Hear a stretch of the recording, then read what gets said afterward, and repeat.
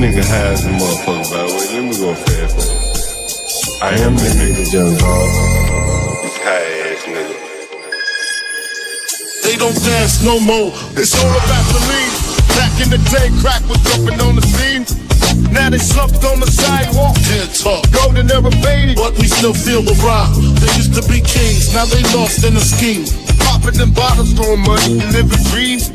Now they zoned out and mumbling, fumbling. No rhythm in the city, the whole shit crumbling. They used to rock the house, they was riding through the streets. Remember there was dancing, sliding to the beat. Now it's poison in their veins, ain't no pulse on the street. Guess it's over now, they accepted defeat. Back in the day, the rock had a violent freak. Different story now, they got no energy.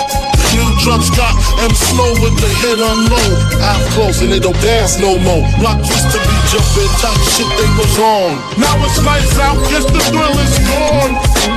I am the nigga, young dog. I bring it to your rough, rugged, and raw, nigga.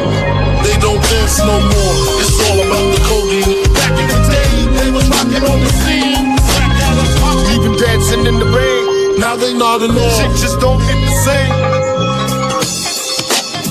I am that nigga, young dog.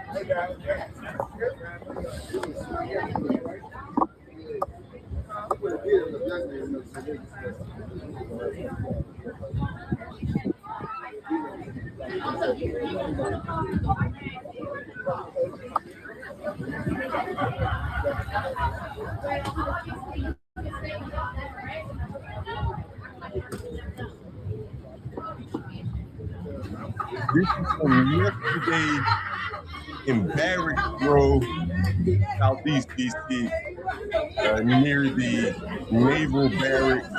You see the white guy walking through there. He may have been tempted to go get some tacos during happy hour, but the blacks are taking over this happy hour at this Spanish place. And what is most interesting, again, this is what I think drives the black fatigue, is that there were white and black people at this restaurant. And the blacks, when they saw this black man getting arrested right here, they decided to turn the whole damn restaurant into a protest for the black man. So everybody else sitting there, the white people, I should say, are sitting there trying to eat, enjoy their happy hours, nice weather. And here's a black man who's driving and drinking. And the blacks are saying, leave him alone. He ain't do nothing. Leave him alone. And the black women who are sitting up in the front, so these are some of the first women you'll see when you enter this place or even walk past this establishment. They have created a protest outside of or inside of the restaurant, directed outside toward the police officers that are harassing bruh, man. And this is part of the fatigue that BeBrave and I wondered aloud said, these people are driving people crazy. This is a Spanish restaurant. They probably want these people to get the hell out of their restaurant. They're running away their other customers. And you just listen to how loud and boisterous these women are while they're advocating for a man who is driving and drinking. You think about that. Let that sink in. And then you think about the Cyrus Belton case where the prosecutor, in trying to humanize Cyrus Belton, 14-year-old boy, he said he just graduated middle school and so on and so forth. He was carrying a gun. He compared Cyrus Belton, the 14-year-old, the one that the blacks out here protesting for, he compared him to Billy the Kid, a Terminator, or Predator in his closing statements. I don't think there's any better comparison than Predator for Cyrus Belton, 14-year-old man entering this store, that store, Mr. Rick Chow. And here are the blacks, just a day later or two, turning this Spanish restaurant into a ghetto hellscape.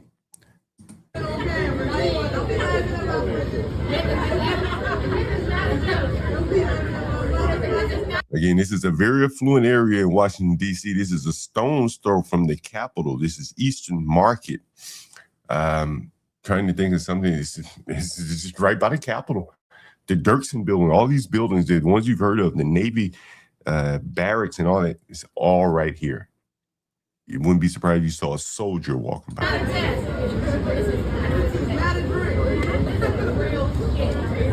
And so you hear the black women cursing real shit the fuck. You know, they really say that.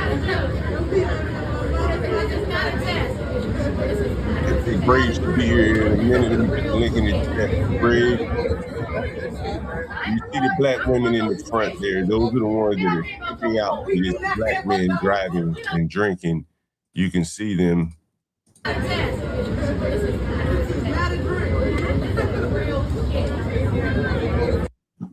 There's the sister gals there. They're not even drinking or eating.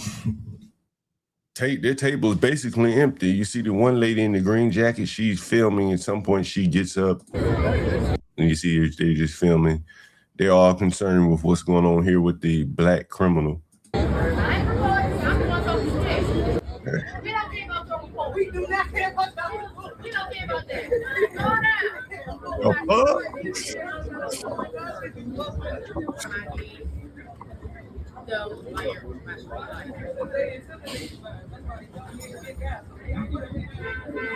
Go Brave, I've told you what you're seeing here, but this is in Capitol Hill. You hear me, Brave? Yes. As you say, this is not the hood. This is not the hood, Brave. People decay everything. They bring decay in everything they enter into. Go ahead, John. I want to show you exactly what this is for the people that don't know Washington, D.C. For the people that don't know it, it's best that I show you to show you how the blacks are all over this city, doing the same damn thing. This is the restaurant where it's all taking place. You see with the red dot here, Brave, you see that? Yes, I do. This is the baseball stadium where the blacks are terrorizing. The Chipotle is probably right here. The Chipotle is like right here. Remember the Chipotle where the blacks looted? It looks to be about under a mile away. Yeah. Now, you want to know what else is close by, Brave? What else? This is the Capitol. Capitol right there. Look, it's the Capitol. Yeah, you know. Yeah. This is the restaurant. Yeah. This is the Capitol. This is the baseball stadium. You see that? Hell, that's nothing but about 5 football fields away. Yeah. And so all of this is already gentrified area. You see Whole Foods, high-end bars and restaurants.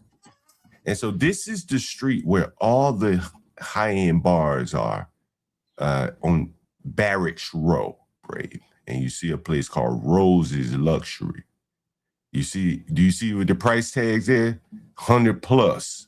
You see that? American restaurant. Can you see that, Brave? Well, no, it's very small on my screen. I could enlarge my screen. If I can zoom in more.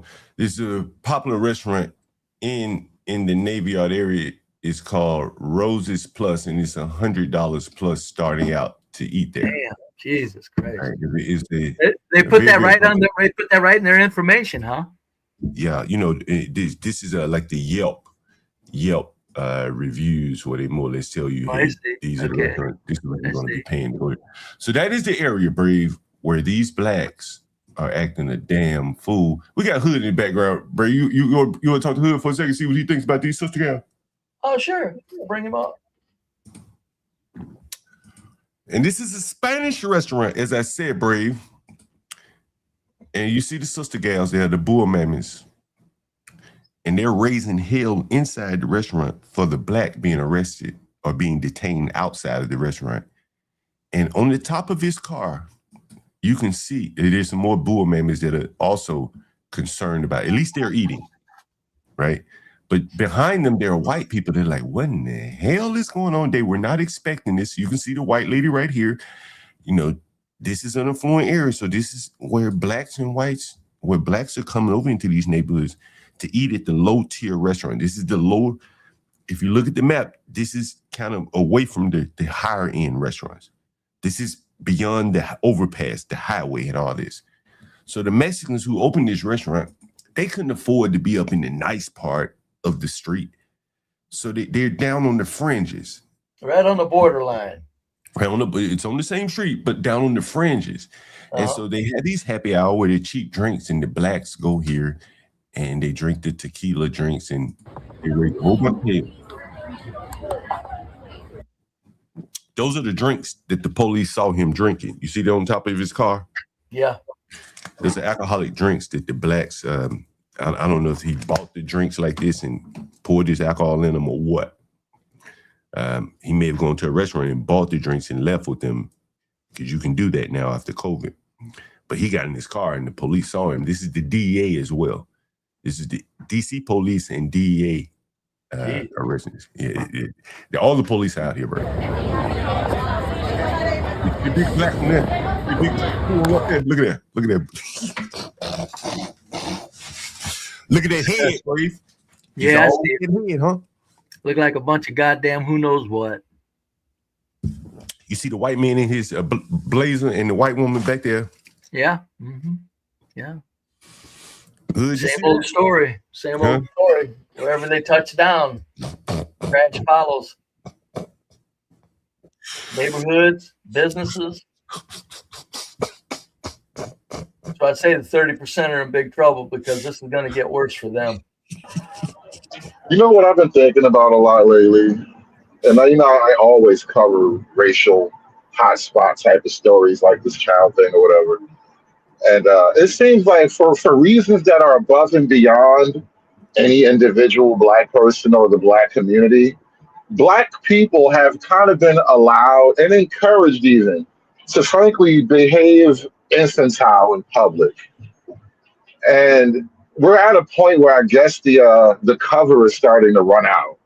You know, that whole thing about the fatigue and all that, that's another example of it. But a lot of black folk are starting to, we're watching that social grace, or not even grace, but that social kind of deference just be removed from black people in general. Like, I've heard this phrase a lot to describe black folk as like somehow America's like moral core, because of civil rights and all of that shit. Somehow black folk have been given this weird title of like America's moral people or some shit, which is retarded if you think about it. But that very notion of like morality itself being attached to black people or the black cause, all that shit's going away. Social media is one good reason. Body cams are another good reason, but for a bunch of individual reasons, the idea that black people are just somehow morally above reproach, we're doing away with that whole shit. And it's for good reason, because it was never really helping us anyway. Like the idea of respectability politics getting thrown out the window in the 90s, this is like a knock-on effect of that. Like, we should pay no respect to people who refuse to be respectable. And that's what's happening now. That's what I say, man. I'm like, hey, I don't even know. I don't even think they should be allowed to be elected in the office until they clean up their communities, honestly. That's a strong opinion. But how can you take up people seriously in elected office, national office, when they can't even keep their neighborhoods, clean? No one wants to be around them. And I think you're right. And I think it shows up in that Cyrus Belton case, and this is why we're doing the stream. There were 5 black people on that jury. Did you know that, Brave Hood? No, I didn't know. Curious. Yeah, I was curious about that. There are 5 blacks on that jury. And I think that those blacks, at least some of those blacks, probably were fed the hell up. Hell, I would go so far as to say, Brave, some of them blacks may have been embarrassed. You hear me? I'm sure that some of the blacks were in there going around about it, looking at a man who basically got away with murder, and yet they're on his side.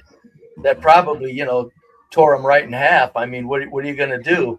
That's why I say that you and I deserve to take a victory lap on this, because we are the channel that is in the last couple of streams bringing apart, driving home the fact that black people are not just misbehaving, they're driving people insane. This verdict was from that standpoint, that this man was driven insane. Yeah, it's like these jurors, I'm sure they didn't listen to BeBrave and John, But these jurors, it's just that they listened to us and they said we have to take this into consideration. No matter where these people go, they drive people crazy, and that's how this guy got off. I believe that. And I think this could be a national. This could be a national thing if it could play out. But they're not going to play this out because if the major media took this and ran with it, what you would see is a lot more people would come down on the side of this is obviously where black people drove these people insane. And that's what would come out if they took this national. That's why they're not taking this verdict national. That's what you think? Yes. Well, I think to that effect, though, because I plan on talking about this at some point when I get a moment, but I came across a video of some young lady explaining how Mr. Chow is basically a shooter. Like, this is not his first time firing a weapon in anger. I haven't been able to get a makeup on those particular cases. Like, was he shooting at black people every single time? But I would tell you this: that there is very highly likely he was shooting at black people each time, which is getting to my point that there is a phenomenon of non-black people have to open up businesses in black communities. Like, you very rarely see Mr. Jenkins running a little shop in black America. It's always an Asian or an Arab or some Dominicans or some shit. And one of the problems you run into is actually managing the black public. And I think black folk themselves don't want to do business in the ghetto with other black people because now you got to be the nigga that busts a nigga upside the head, or they're going to be protesting you. It's going to be a headache. And so I think to, back up Brave's point, Mr. Chow seemed like he'd been through some shit with niggas. This is not his first rodeo with niggas. And he is not going to be a victim. He refused to be a loser. There are videos of Mr. Chow armed, pistol on his side, fighting hordes of black women. If the man was a murderer, killer, he had his opportunity right there, where he was surrounded by, a dozen blacks, and he's fighting them. Hey, one of you niggas hit me, I might shoot you. Multiples? No, it's okay. He never pulled out his gun. One of the things that this interesting Brave Hood, has anyone heard the prosecution's closing statements about Cyrus Belton? Yeah, I heard where he said that why does a 14-year-old black teen need a gun? And then implied the black teen needs a gun for this reason, implying that he needed his gun to protect him from the store owners. Yeah, I saw that. That is so funny. You're so into these fucking pieces of shit. This is why, even if you wanted to get melodramatic about it, even if you wanted to carry on and do your black agenda sick shit, how bold are these people that they think that they can make the claim that the black 14-year-old, and that's what the guy directly referred to. Yeah. How bold do they think that you can take and blame that say that a 14-year-old needs to carry a gun to protect himself from store owners? Well, if that's where the black community is at right now. What you're talking about is one of the eyewitnesses, I think. That's what you're talking about. You're talking about. I'm looking at the press conference. So I'm going to the press conference. Well, here's the thing. I don't think that was in the closing statement. I was the hell it wasn't. I'm about to play it. Okay, go ahead. Yeah, I'm pretty sure I saw that exact same video with his lawyer saying he needed a gun because of moments like this. Well, that's what one of the witnesses said, right? And I think the prosecution did say that as well. But one of the witnesses said this: depending on what kind of hood you grow up in, it's normal for a 14-year-old to carry a gun. That doesn't fly in mainstream America. This is how far away from reality Black America actually is. This is why you really got to get out. And I hate to frame it this way, but you really got to get away from niggas to see how the rest of the world lives. Just on a regular granular level, it's so radically different in a lot of ways. At the same time, though, Hood, the same black man who's a felon, who didn't know how many felons he had and so on and so forth, he comes out and said, well, he wouldn't want his 14-year-old child carrying a gun. He just justified it. Then at the other side of his mouth, he said, well, I wouldn't want my 14-year-old child carrying a gun, but you blacks have created neighborhoods and environments where you've already said it's reasonable. You just don't want your child doing it. Well, that's why. Well, I think he said common, but yeah. That's why the insanity. That's why the insanity. It's the insanity. When we say they're driving people insane, they're driving themselves insane also. Now, it doesn't bother them because they don't mind being insane. But literally, the blacks are affecting everything around them. This is blacks in the city, the largest cities, is the #1 social problem we're facing in this country right now. And we're not allowed to think of that at all. I'm going to finish off this video because I want you to see a couple things that I noticed. Again, the blacks are just destroying the public space here. But it's just a couple of things I know before we move on here.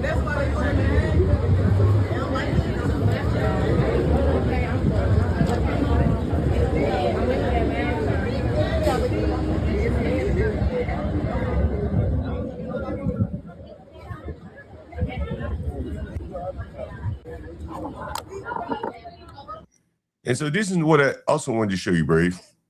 It's right here. Good. Jesus Christ. Look at them two blacks. Yeah. The one in the black shirt, it's wonderful. Here. Yeah. He's checking IDs. How the Spanish ended up with this black checking their IDs? Probably because of the clientele that they ended up with, that they need a black. Yeah. Oh yeah, they're forced into it. That's why I say it. These people, black culture is nothing but a cancer. Everywhere it goes, it just trashes everything it touches. Those Spanish people didn't want to deal with blacks. Trust me, I've been around enough Spanish people. They have to. They need the money. It's good. It's a restaurant. What are you going to do? And then look what they hire Khalid Muhammad with a beard to take IDs. You know, and it's everything about him is offensive. It's just the most offensive group of people on the planet right now. Black Americans are the most offensive people on the.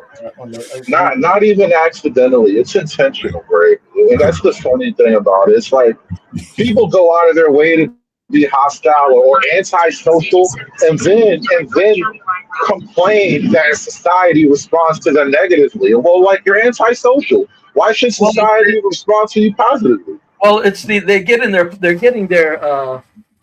playbook from their handlers.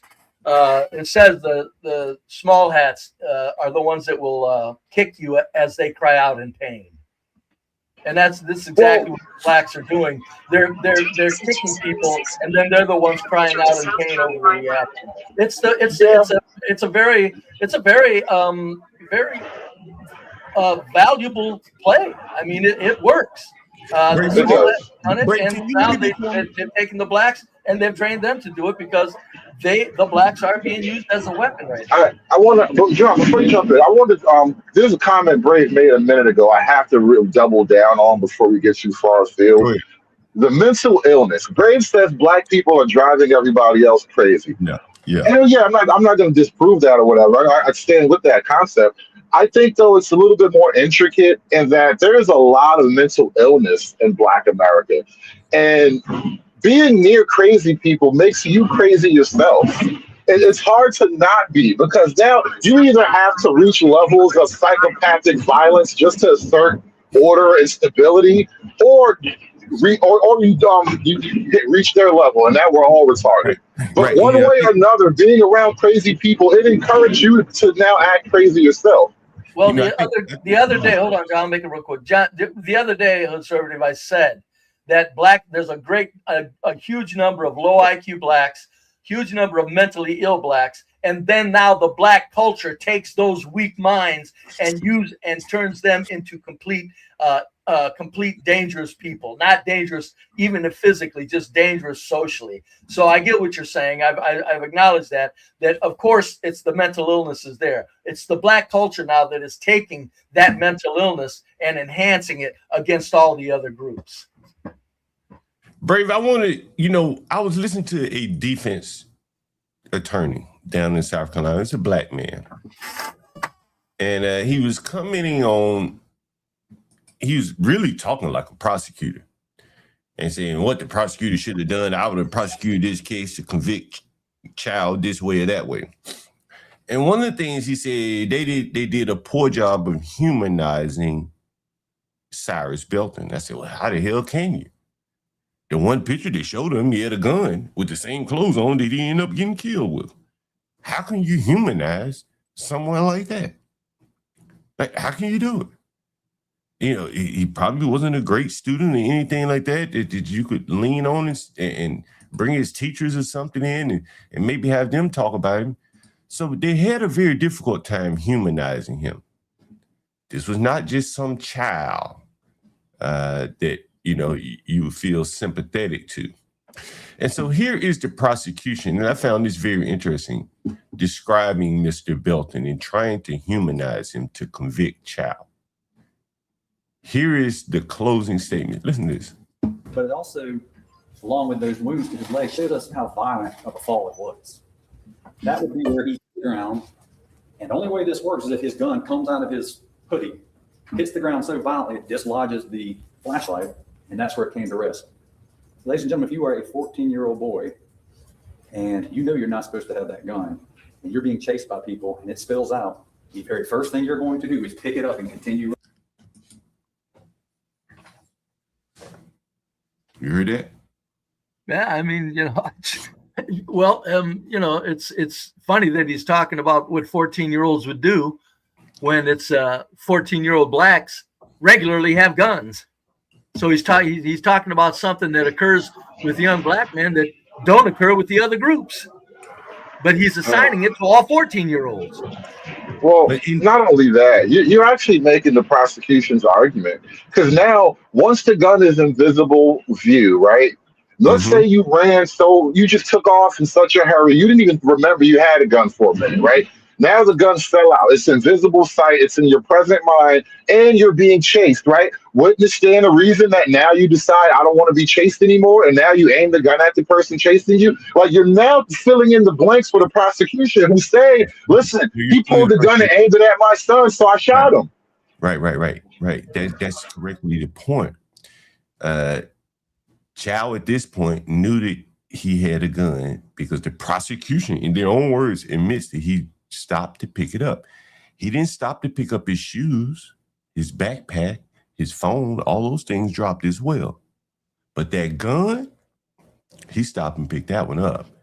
And this is why the prosecution could not even make this man out to be a sympathetic child. The black children, they've lost all veneer of being a child. Right? Benefit of the doubt, John. You said the benefit of the doubt was taken away, and that's exactly what's happened to blacks, other black. Yeah, across the board too. Because I really do think the presence of that gun is what sealed the case for this guy. Like, no gun, no reason to shoot at all. But the fact that you're a 14-year-old with a gun, now you're a hoodlum, and I have no idea what you could have done to me if I hadn't shot you. And so here is something else interesting from the prosecution. I want you to listen to this. Again, this is in their closing statement. This is the best they can say about a 14-year-old child. So that tells you a lot about where blacks are. That at a 14-year-old, you should be able to paint the most sympathetic picture as possible for a 14-year-old. He hasn't lived that long. Listen what the prosecution said. Before he has to deal with that crazy time of ninth grade in high school.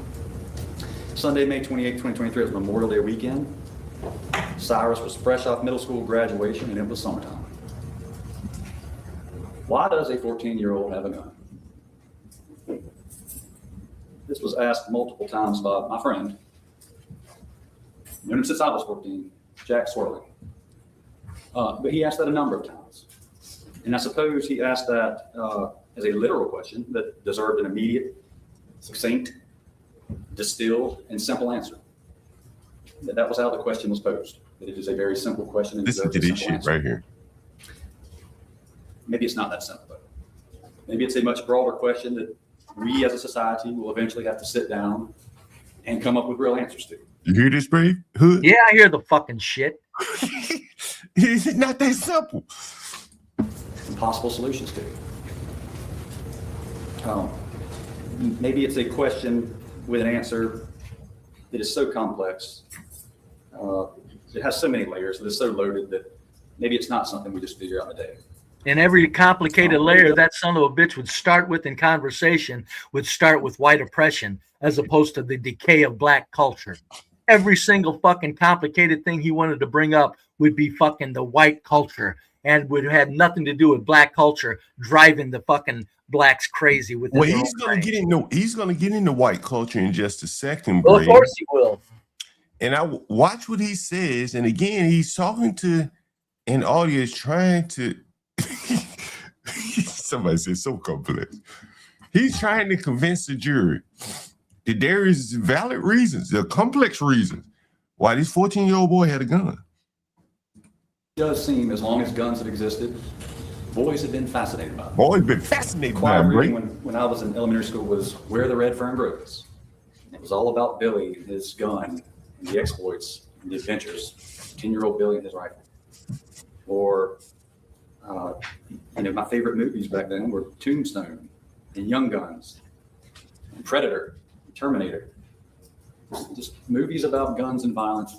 Boys eat it up. I did. There it is. Never black culture that drives their fucking children crazy and makes their children into killing machines with the hate whitey talk that is constantly in their face. Nope, none of that. He's bad as boy to Billy the Kid. Terminator.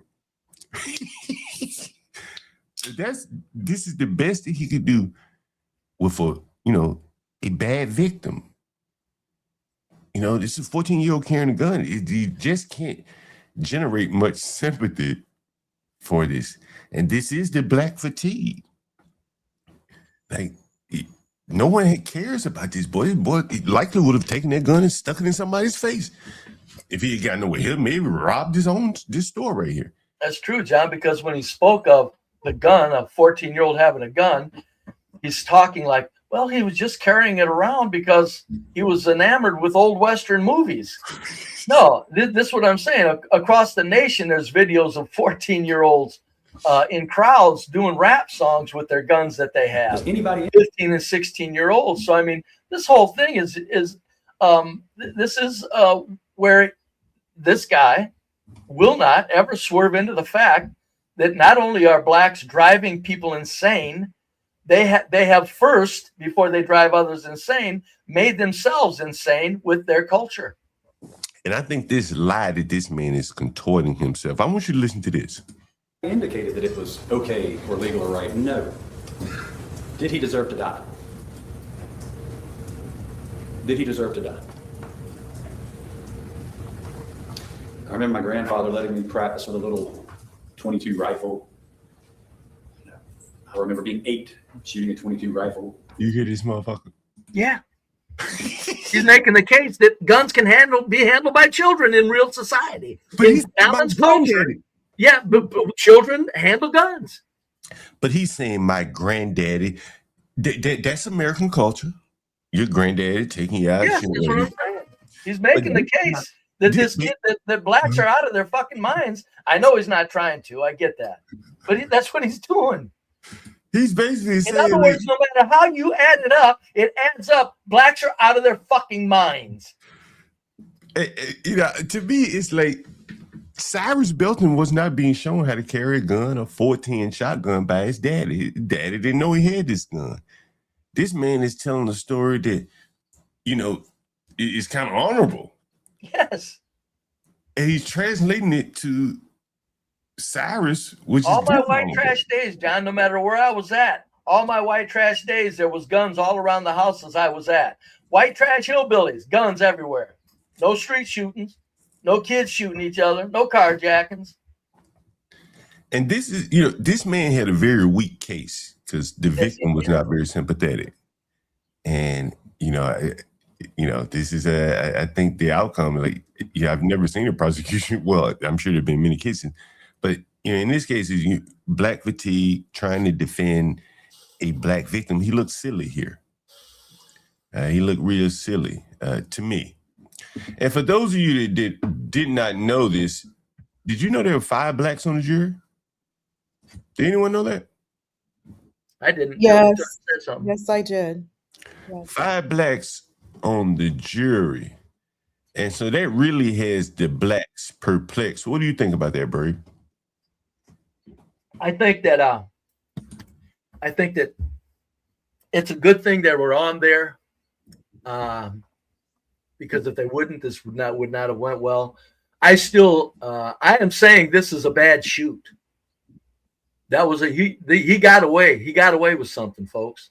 Make no mistake. I feel that way. He got away with something. Now, why did he get away with it? I'm telling you, as John and I have been saying in the last several streams and constantly, these people are driving people insane. This is a verdict of insanity as the cause. He's innocent because he was insane. Yeah, that's what I believe. And here's Jason Whitlock, who is coming to the same conclusion. Listen to Whitlock. The reports that I can see say that Rick Chow, or the jury for this case, was half black. Half the jurors, 12 jurors on this trial, half of them are black. They come back with a not guilty verdict after 8 hours. So I want you to think about this and the larger point that I'm going to make or infer from this. 14-year-old kid comes into a convenience store, behaves suspiciously, gets stopped before leaving the convenience store, says I didn't shoplift anything, walks out of the convenience store, gets followed by a grown Asian man that appears to be in his 50s, maybe early 60s, I don't know, and his 23-year-old son, and they chase him down as he runs off 130, posing no threat. He's running away from them. And yes, I know at some point, according to the prosecution, I'm not saying the defense, the prosecution is saying that he fell and the gun falls out of his hoodie. At no point in the store does he flash a gun, does he threaten anybody. This is all on camera. He's running away. And so based on what I think, I'm like, well, they got to find this man guilty. The people in that jury room, the black people, they got black fatigue too. Ooh. They're like, man, yeah, I know Rick Chow didn't do everything right, but this 14-year-old boy did bring a gun into his gas station. And I don't really know if he pulled the gun. I can't say 100% sure that he pulled the gun. I don't know. And so I'm going to go with, hey, man, this Asian man, he may have gotten overheated. He may have chased this guy down for no reason. But hell, I got black fatigue too, and I'm just tired of it. And I can understand how this happened. And so many of them are sitting there in that jury room like, man, I'm not going murder. I'm not pandering to the Black Lives Matter crowd. And this man has sat in jail for 3 years. Let's say if we did convict him of manslaughter, he'd probably be out in 3 years. He's already been punished enough. He's lost everything. And so they come back not guilty. And so we get our first true measure of the consequences of black fatigue. Oof. Brave. See, that's why I'm saying that black fatigue, I like it, and I was glad it caught on. But this is past black fatigue. This is these fatigue implies a little bit tired, a little bit wore out. No, these people, blacks are fucking driving people insane. They're making people sick to be around them. They're making people pay huge sums of money to live away from them. They're making everything they do, and you had the video clips of the black women on the sidewalk cafe. Everything they do is making people so goddamn sick to be around them that this is going to go past fatigue. Yeah. This is going to go past fatigue. It has to get, that's why they won't take this national, because this case would put an end to that fucking fatigue word and ramp it up. These people are driving people fucking crazy. Honestly, I don't think there's a good chance of almost any black thing going national. I feel like the George Floyd thing, that was like almost 2 years of the fatigue building up. We shot our load, bro. Nobody's gonna give a shit about the black community the way they did with Floyd ever again. Oh, I would say that if they took this nationwide, I'm not saying it would be a Floyd replay. What I'm saying is there would have to be a lot of blacks that would have to admit this guy got away with something, and it's because black people are driving people crazy. Literally. Can I just say something real quick? Yeah, Just go ahead. two things. One, there is no justification for a 14-year-old running around with a gun. Period. Point blank. Kids shouldn't be having guns running around. I'm going to stop you right there, because the prosecution's eyewitnesses, one of them tried to justify the boy having a gun. And I don't agree with that. That's dumb. It's not about what you agree with. What I'm talking about is that the blacks are trying to make people contort their minds into saying, well, okay, there's some kind of scenario where it's okay for a black to have a gun at 14.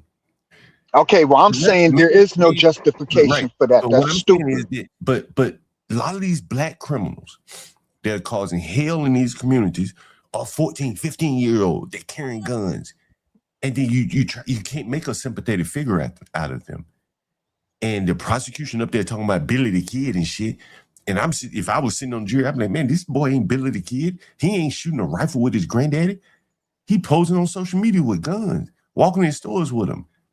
And then on top of that, Mr. Gold, this makes you mentally ill. You can't compare somebody who lived in the 19th century to somebody in the 20th century. Like the times are completely different. Right. And but what's being done here is that you're having to mentally contort yourself into like a pretzel. The logic just isn't making sense.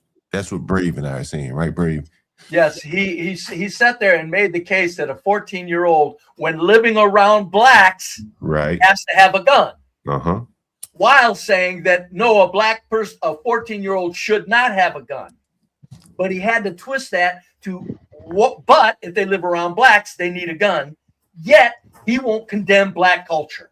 Right. This guy's on his way to insanity. That's what they do to them, to their own selves. John, may I There's respond? way too many conflicting views in one noggin. Yeah. Well, the prosecution case was real silly. You trying to justify a kid having a gun is ridiculous. Well, they weren't justifying him having a gun, but they had to present to the audience. They had to kind of figure out a way to like paint over that, because it was relevant. He had the gun, and maybe if that was an all black jury, maybe they would have gone for that. Yeah, hell yeah, we have to carry guns. Our children, I can understand it, but to regular people, they can't cross that line and understand why a 14-year-old will have a gun. And that was the burden that the prosecution had, to talk to regular people, normal people, and explain away a 14-year-old boy carrying a gun inside of a store. And what's funny is the people that would justify him having a gun because he lived in because he lived around blacks and he needed his gun, would blame the fact that the blacks were oppressed and that's why they were crazy, causing other people to need a gun. I mean, in other words, it never stops with black accountability. Somebody else is the problem here. That's why these people are driving themselves crazy. Yeah. They don't understand. Even if you can't do anything about this, gain your sanity, stand back and get away from it. Take a breath of fresh air and take a deep breath and understand black culture is fucking you black people up along with everybody else. Let's get partner here, then. I'm going to go to this Freezy. Freezy says, all right, I'm going to go back in the chat. I'll be listening. All right. Partner, go ahead, partner. What do you guys say? Hey, Brave. Hello, Brave. Hey there. Hey, Brave. I just wanted to bring everything to its logical conclusion. You've said a lot of things, John, Brave, really throughout like the past year and a half. And it boils down to one point, one thesis. And that thesis is the attack on business operations. Yeah. You are attacking business. Everyone has had enough. When you look at what these Asians do, They bring business into communities.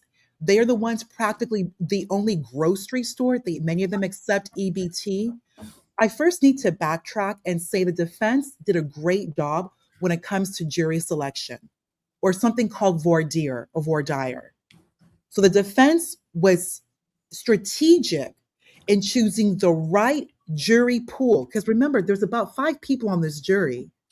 And this was a unanimous decision, which you had to be for a murder trial.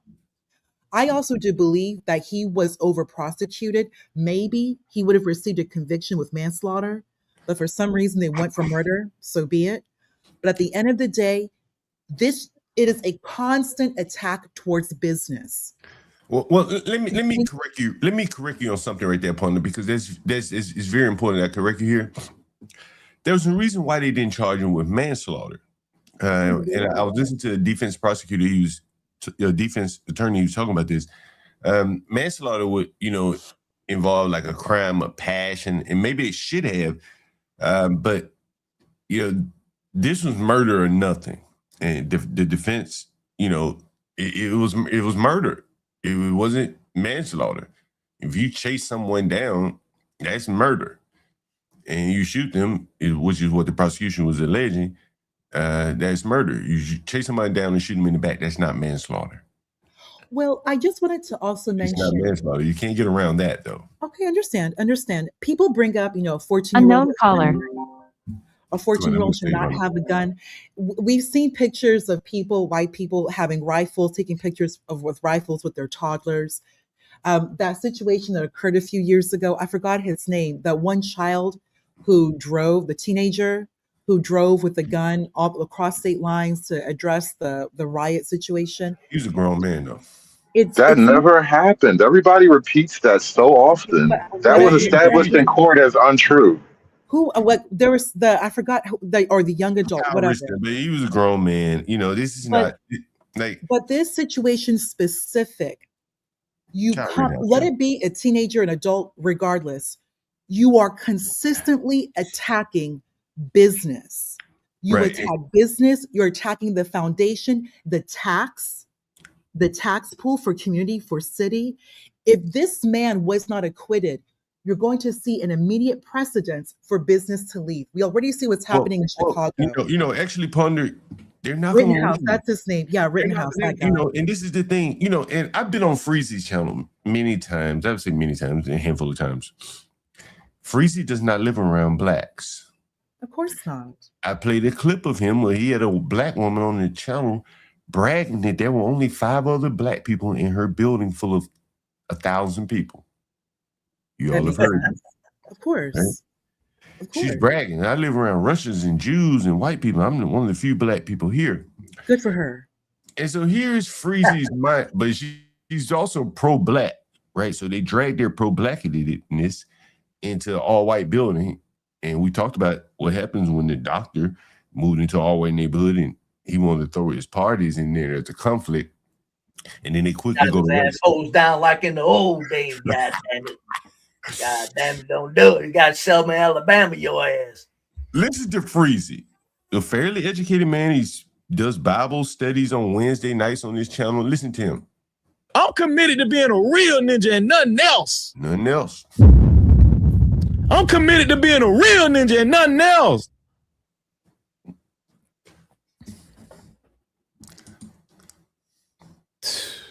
And John, what does fairly educated actually mean in your mind? Hold on for a minute. Let me let him finish.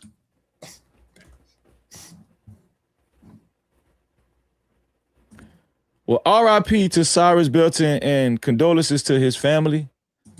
I hope they continue to loot that guy's store. Seems like they're doing a job on his store.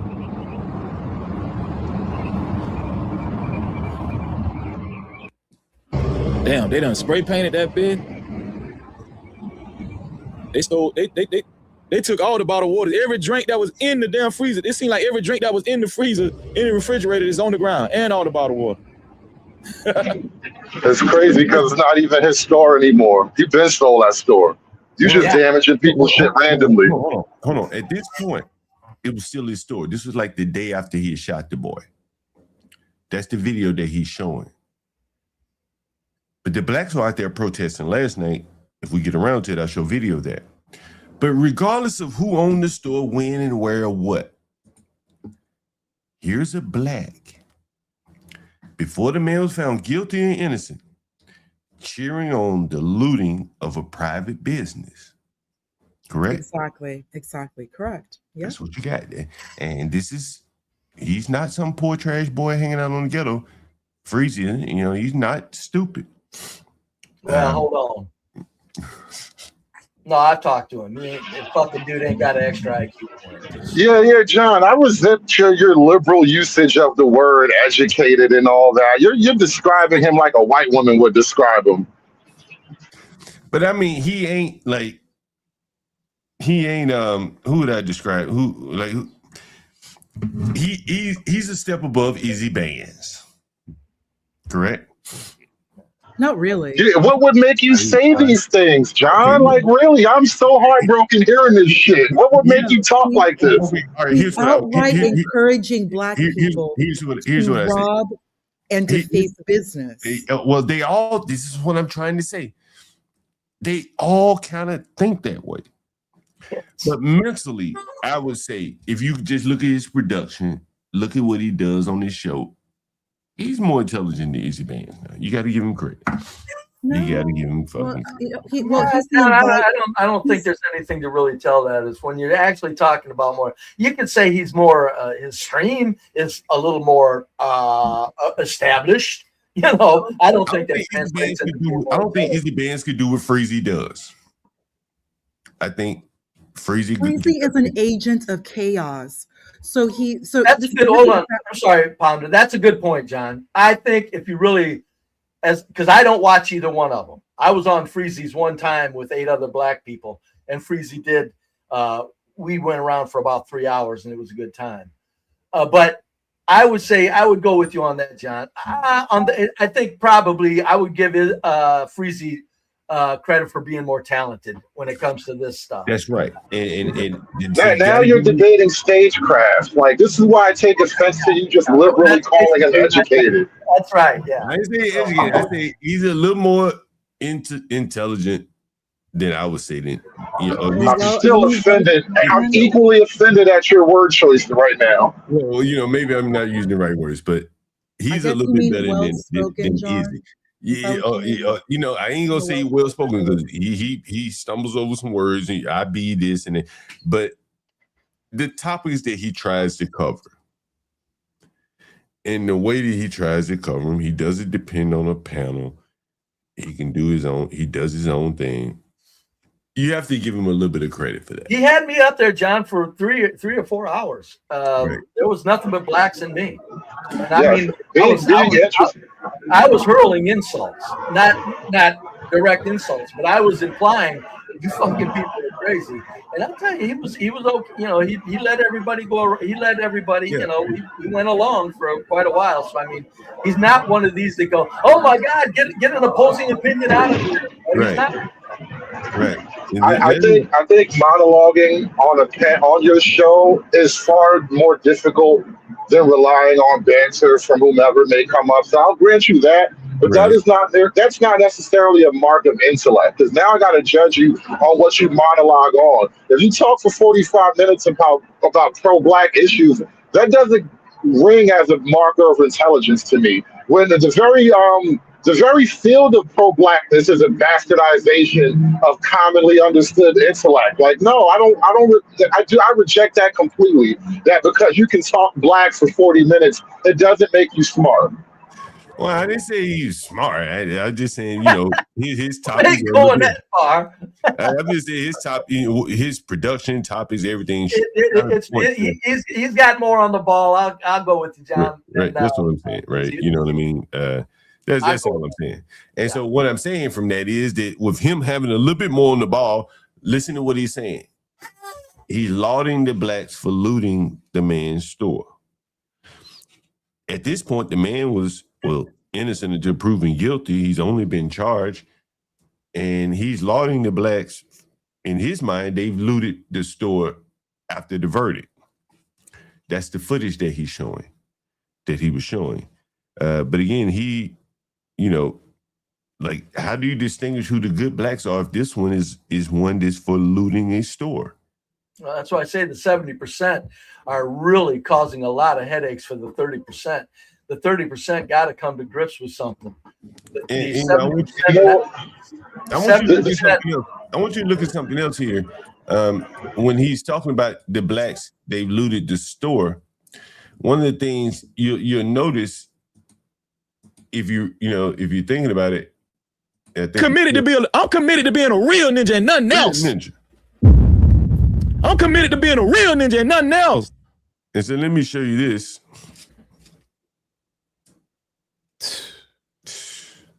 You know what? No independent witnesses. You know what really makes me sick about that kind of big talk, though, John? What's that, Bray? If you put that, RIP to Cyrus Belton and hold on, go ahead, Bray. I'm committed to being a real ninja. They always talk about I'm this and I'm that, but when they're in the face of equal force, not overriding, they're not them completely in the advantage. Equal force, they're a bunch of fucking pussies. Well, okay, so they're real ninja. What are you gonna do? If the National Guard came in and really did what they're supposed to do, if you guys get in the crowd, would you be that real ninja? No, he'd go home. Well, a real ninja, somebody, a big old dude of a goddamn street fighting white man called you the N-word. Would you be that real ninja? No, it ain't worth it. In other words, the real ninja shit comes in when it's easy. No, and it's just yet another mark of black culture. Chud the Builder ran into a real ninja and he's on trial for attempted murder. No. I think what Freezy is saying, if you watch more of this show, what he's saying is in terms of thought.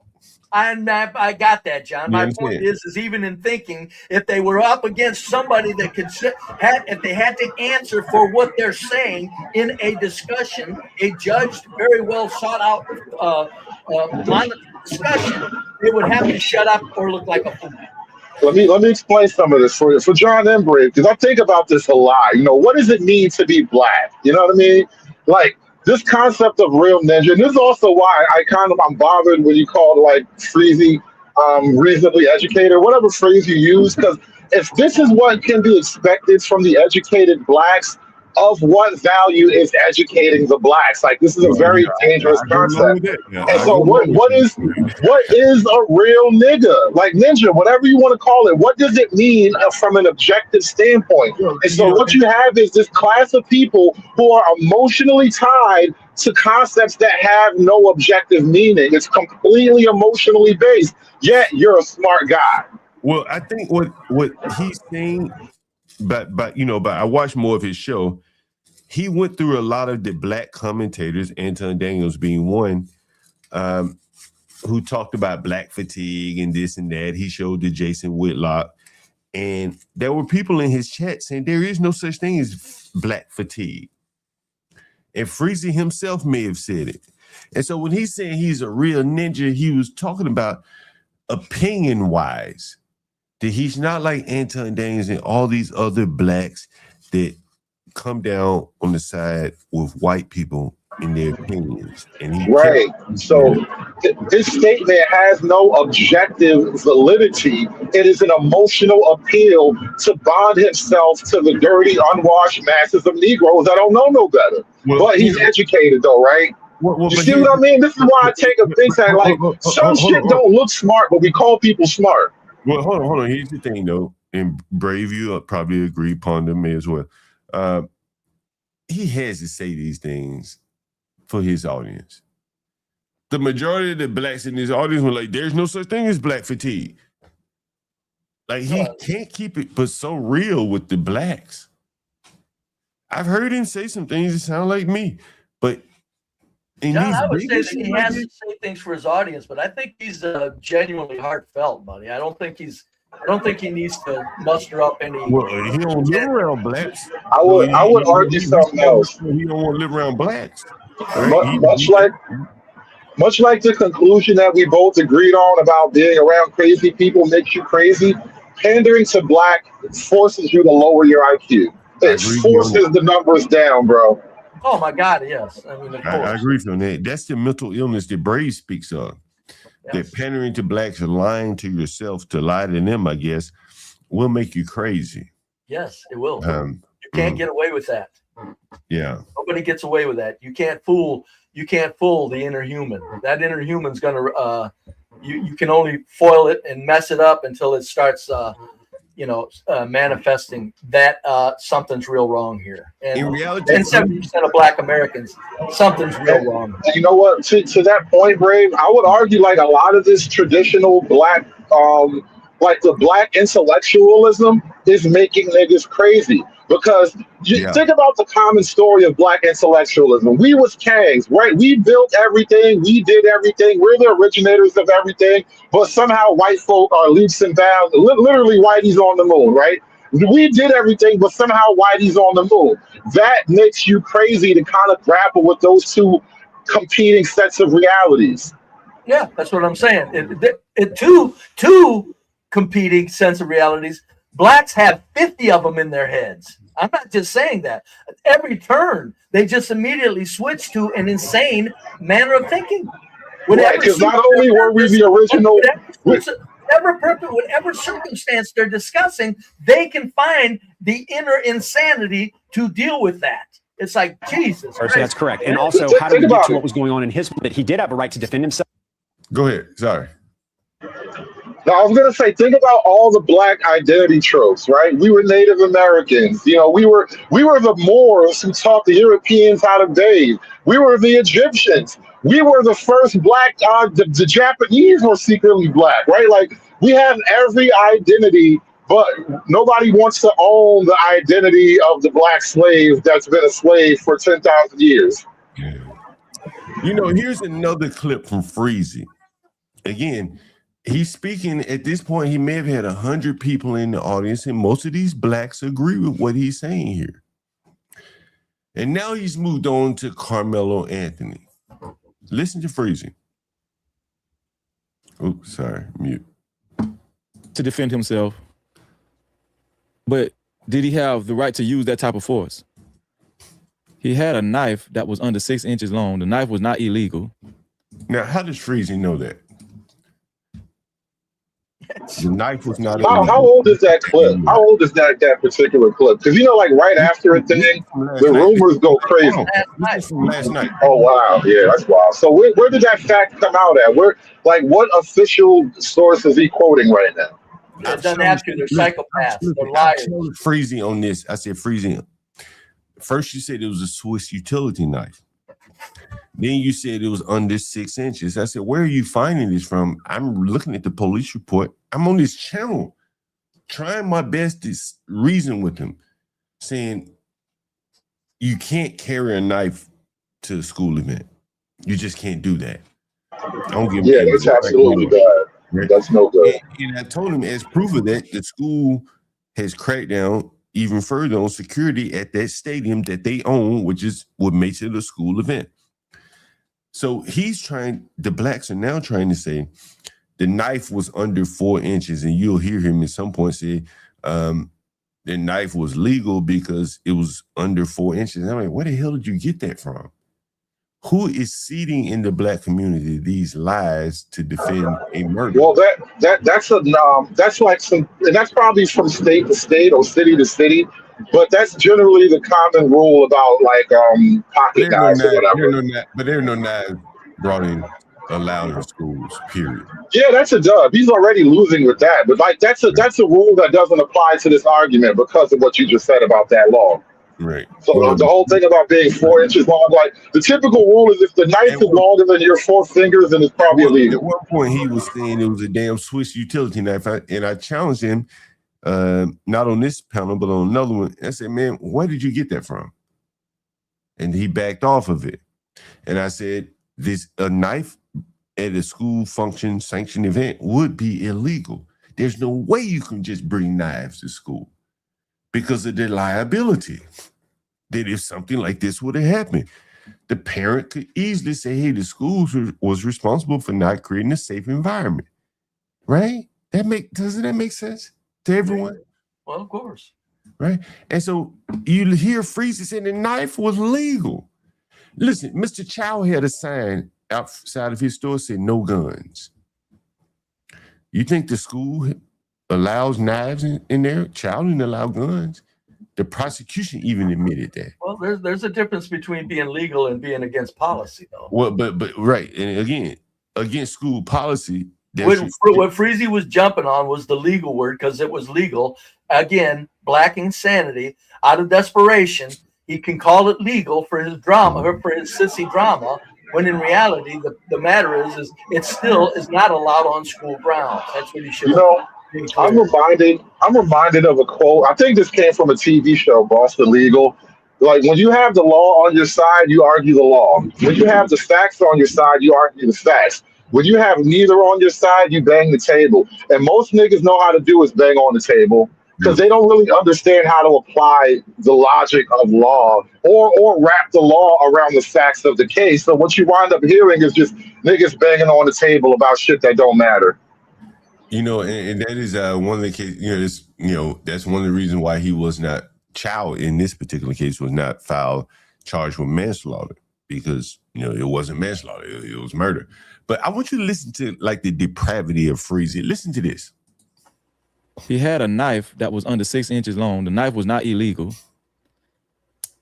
He hit him one time.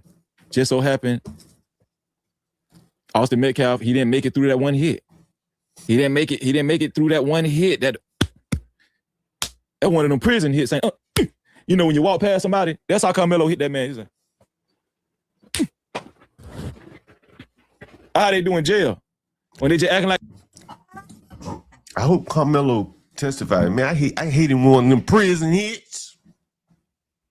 Gave one of them prison hits.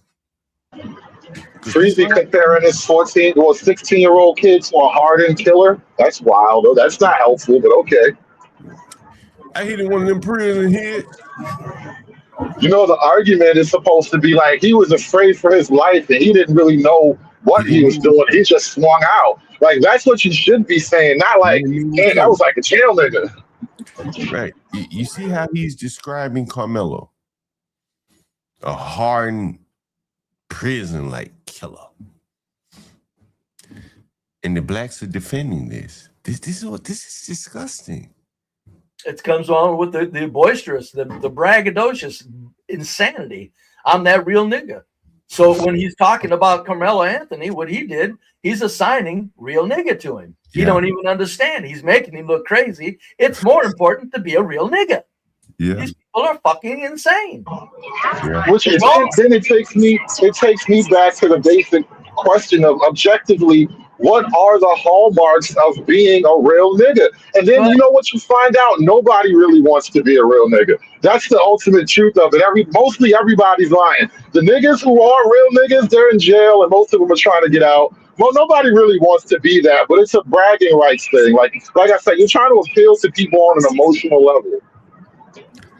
I mean, I don't know how much of this he has to do for his audience. I don't know, man. John, I think his audience are worshiping him right now when he was doing things. Yeah, that's what I'm saying. So, I mean, it goes past, because blacks do tend to worship other humans in a sort of way. All you got to do is get a little bit of success, and the blacks that hate whitey till their brains fall out will literally damn near worship a black man that's being a damn idiot. Brave, back to the black insanity and the blacks that, Hood mentioned Chow had shot at somebody. That is true. Probably someone tried to rob him. Here's Chow. Look at this.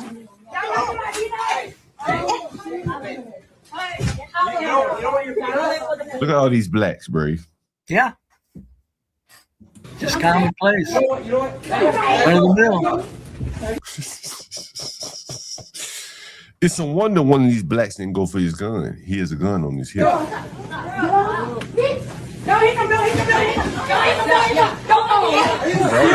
Jesus Christ, Brave. Can you imagine doing business around that?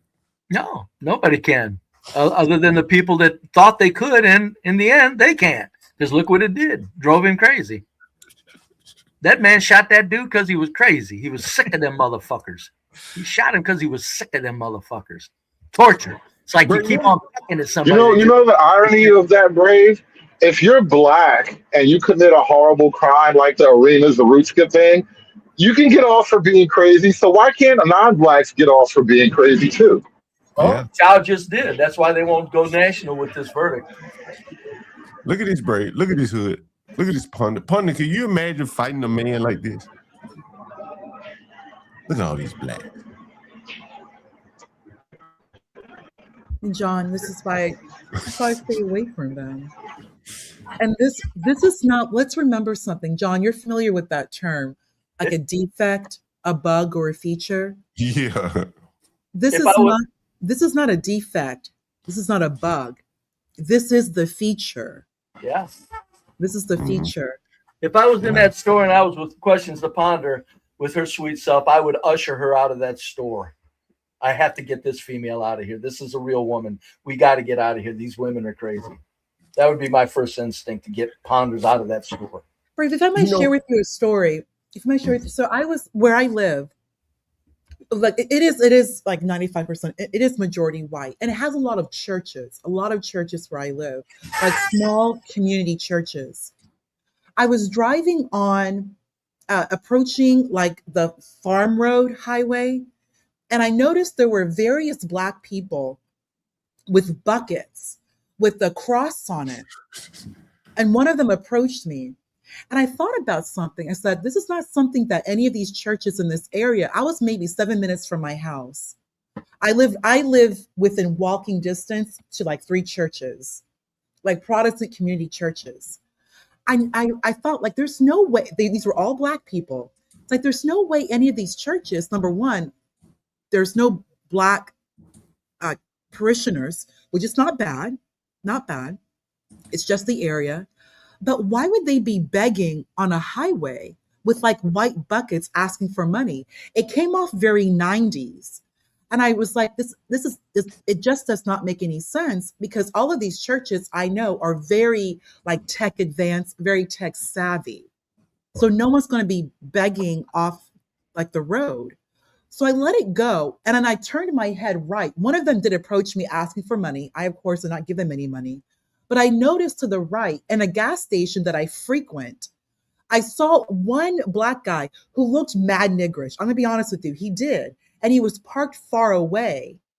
And it kind of came to me, I've never seen this truck. And then there's all these Black people. And there's one guy looking mad niggerish. Yeah.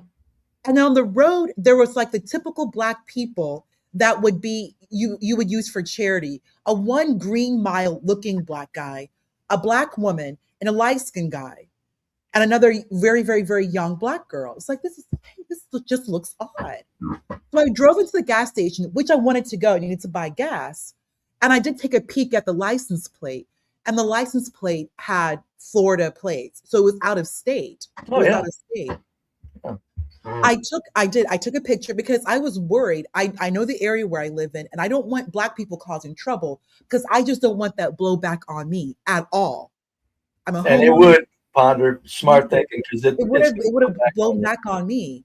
So when I took a picture, I drove away, and then they followed me. The guy in the car started like coming at me hard in the gas station. I already had frequented this gas station. These people are like the guy in the back knew who I was. He was familiar with me because I come here all like twice, 3 times a week. And these people started trying to fight me. Like this guy screaming at me, yelling at me.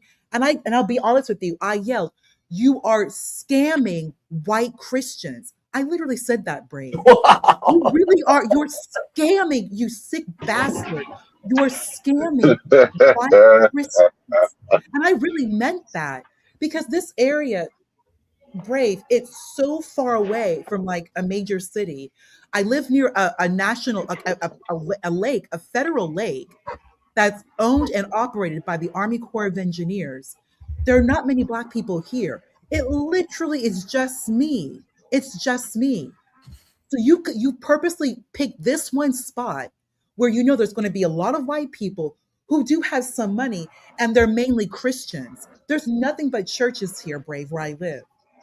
And then they eventually all like round themselves up into like this truck, which had Florida plates, and they drove off. And I was angry, and I outright told the guy, you know, I live here. And I was about, like, I was so upset, I was about to cry. Like, I live here. I live here. It's like, yeah, I know you do. I know you do. I gave the guy the license plate, and then I drove, like, I just drove him in tears. I was so like the adrenaline of the situation. But I'm just sick and tired of their behavior. And I have another story. But they will purposely infringe in like all white spaces. And when they find one black person, that's their in. Hold That on, Paul. Let me get into this Freezy clip. We don't have much time with Brave. I want Brave to listen to this Freezy. This is Freezy on black fatigue. Kind of what Ponder is talking about here. Listen. They got black fatigue too. Wow. Wow. Wait for it. We knew it was coming. Look at his face. Look at his black coon face. This is the face of a black coon house ninja. Look at his face. Yeah, people on the jury, they got black fatigue too. We got black coon fatigue. Merch coming soon. Black coon fatigue merch coming soon. I got black coon fatigue. Good. Get the opposition going. So blacks the I'm telling you, merch coming soon. Black coon fatigue hood is coming soon. What you said, Brave? Get the opposition going so that blacks, the 30%, understand that they're in trouble. I don't think the 30% take the 70% serious enough.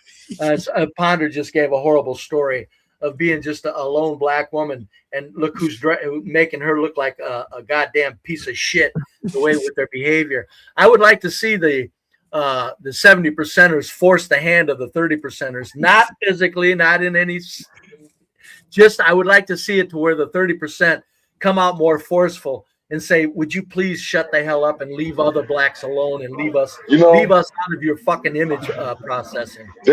There was a clip that was going viral a couple of months ago, and it's actually a really old conversation from like their 40s or whatever. But there's a story of Black America where like a lot of the Southern Negroes started to migrate up into the cities and out into the West Coast and all that. So like a lot of black folks from Chicago are really like their blood is coming from Alabama and Mississippi and whatnot. They call it the Great Migration. One of the things that happened during that time was like the black folk that had been living in the Northeast in different parts of America or in California for a long time, who have been acclimated and all that. They were resentful of like the ghetto Southern niggas coming up.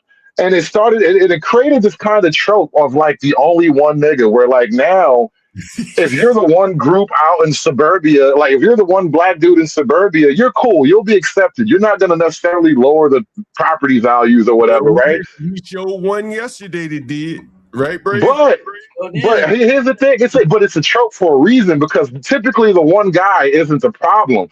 If there's more than one, Tommy Sotomayor puts the number at 3. Where there's more than 3, I shall not be. But there really is this phenomenon of like, listen, it's cool when there's just one of y'all, but if it becomes a couple of y'all, shit's gonna get crazy. Cool. I don't even think it's cool when it's one.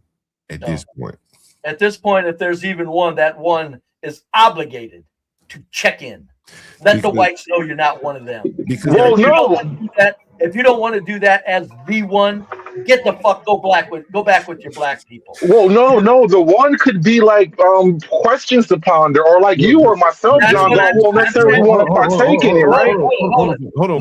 So that's what makes us beef. Hold on.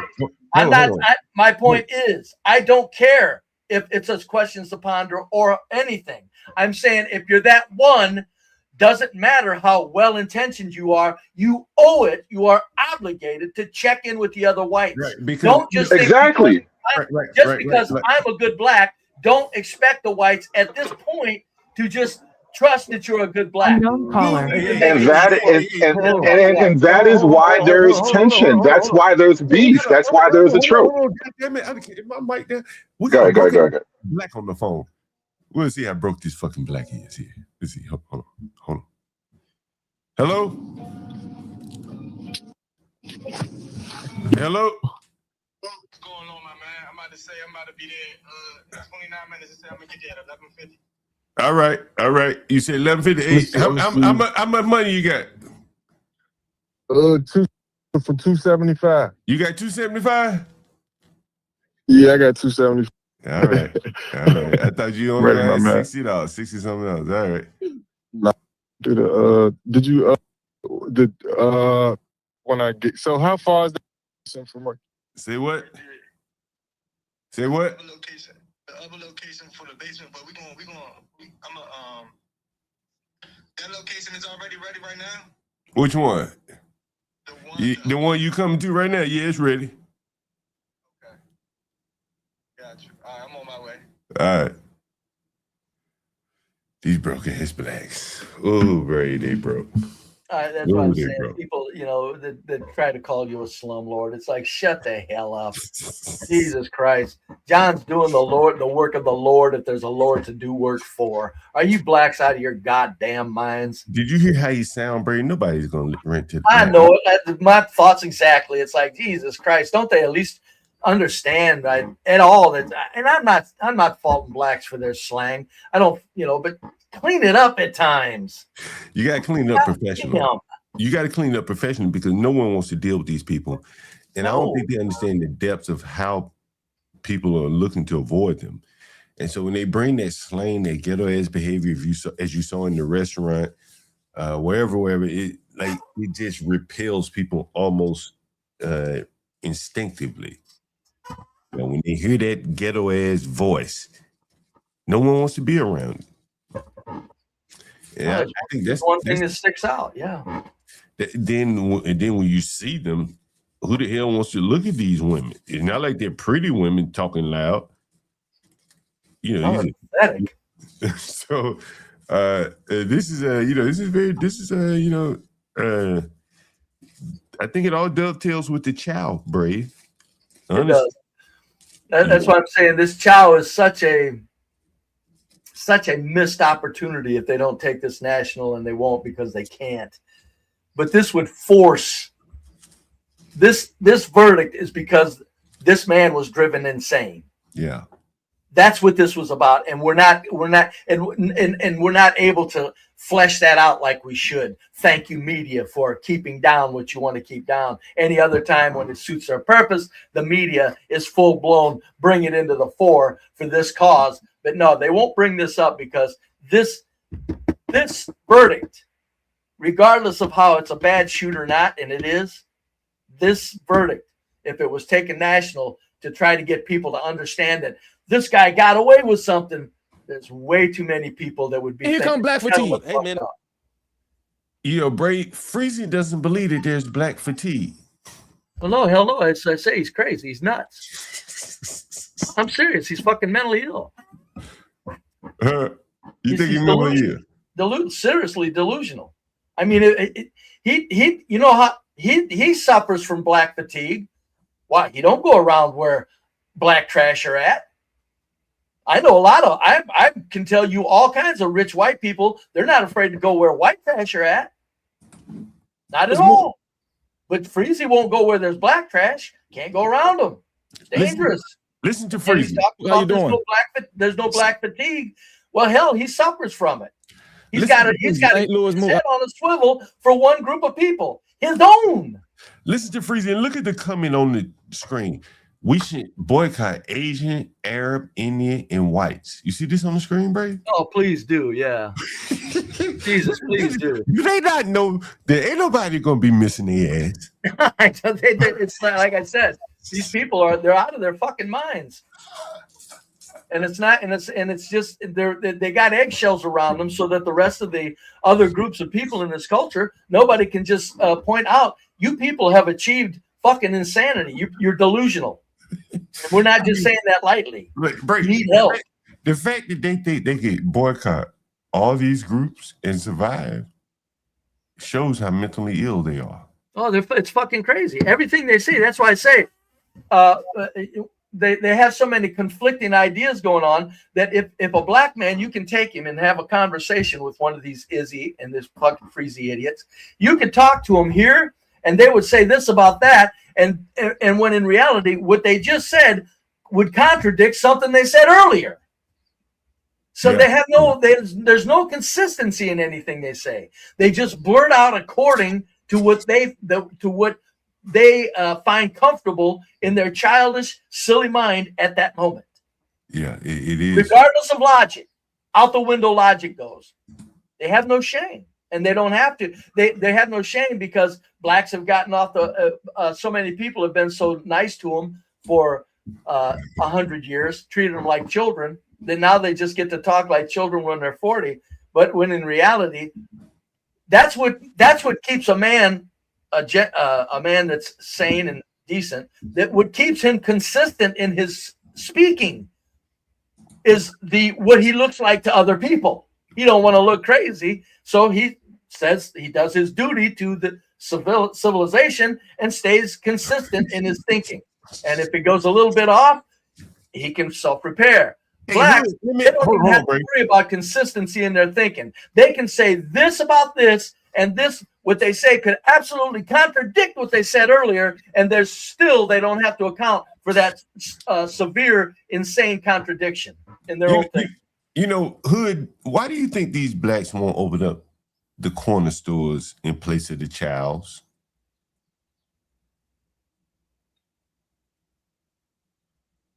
Hood may not be here.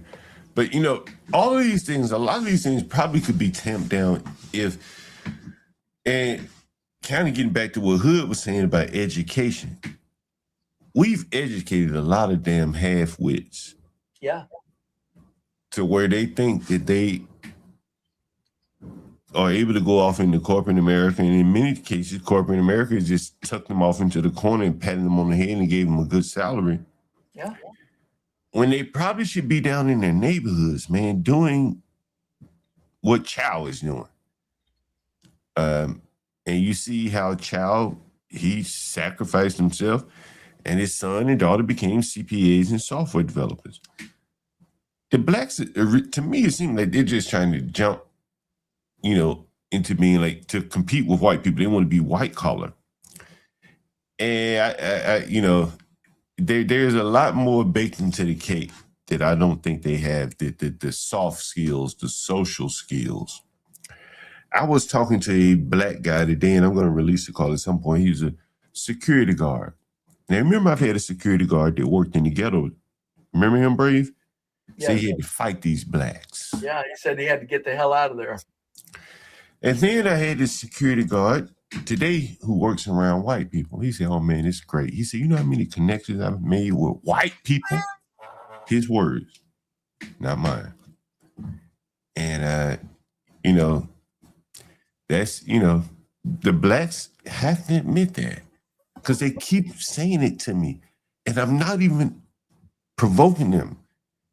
Just yesterday, what did the African man say to me? White people have good hearts. Yeah. I didn't ask him anything about white people.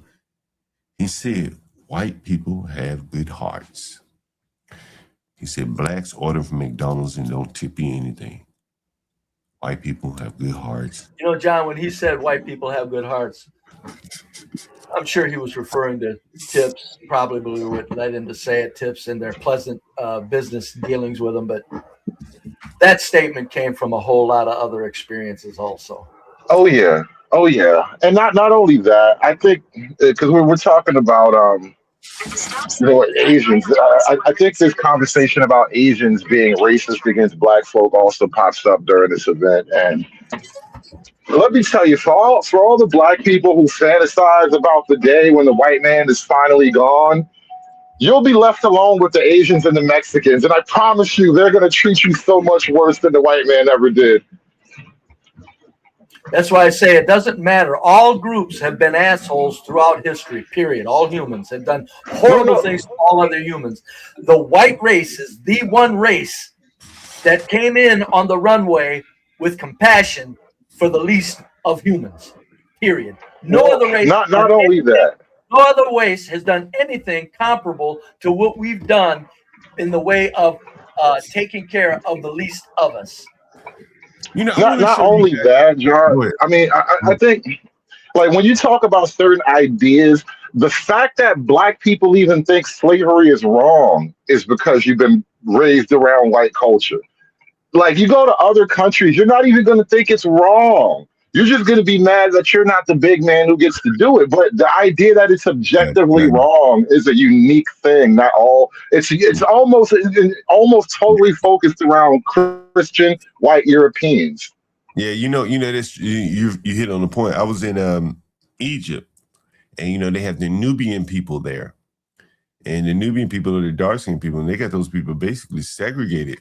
And the black guys saying, "Hey, man, they treat us poorly here."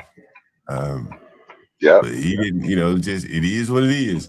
And the long history, whatever they've experienced there, is just because they're down on the bottom. They probably would do it to the other man if they had the chance. John, don't forget, slavery is active in the Middle East. Yeah. Slavery the Middle East, these Arabs, they are a slaver society. They were the first to scale slavery. Technically, that is where the Europeans picked it up from. During that time, like they call it Andalus, when the Moors were throughout southern Italy and the Iberian Peninsula, Spain, Portugal, they brought slavery into Europe. And then they're not only that. They were the I'm ones sorry, who Father. Finish, please. The Americas. The Portuguese, 40% of all slaves that came from Africa went to Brazil. That's not Europe. That's not, quote unquote white people. Yeah. They started the slave trade. We're talking millions upon millions before the 1600s. And they continue it to this day, John. Before I forget it. And I'm not big on history and all this slavery shit, but what is interesting, why didn't they take the slaves to Europe? Did they take to do what? Technically, white people are already enslaved by other white people, so it would just be in abundance. They didn't really need that type of thing. But most of the slaves went to the quote New World so they could actually conquer the territory. What'd you say? Brave? The white trash were already taking care of the bottom task. Well, no bullshit. Like, when you think about the British and the Irish and the Scots or whatever, like, this is like feudalism is only a hair's breadth above slavery. So, like, it's not like they were needed, right? But if you go to like the New World, which is North and South America, which is literally virgin land, you know how hard it is to turn a forest into a city? Yeah. Now to pick cotton, now that makes sense. I was just curious. It's just a thought that randomly came to my mind. Yeah, and just the lights actually said it correctly. They had serfdom. Serfdom, the person, the soul, they did was tied to the land. So they had feudalism, as the lights was stating. True, yeah. But it's not chattel slavery. What we're discussing is chattel slavery, and that is what started. And they continue it to this day. Even after what this happened with Gaddafi, they brought it right back into North Africa again through Libya. And they continue this. Yeah. So when these Arabs have these businesses, like they say, we're going to boycott white people, which is great. Please do so. But these Arabs are going to treat you 20 times as worse. They have no respect, nor do they see you remotely as a human, as an individual. That's not their society. When we're looking at the individual society, the individual rights, that comes specifically out of Europe and Christian tradition. That is not their culture. That is Christian culture, of which those people are not. I think that the introduction of the very term chattel slavery, how some people pronounce it, it's one of those made up nonsensical terms, right? We're giving classifications to a thing that itself isn't practiced with classification. It's not like there were slaves that had a Bill of Rights. Like, there's no such thing as an actual chattel slave. You're all chattel. Well, they brought that up to do as they did to make the white enslavers look like the worst enslavers. That's what exactly. That's really the point of the phrase. That's why I try to tell blacks, you can bring up slavery all you want, but don't dare give whites credit for what they actually did. They actually conquered, and then they're the best at sharing what they grabbed up with the fucking peasants of the fucking land. We are the best at sharing. The other thing Ponder brought up, I really had to touch on the Moors. You know how much love the Moors get from the black community, the pro-blacks? The Moors were the first slaves the Arabs took. Well, the first African slaves, all right? If you were a black Moor, like in the movie Princes of Thieves, right, with Kevin Costner, a long time ago, Kevin Costner plays Robin Hood, and they got a black guy. I don't know if this is a part of the actual Robin Hood story, but they started bringing a black guy into the Robin Hood story, right? And it was played by Morgan Freeman. Later on, when they remake that movie, they make him. They give Jamie Foxx that role, right? So you got this cool black guy who's basically a Muslim fighting against the conquistadors, right? I mean, the Crusaders, right? That's the story right there. Now, in reality, if you were a black and a Moor, you probably got your balls cut off. Yeah, I think Nobody that's wants what to they talk did. about that. No, how Yeah, come the white man is so cruel? He lets you keep your nuts and fuck one of the women, but the Arabs that you want to take the Arabs' religion and call it the black man's faith. Them niggas didn't even let you keep your nuts, bro. Yeah, no, yeah, I think you're right about that. You know, there was a case in Memphis. Does anyone remember that case in Memphis? No, I don't. Not I'm sure. looking it up. Probably. This was a very egregious case, and this is where the blacks are headed, and this is what Master Kim was talking about yesterday. The stores that the blacks run the Chinese out of are likely to be replaced by store owners that are Arab or something like that, harder people. So Master Right. Kim talked about yesterday. Right. And so here is something that happened. I can't remember when it happened. It was a couple years ago. What's up, DC? The June primary and special elections are coming. And this year, for the first time, we're using ranked choice voting. That's right. DC voters can rank up to 5 candidates. Get out of here. And so in this case, there was an Iraqi man that was running the store in Memphis. This is him.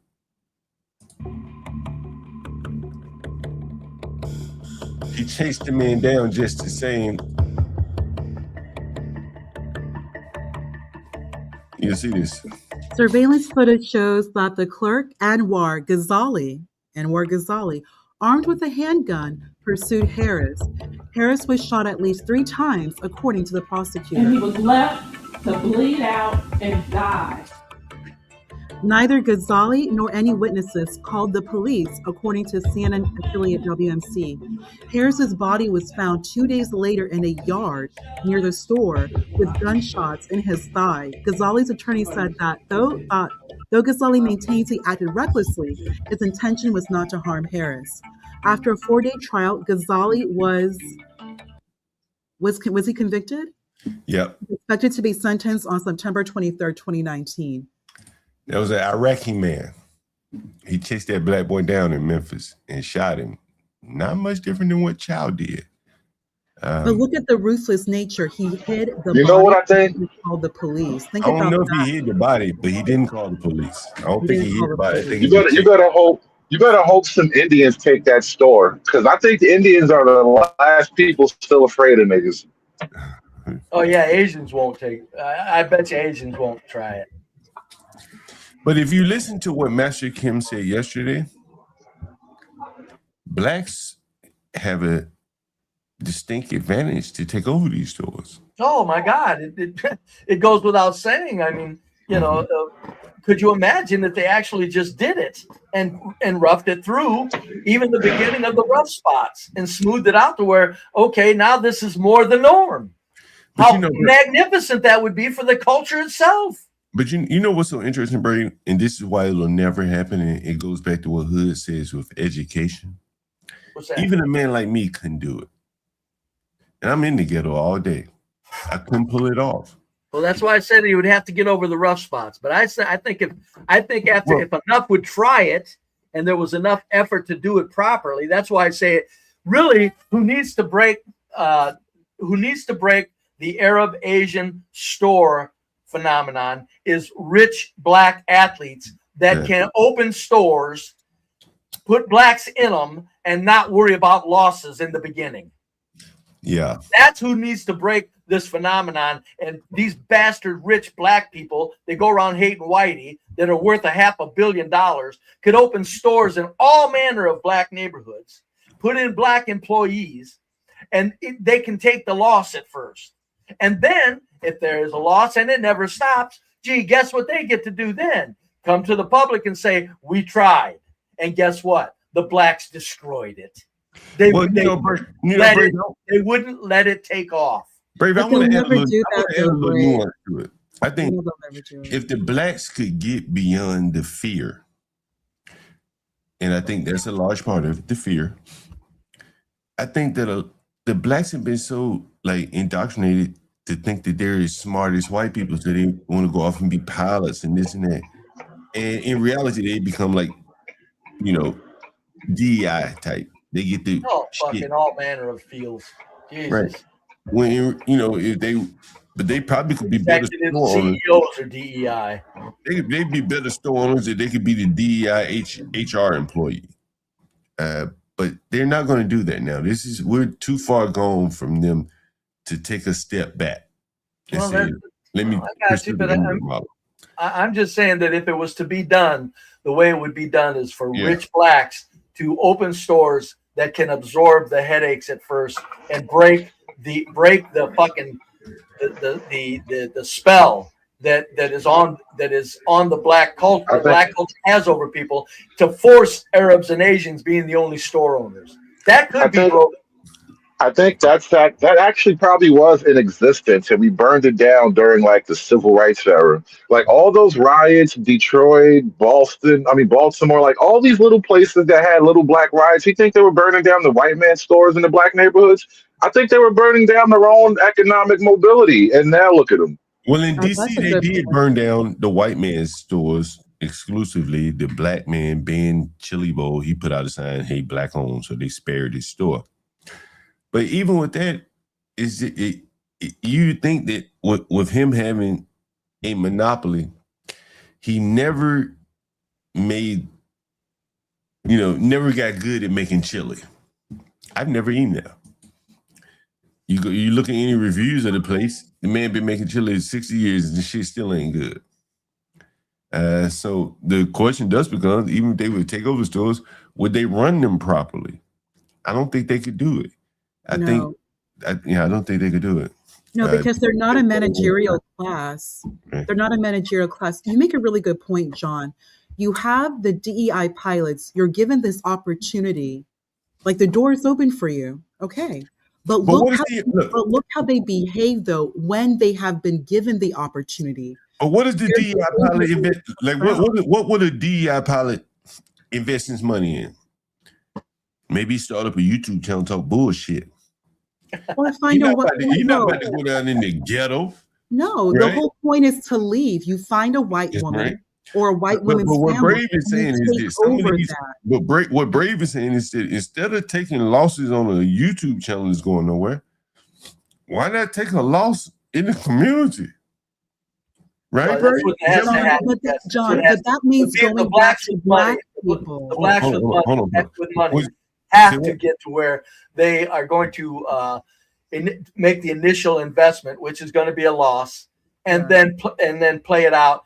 And they're not going to do that because what's going to happen then is all of these blacks with money, many of them are pro-black, they're going to have to face the harsh reality. We as black people can't do business with our black people. They don't want to see it. Nope, they don't want to see it. They don't want to have to admit it. They don't want to have to come to a stream and say, I opened a black store for 3 years and I was ran out.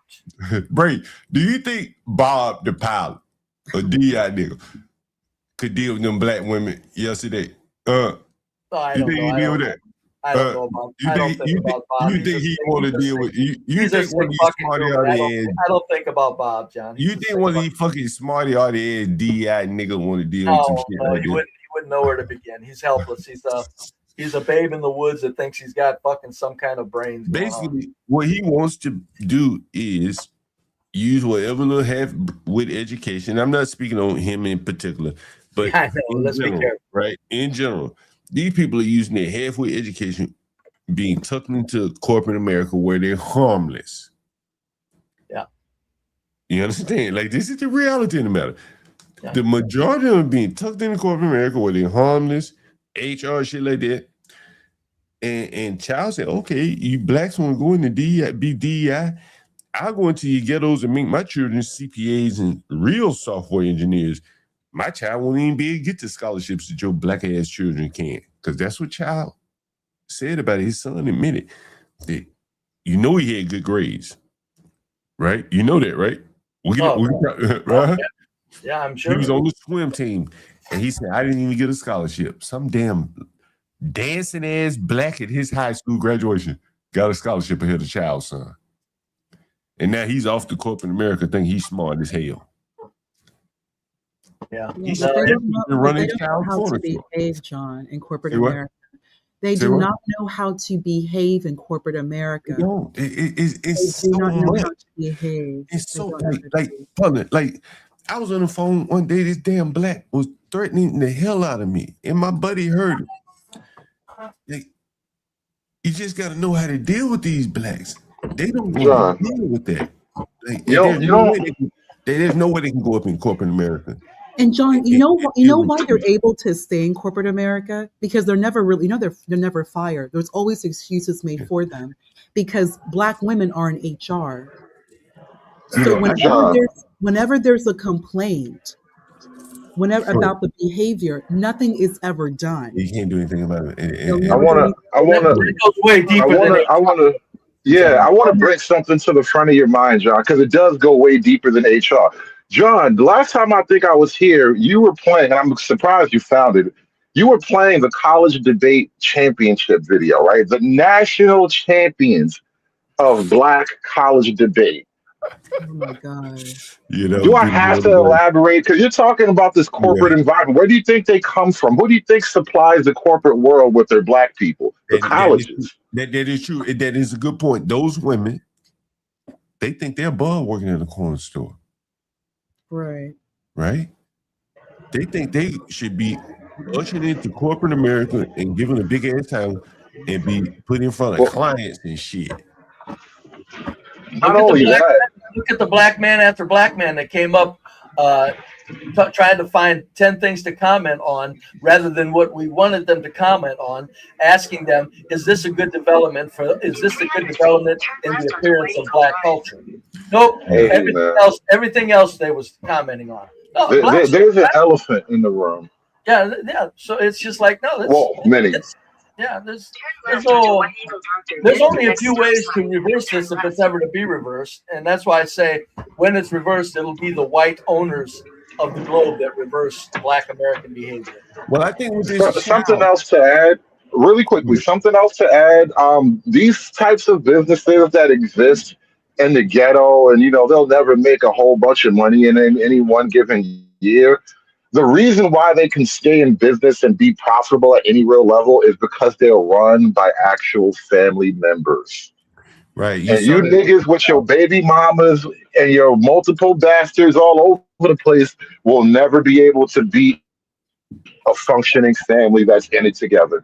Well, I've shown this picture many times, Hood, and I'm going to show it again. And whenever I show this to blacks, they always look at this picture and they're repulsed by it. And this is why they would never, ever take over the bodegas. And here is a picture right here. Actually, I got a couple pictures. Here's the one picture that I used to show all the time. Anyone remember this picture? Whenever I used to show this to blacks, this is a 12-year-old boy working on bodega in the ghetto. Yeah. And the black like, oh, my child, he be in school. He be in the bed getting ready for school. Yeah, nothing stinks in about what you say, John. That's why I say that blacks are they've got themselves so fucked up in the head that they just can't stay focused on a thought or two. Everything boils down to their putrid self. And that's why they're such disgusting fucking humans. And when a white teenager goes to work for a gas station, that white person, if he's appreciative, and most of them are because they actually do their job, actually perform damn near as well as the family member would. And that's what blacks, when you were saying, John, that that these stores are run by family members, and that's what it takes. And these people that own these stores could hire white people, but you can't because whites won't travel into the neighborhoods. Right. So they're forced to hire family. And blacks that would have a store, not only are most of their family fucked up in the head, the rest of the people that are in the community are lousy fucking workers and pieces of shit. And they're fucked up in the head so too. It's not a matter of not the family, not having family to run it. They don't even have an extended community to draw from. That is very true. And that is really important what Brave is saying right now, because, and it goes back to what you just said, John, when it comes to the family unit. When you look at the Arabs, the Indians, the Asians, it's solid family structure, and it's intrinsic within their culture. It's inherent within their culture. There's no wifey, there's no baby mama. There's going to be a wife. There's going to be the husband, the children, their grandparents, and then the aunts and uncles. They will all work together as one economic unit to start the business. And also, even with the East Africans, like you mentioned in DC, whether it be a corner store, a liquor store, a smoke shop, they will all come together, bring their money together, and then they will rotate having that store managed. And then there will be an owner.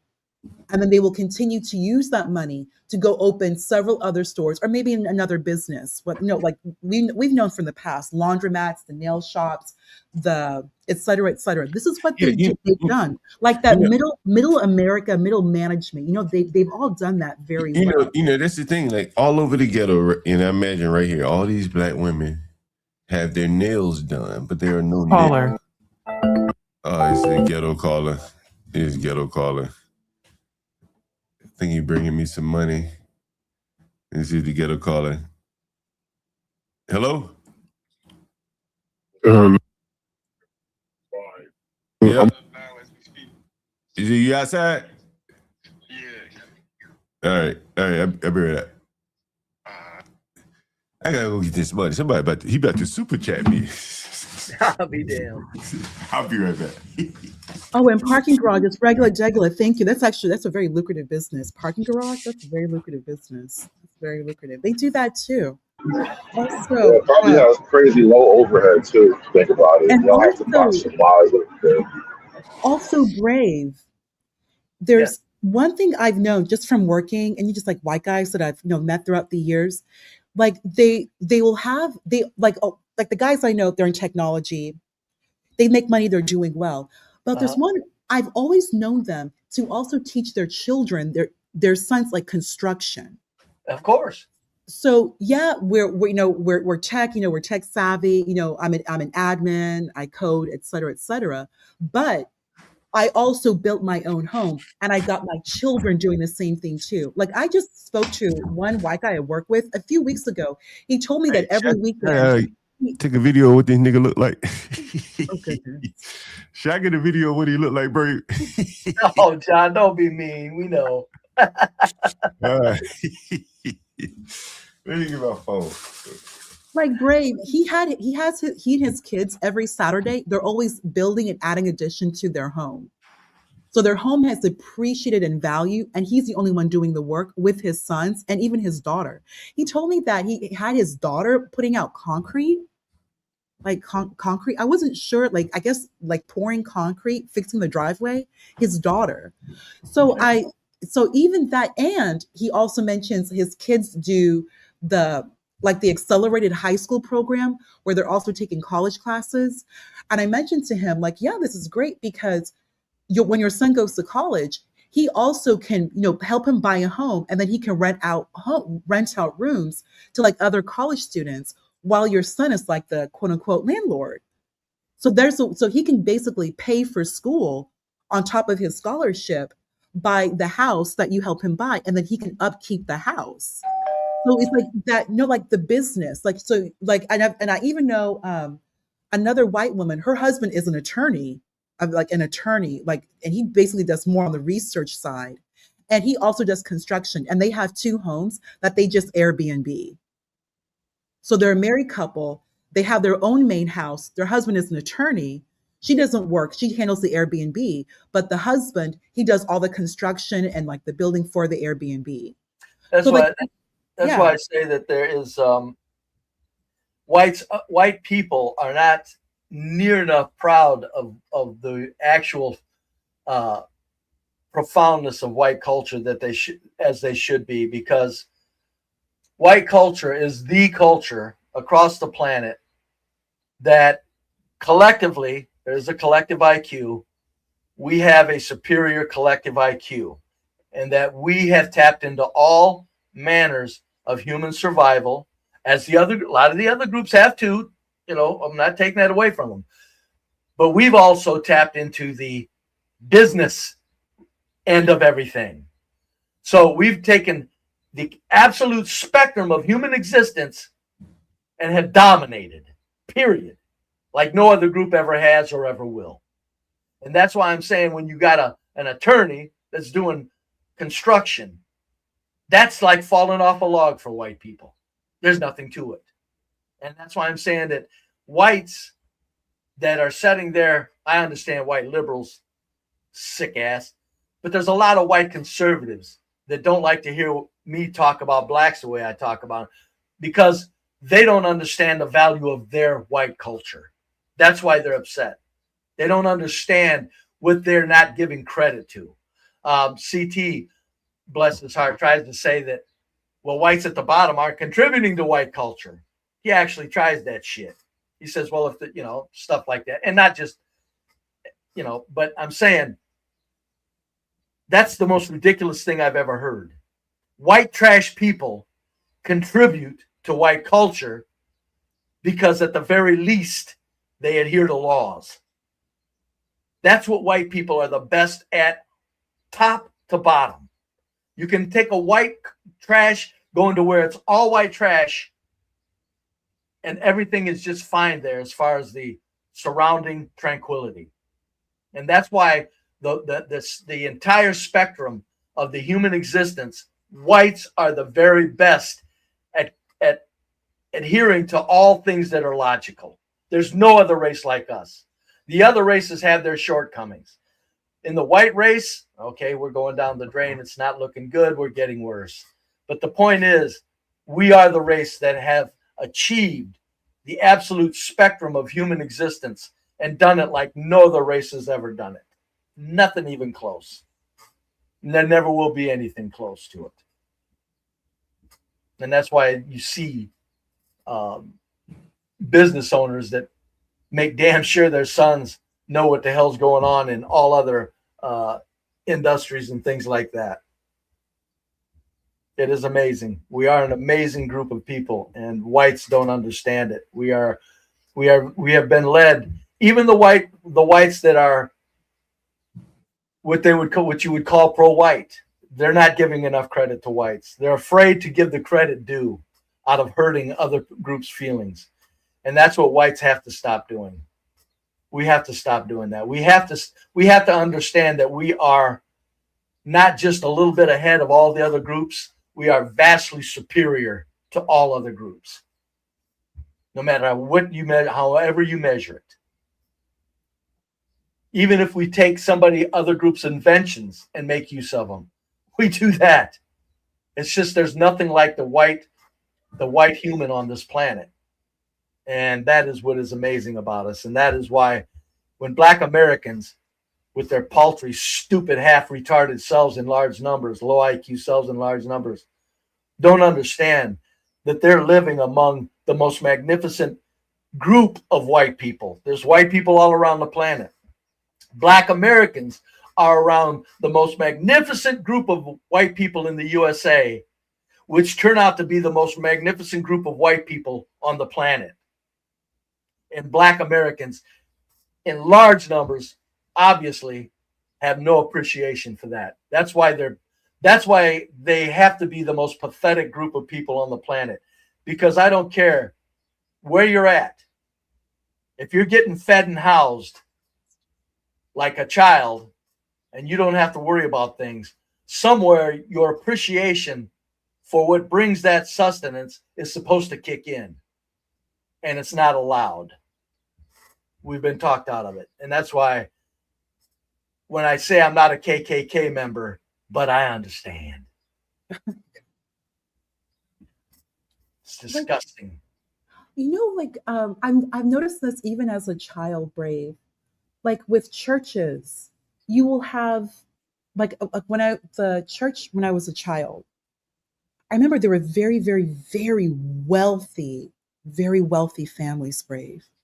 I mean, there was one girl, she lived on Versailles. Like she lived on Versailles. And then you would have like other girls come in like driving her dad's 2015 BMW, no, Mercedes convertible, beautiful. But then you would have other girls, like the families maybe did not have as much money, especially with large Catholic families. You would have some families like everyone's coming in the van, but there was never a talk or differentiation as to who had more or who had less. No. That was never brought up. No. I'll never forget one of my English teachers, she actually mentioned that, some of the, like, even we had a few girls. I remember this one girl, like she worked, like there was one girl who worked at Sephora, like plenty who had jobs. And then of course there were other girls never had to work. But it was never like a cause of friction ever. In fact, I remember one of my English teacher even said, kind of being mindful about where, everyone goes out to eat, because some girls, like their family, like I just can't, pay for, this type of, dining, this dining. Maybe you have to go to the McDonald's girls. Like she kind of just brought it up, just being mindful, we're being mindful, even though you may not realize it, but like some of us, not everyone has that type of, that type of money. And it was cool because I would always see vast sums of money, like Brave, like one girl, like her grandfather, Jerry Staubach, like money, ridiculous amounts of money, but it was never an issue.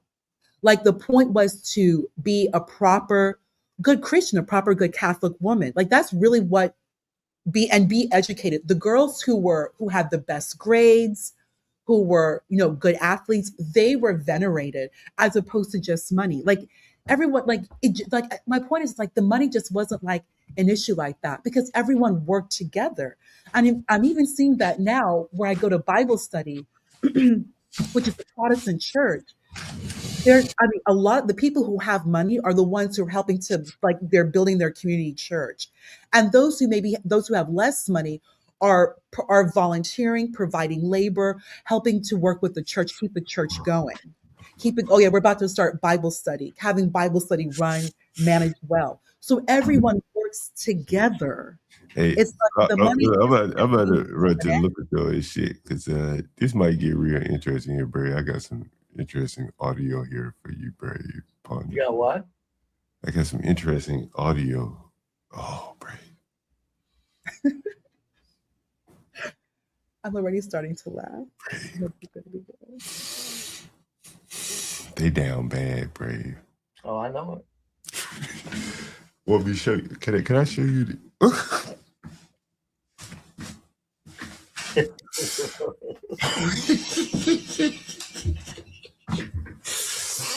And this ain't no big old bull.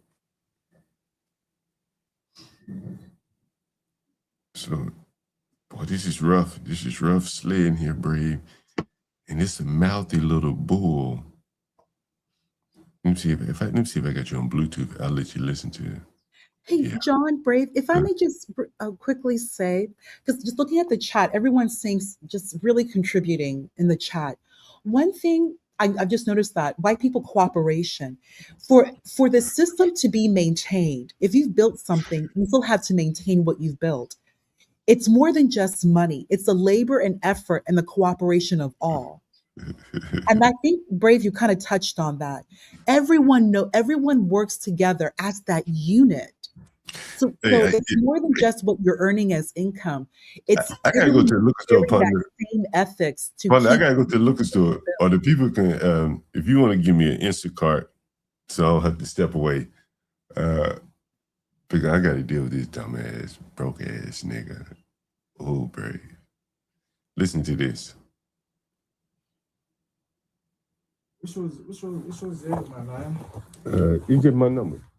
Give my number. Damn, Cash it, man. too. This shit's crazy, bro. Why the fuck this shit keep happening to them?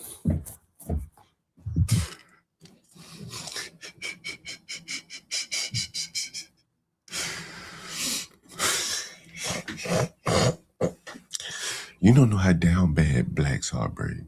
Yeah, I gotta put a battery in here too. Oh, yeah, one in here. Hold on. Did you hear that, Brady? Not real clear, John. She said, "What the fuck?" Let me turn it all the way up. Make sure I'm all the way up. So it's a guy and a gal. They're scrounging, looking for some money to pay me. And I guess he lost $100. These niggas are so irresponsible. They'll just lose everything. He didn't lose it. He spent it and he's lying. Jesus fucking. Oh, it fell out of my pocket. Oh, fuck off. Spend it some stupid fucking place. Pathological fucking liars. Most of them are. They lie about everything. So she's sitting there so fucking indifferent. Like, what the fuck? He's scrambling looking for the money. He said, this shit always happens to me. It's the underman. Yeah.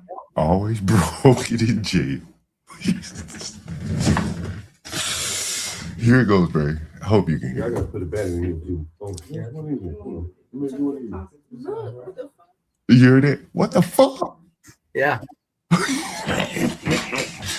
This is black male-female dynamics. They both broke down and out. She's fairly skinny, but nothing to look at. But she is skinny, and in Black America, that's hey, what the hell? That's a big plus. And she's light skinned. Oh, so look out! So that so she ain't giving two fucks about paying no rent or nothing. She like, nigga, what the fuck? Yeah. What do they want? A room between them or an apartment? A room? Nigga came for the apartment. It's a room. God damn.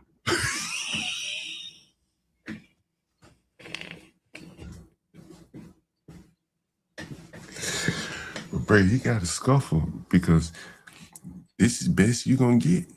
Light skinned, skinny woman in the ghetto. That's probably why half of his motivation for trying to do something proper is, he's got a skinny woman. That's hard to find. Hey, what's up, fellas? What's up, ladies? Damn, I'm happy for the Chinese guy, man. Good for him. Good for him. Justice is served, finally. Some good news, man. Good news. Bray, when they say the fuck, Bray, it just does something to me because no other woman talks like that. The fuck? That's Blackistan for you. It's Blackistan. So they're scuffling, looking for some money, Bray. Yes. Let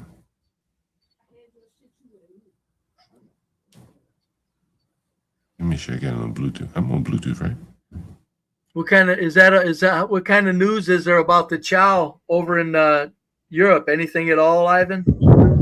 Oh, no, I just saw this from John's video. I didn't know who the guy was until I saw his last stream. But right now, we're busy with the Henry Novak situation. The kid, I mean, he's British and Polish. He died. He got stabbed recently by this piece of shit.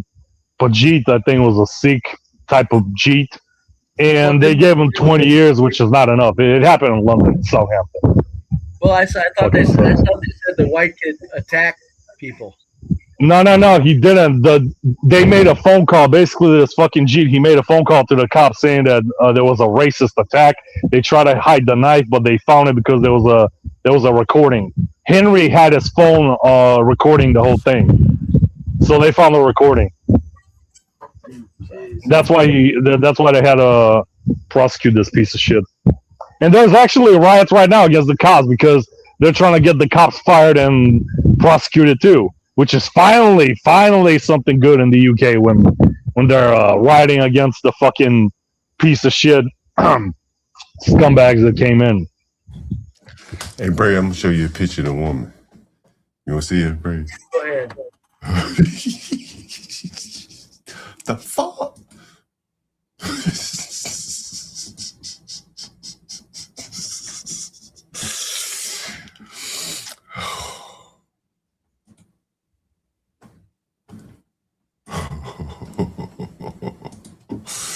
The fuck?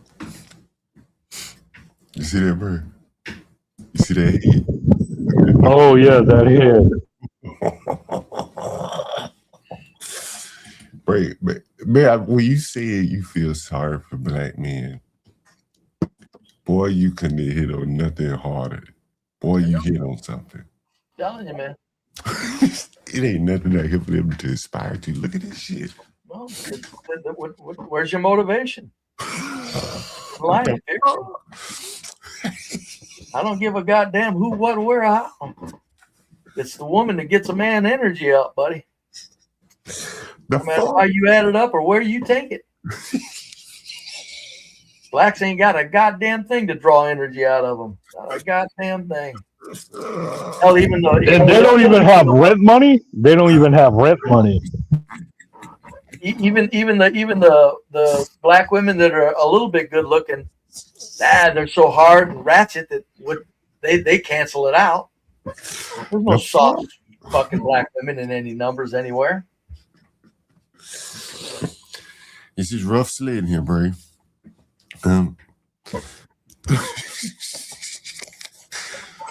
Now, Bray, I must remind you, what time is it?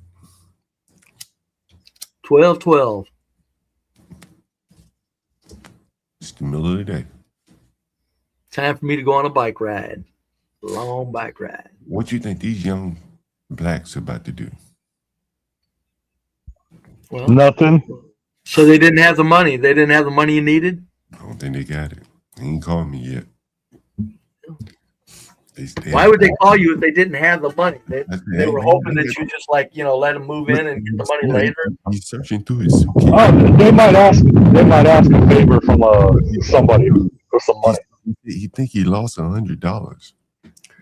So he's searching through his suitcase and all that shit trying to find it. So I said, man, they never had it. Come on. I said, look, I ain't got time for you to sit there here and watch for you look through all these fucking Air Jordans and bullshit clothes made out of China. Just call me when you got the fucking money, man. I left his ass outside. Jesus Christ. Which is the adequate response. Oh yeah, there's nothing else you can do. Yeah, nothing else you can do. And so now he got to. Why would you even try to reason with these idiots? Yeah, you got to listen to this shit, bro. He got to catch an Uber. Like, these niggas are so dumb. So he catch an Uber to come pay me.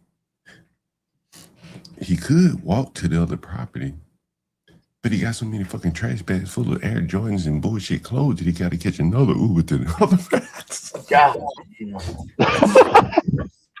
Carrying that shit around, going from room to room, trying to carry bags, shit, trying to own stuff. If I was going room to room, I'd have a backpack and that'd be it. It'd be a couple of pair of pants and fucking shirts and undies. God damn, man. What are you fucking carrying around shit for? Trying to carry belongings around when you're going from room to fucking room. They fucking dumb, man. This word's not meant for them. It's like they're hanging on to shit that has no value. Clothes, shoes, sunglasses. While sacrificing housing. Like, he should be throwing all this shit away. Like, he's gonna have to catch 2 Ubers either way it goes. If he don't have the money, he does. To go to the property where he's gonna be staying. And he called one coming here. It'd be 3 Ubers. How far was it if he actually walked? Less than a mile, but he can't. Oh my fucking God. Come on, man. Hell, I'd carry 5 bags a mile rather than pay 20. How much is an Uber you think you paid? Probably $10. See the dumbass, there's $10 in his pocket. All he had to do was spend about fucking 8 minutes walking a mile. But if he didn't have the bullshit clothes, he could have caught the train. But he doesn't want to get on the train with all them sacks of clothes. You know, he's not even traveling with a suitcase. We didn't have a car when I was a kid. I'm real accustomed to walking when you got to get somewhere. But he could get on the, you know, if you had 2 suitcases, you could get on the train with 2 suitcases. But if you got sacks, I carry 2 suitcases too. But if you got sacks of clothes, you know, just the ability to hold it properly. I know what you're saying. Yeah. Mm-hmm. Didn't he have a woman with him? Yeah, but you know, shit. Yeah, you're right. Shit. Yeah, no. If I had a girl with me and we were that far down and out, honey, this $10 is gonna. No, we're gonna. It's a mile. It's a mile. But not in Blackistan. I know, but that's nothing. In Blackistan, her value far outweighs, you know, her true value in the real market. Yeah, it's a distorted value. So she can say, "I ain't walking nowhere, nigga. Call an Uber." When I was a kid, we walked everywhere we went. To this day, I cannot walk slow. I can't do it. Should I go back out here and see if you got the money, Brave? Oh, you might as well. At one point, he said, "I got like $250 on Uber." He asked her for some money. She said, "I ain't got shit. I ain't giving you nothing." She thinks she has money on her? She said she wasn't giving him shit. Jesus Christ. That's his other half? That's his other half right now? His partner? This is a black relationship for the best, for what it's worth. Oh, right? In name, right? You're right. Jesus Christ. Like, these people can't maintain a fucking relationship, man. What the fuck you mean? Like, I mean, you know, at best, they're, you know, it's you know. What are you going to do when you go out there and he doesn't have it and he says, "Can't you let me ride until I get it?" You know, you know what? Someone clipped this. What time is it? It's 2 minutes and 16 seconds. I've come up with something new for the blacks, Brave. What's that? So I've started charging activation fees for the code. So now it kind of season in their mind that this code is not permanent. You got it?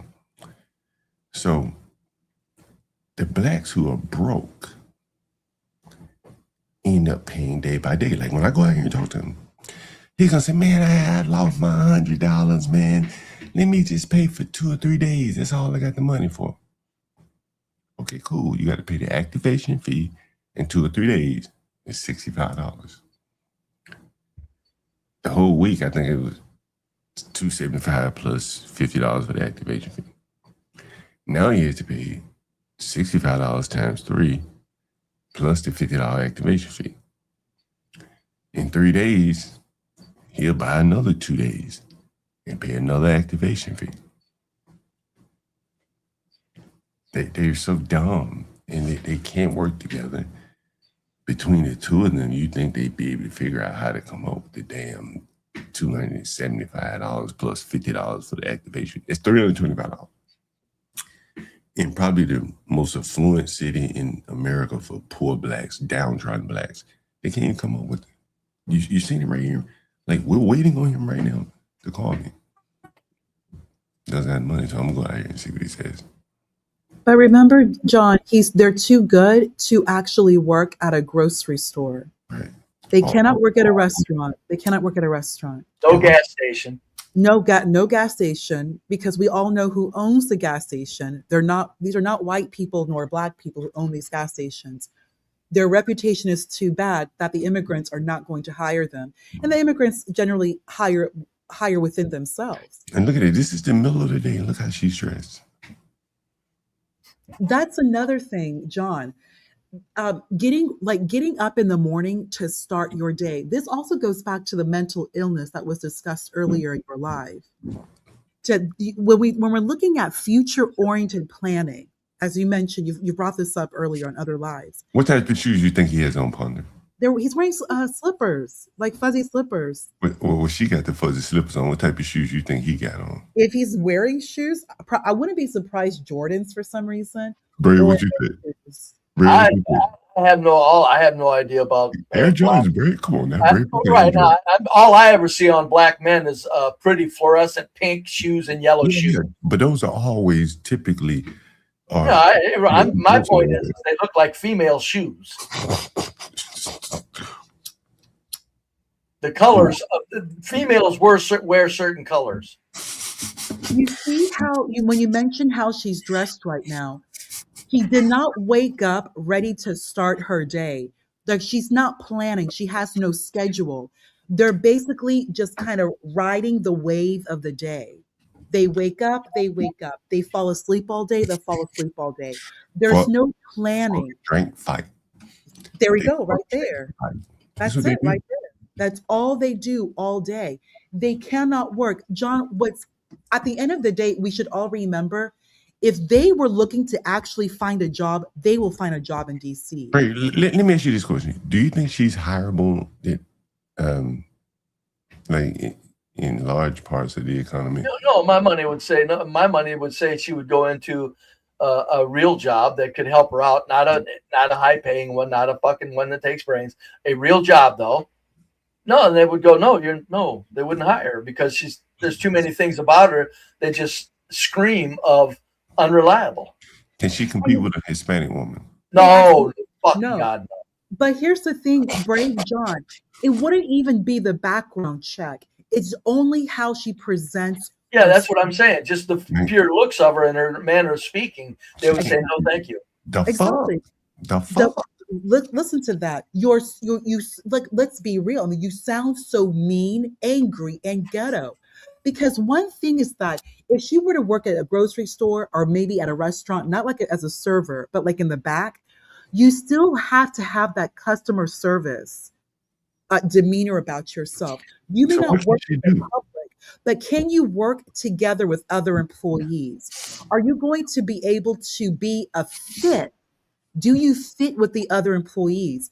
Can you cooperate? Can you work together as a team? We can't put you in front of the public. We can't put you in front of the customers. We'll keep you in the back. You're still going to get paid.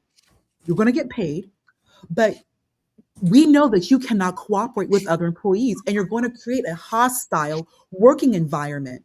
That hostile working environment is going to put liability on the business owners.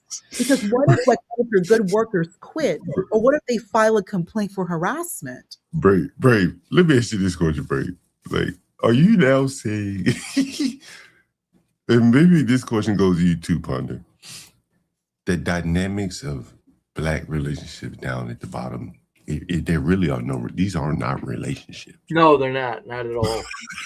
No, it's too many times, not always, many times it's two low IQ people that have found each other out of desperation, and the culture itself has destroyed each of their low IQ psyches, because low IQ people in white culture still function.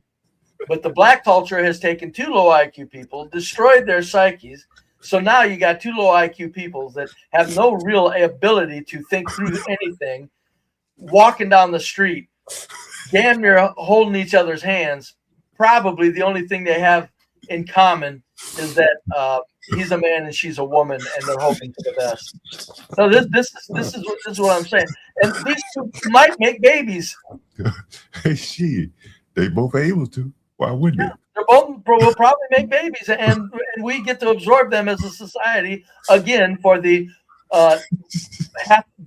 6 millionth time. There's probably 6 million low IQ fucking children in the country right now, severely damaged by the culture. Brave, I want you to hear something. Brave, I want you to hear this. Ponder. Brave, I want you to hear this. I want you to listen to this. Speaking on behalf of was answered to this again. This is the Cyrus Belton family trying to have a press conference. Just listen to the background noise. Family's attorney speaking on.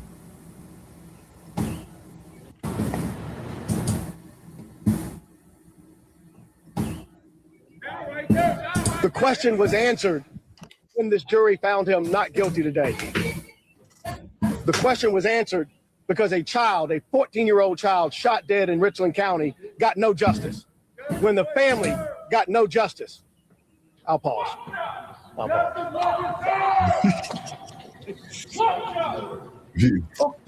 Main characters kicks in, John. They didn't have the fucking brains to let the fucking man speak that was on fucking the news advancing the pity party. Nope. They had to destroy their pity party. Fucking people are crazy at every fucking level, man. Oh, bro, it gets worse. Listen, you hear him, bro? He's screeching in the background. Yeah, I hear him.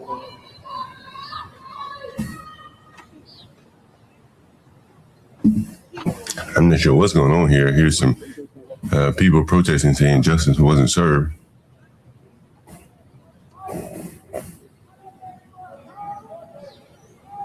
And these two want their moment in the spotlight. They're probably half pissed that the others won't shut up so that they can do more pissing and moaning about Whitey.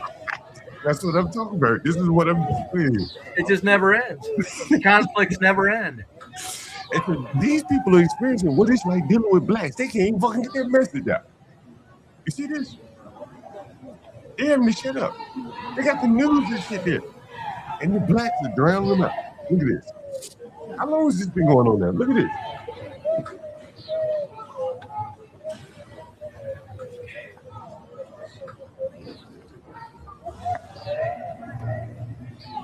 This is not much of a press conference here. It seems like they're being drowned out by the protesters.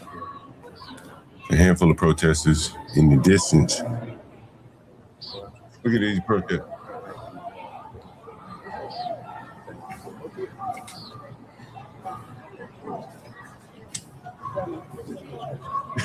What it's like, bro. This utter chaos. Look how big these women are, bro. Bull members. Bunnets on their heads. She's angry. Yeah, look at them.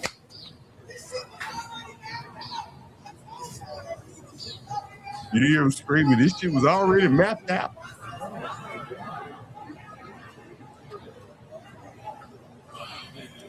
And again, the man is still waiting to do his press conference. He can't even talk. Fuck that shit. This is footage from us.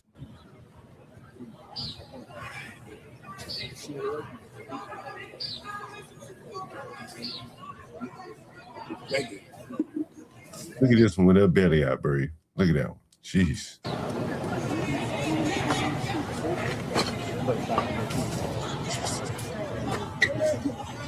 Now, what I want you to pay attention to is these are mostly women, Brave. Oh, yeah, for sure, yeah. The voices you hear in the background are almost exclusively women. The women at the restaurant that I showed you earlier were the ones advocating for the black criminal man. You're really down bad when your women are like, rudderless themselves. This is a bad look here, Brave. Yeah. The men are being shouted down by women. Can't even put a press conference on.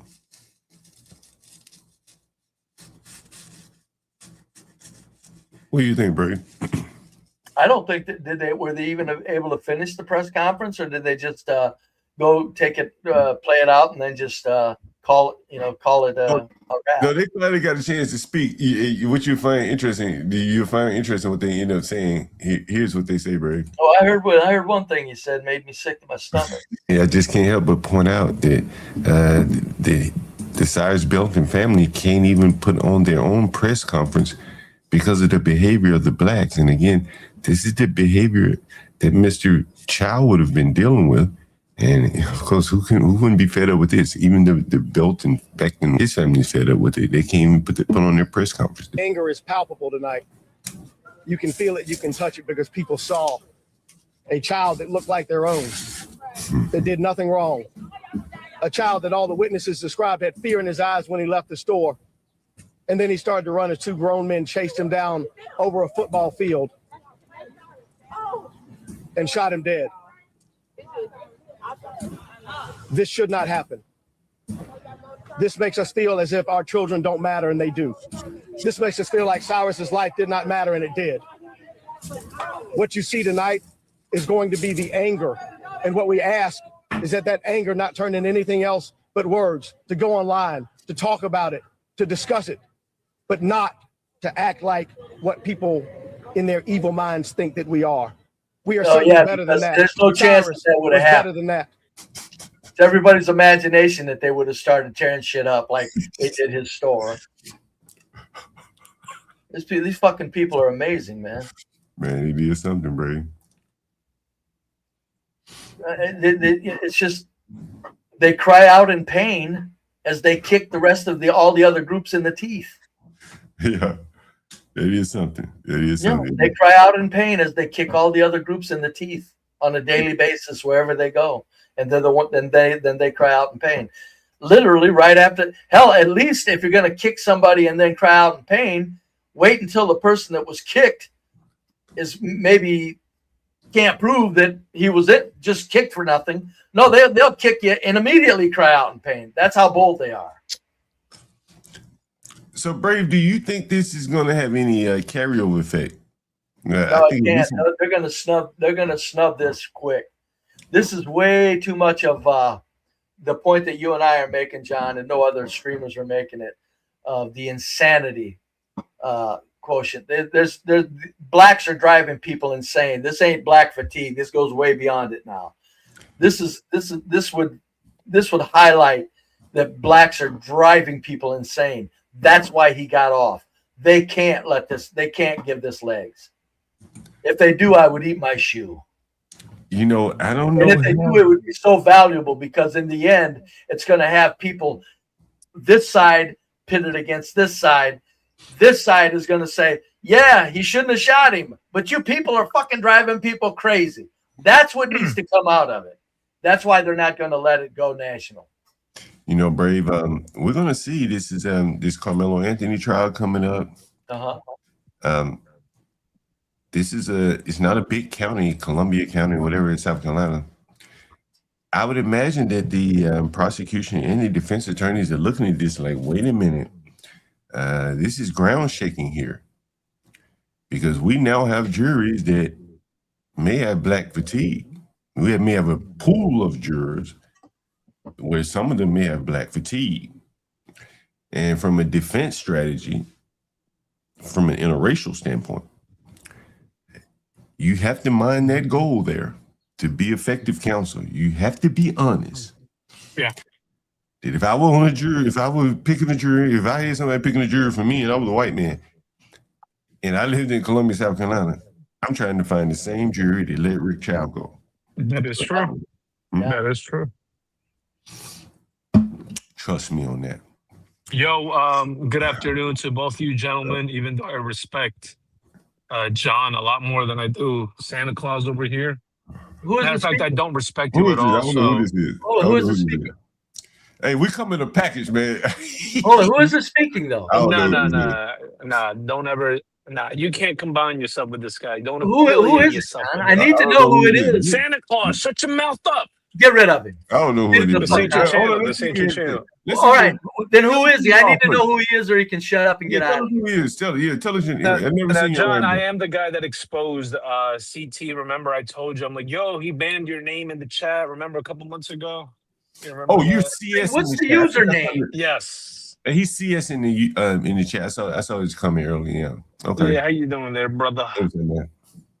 Yo, real quick, and I'm sorry to just derail or throwing a little footnote in here. I know you know of Dr. Umar, right? I don't know a lot about him, to be honest with you. I've heard of him, yeah, but that's about the extent of it. I don't know anything about him beyond that. I know more about people criticizing him than him. Beautiful. So he was actually criticizing the latest roast, the Kevin Hart roast. Jesus Christ, what's this got to do with a fucking He is going insane, bro. He is flipping shit. And I think it'd be a great topic maybe for another day. You should probably review it. Oh, the Kevin Hart roast. Okay, yeah. I saw that. I just took it as comedy. My Lisa told me about it. It was okay. It wasn't the best. I mean, it was funny, but it wasn't like, oh my goodness, So are you a white man? Shut your fucking mouth. Oh, hey, John, you want me up here, John? You gotta respect Brave now. Come on now. Get this motherfucker out of here, man. Come on, man. We give him one more chance. You gotta respect Brave. Come on, man. Okay. Sorry. All right, I'm asking you, are you a white man? Yeah. Are you white? Yeah, I'm curious to know myself. I come from the third planet of the sun. We answer the questions up here, man. Like, it's not a big deal. There's no right or wrong answer. I like to keep my privacy just like. Okay, hold on, John. Hey, John, let me lay it to you like this, John. Hold on, John. Let me lay it to you like this. You got a piece of shit up here that has nothing, couldn't disprove anything I've ever said. All he's doing up here is calling names like a child. Yeah, what's wrong with he's that? Up here on a channel of you and I trying to talk about real life. Yeah. Okay, so you expect me to be up here with him, John? Now, hold on, John. If he was saying something that mattered or was saying something that he disagreed with and was making a case, but to just talk to me like I'm a piece of shit, you want me to be up here with that? Grown-ass man can't take words. I didn't know where he was coming from. And, he's never been up here before, so I was curious to know where he was coming from. That's why I wanted to get him away from the name calling. And see, since we don't get many people to come up here, Brave. A lot of times, I don't think people feel comfortable coming up here. Well, that's why generally I don't stay very long. It's because I can get up here, say my piece, and then get out of here, and then the fucking idiots can come up. But I think we do. But anyway, like you want to comment on what you've seen so far, the Chow verdict, something like that. What do you think? I'll make way because apparently there's a little princess here who can't take words. Oh, come John, on, man. Take care, brother. I appreciate your content, man. Keep doing your shit. Thank you. Yeah, get the fuck out of here. Shut your faggot mouth up. Shut your faggot mouth. But Brave, this is what I'm saying. Like, he may be a white guy. We don't know, but you are hated. John, I don't mind if I'm hated. Get to something.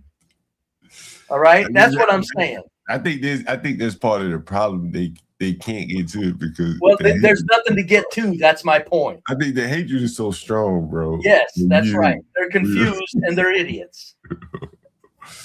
I don't mind being hated. Just get to something. I was hoping he'd make a point about something. That's what I'm saying. I ask, what do you got? What's going on?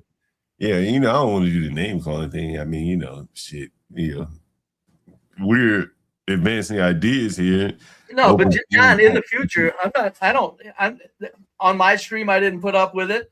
If you would have come up talking bad about somebody like that, I'd have said, we're not talking about other panelists like that. This isn't panelists insulting other panelists, is my point. Yeah, as I said, Brady, I don't see many people that come up here.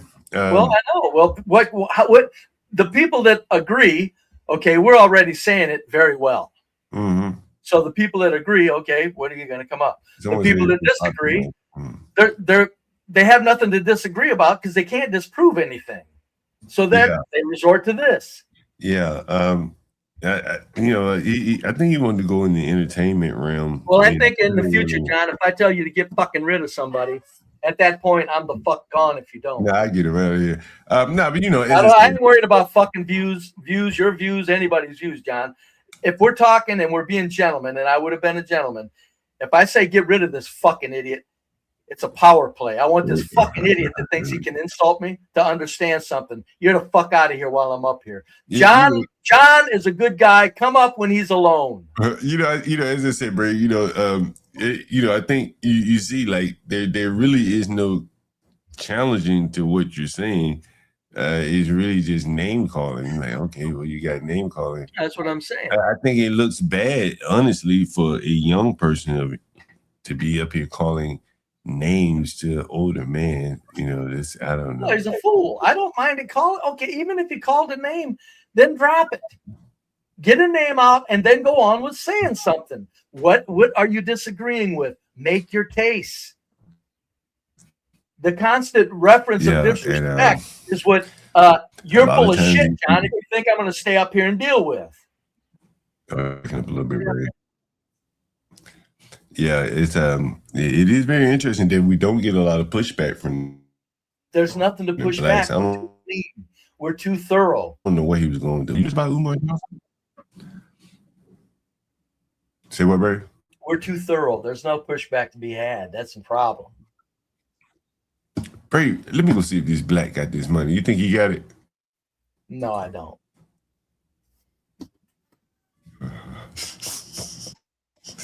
You got no hope in the bro, man?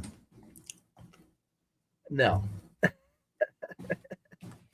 Yeah, let me see if he sent me the money. Maybe he sent it to me. But he would have called me by now. Let me see.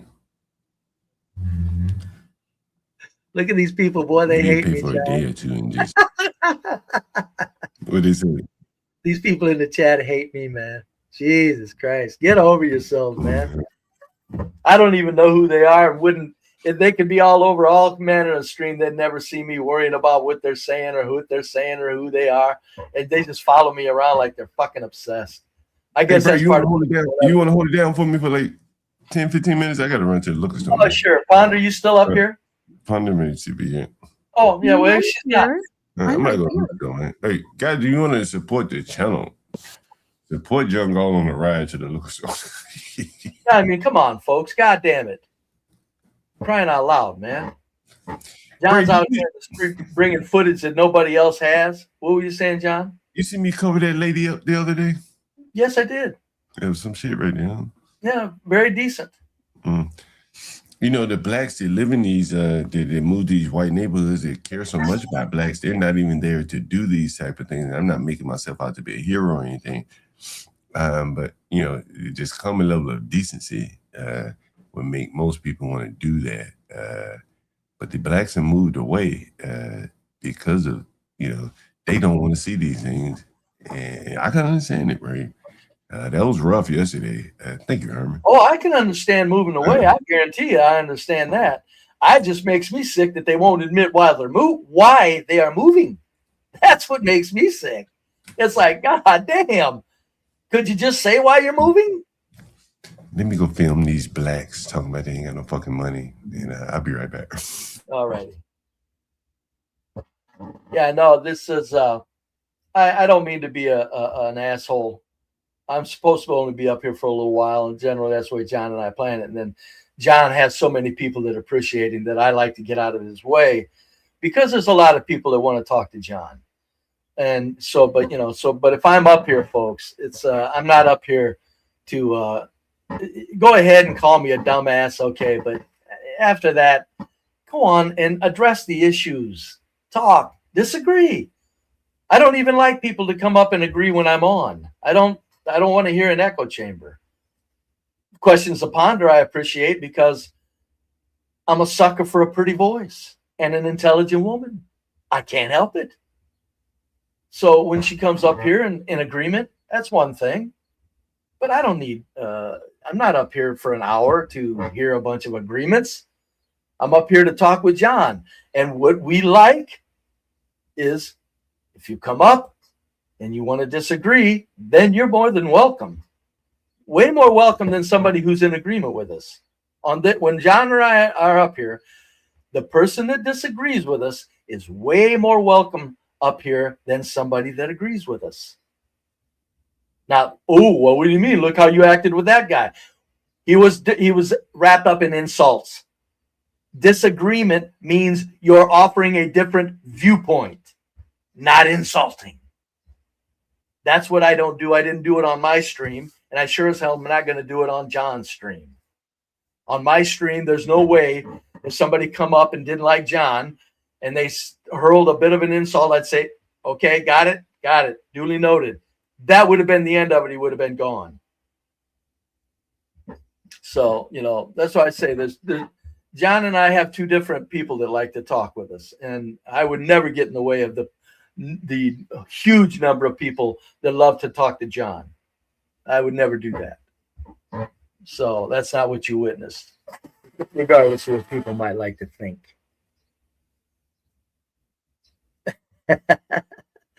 It kind of creeps me out the way chats follow people around, though. It's like, I don't ever recall, no matter how much I dislike or disrespect that somebody's thinking, that I followed them around from stream to stream. That's really strange. I mean, if it was if they follow me around and disagree, like Big Dog, he likes to throw out good disagreements. Big Dog's a good example. He likes to go where in the hell John or I are at, or I'm at. I see him, where I'm at. But he'll offer a disagreement. There's nothing insulting about it. That I understand out of a chat. But the constant childish insults, like whoever this Khan Shanri is. The dude's been following me around for 4 years, hurling childish insults.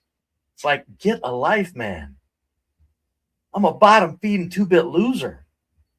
And you're sitting there worried about what I'm saying to that degree in your life?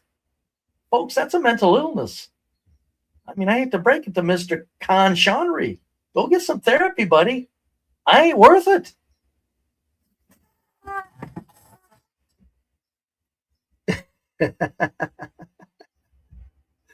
But also, folks, don't get me wrong. I really enjoy power plays. Get the fucker out of here. John, he didn't do what I asked right away, but I'll tell you what, in the future, my buddy John's gonna have to learn if I want somebody to fuck out of here, you better get him out of here. Or at that instant, I'm gone. So he's got to make a choice. He wants his other half up here on this for this short stream, or he can pick that person that just came up and see what they contribute. Because I'm not playing with that shit. That's what you call fucking standing your fucking ground intellectually. And again, folks, if you think that, Brave can't take disagreement, you're full of shit. I thrive on it. I love it. I've always said this. If somebody proves me wrong, that means I've learned something. I've never been against learning things, and I've never been against disagreements. But when it gets into the stupid shit, it's like, get the fuck out of here, man. Get the fuck out of here. Jesus, good God. I don't know who that fucking dude was. But I was hoping that we would have a black man, because I wanted to come up and I would like to see if a black man would come up and have John play that clip where in that news, in that press conference, that fellow was saying that we are asking ourselves, this boy was shot ruthlessly, and yet we ask ourselves why a 14-year-old has to carry guns, implying that the 14-year-olds need to carry guns to protect themselves from the store owners. I would like a black man to come up and explain, did he mean anything else other than that? And the black man would probably have to go, well, no, it's obvious what he was referring to. He was implying that the 14-year-old had to carry a gun because to protect themselves from the store owners. And the black man would have to admit to that. The implication was clear. Then I would get to ask the black man, do you think that's true? Do you think 14-year-olds need to protect themselves from store owners with guns? Mr. Black Man? That's why blacks won't come up here when we're up here. That's why. Because the ones that want to hang on to this stupid shit are out of their goddamn minds with justifying insane behavior. This is insanity, what took place here. Not guilty by reasons of insanity. Unfit to stand trial due to being insane. They drove that man crazy. That's why he got off. Folks, what we're missing here is a real national show if they took this national and let blacks try to come to grips with the fact that a man did a bad shoot. Folks, he shouldn't have shot that kid.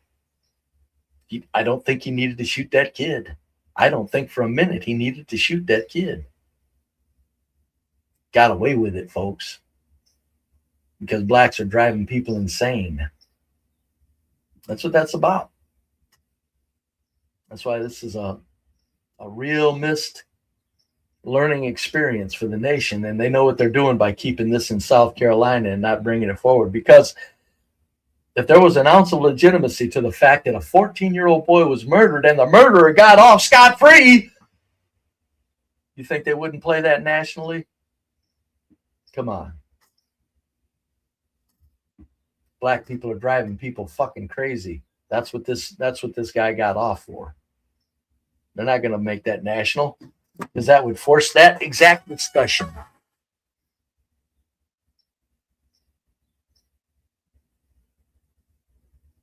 His counter defense was self-defense, Brave, not insanity. I know that uniquely stunning. The jury found him not guilty because they, in their conclusion, said he was driven insane. They knew goddamn well that wasn't a pure case of self-defense. Folks, the jury said blacks are driving people crazy.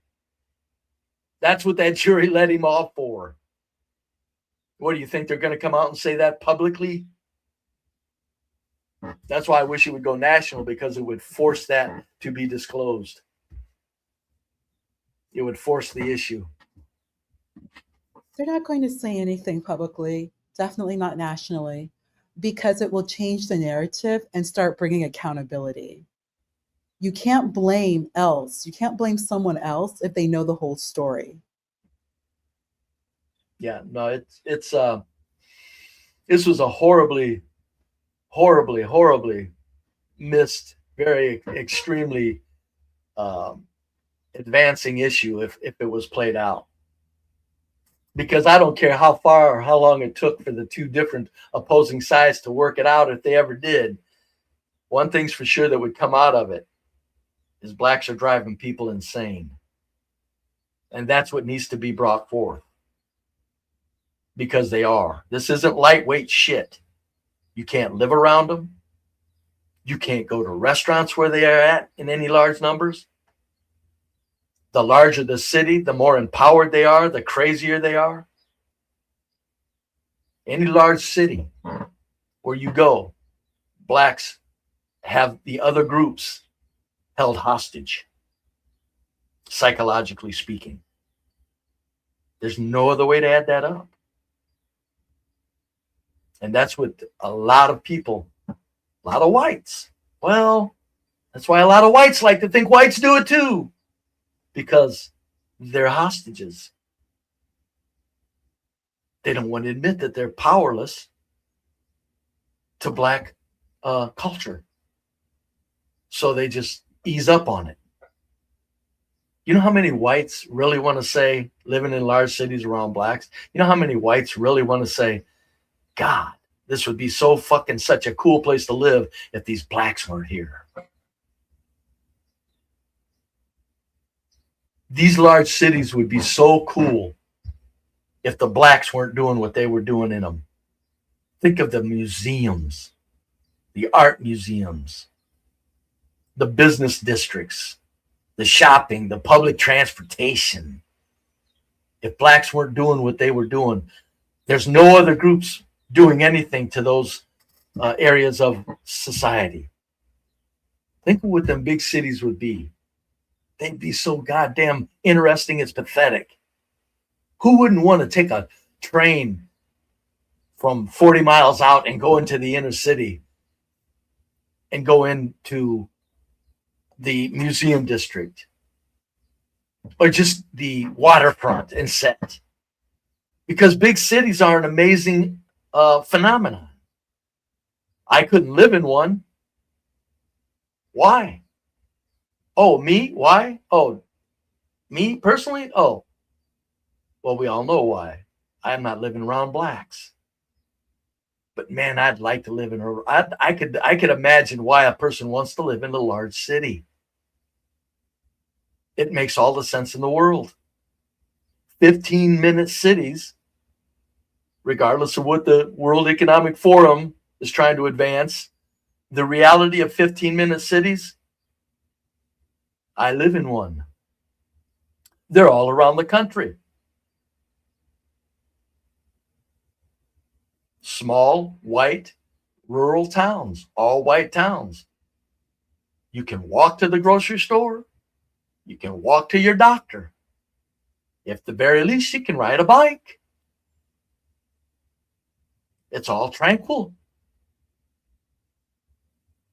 There are 15-minute cities already all over the country, but they can't acknowledge them because they're all white.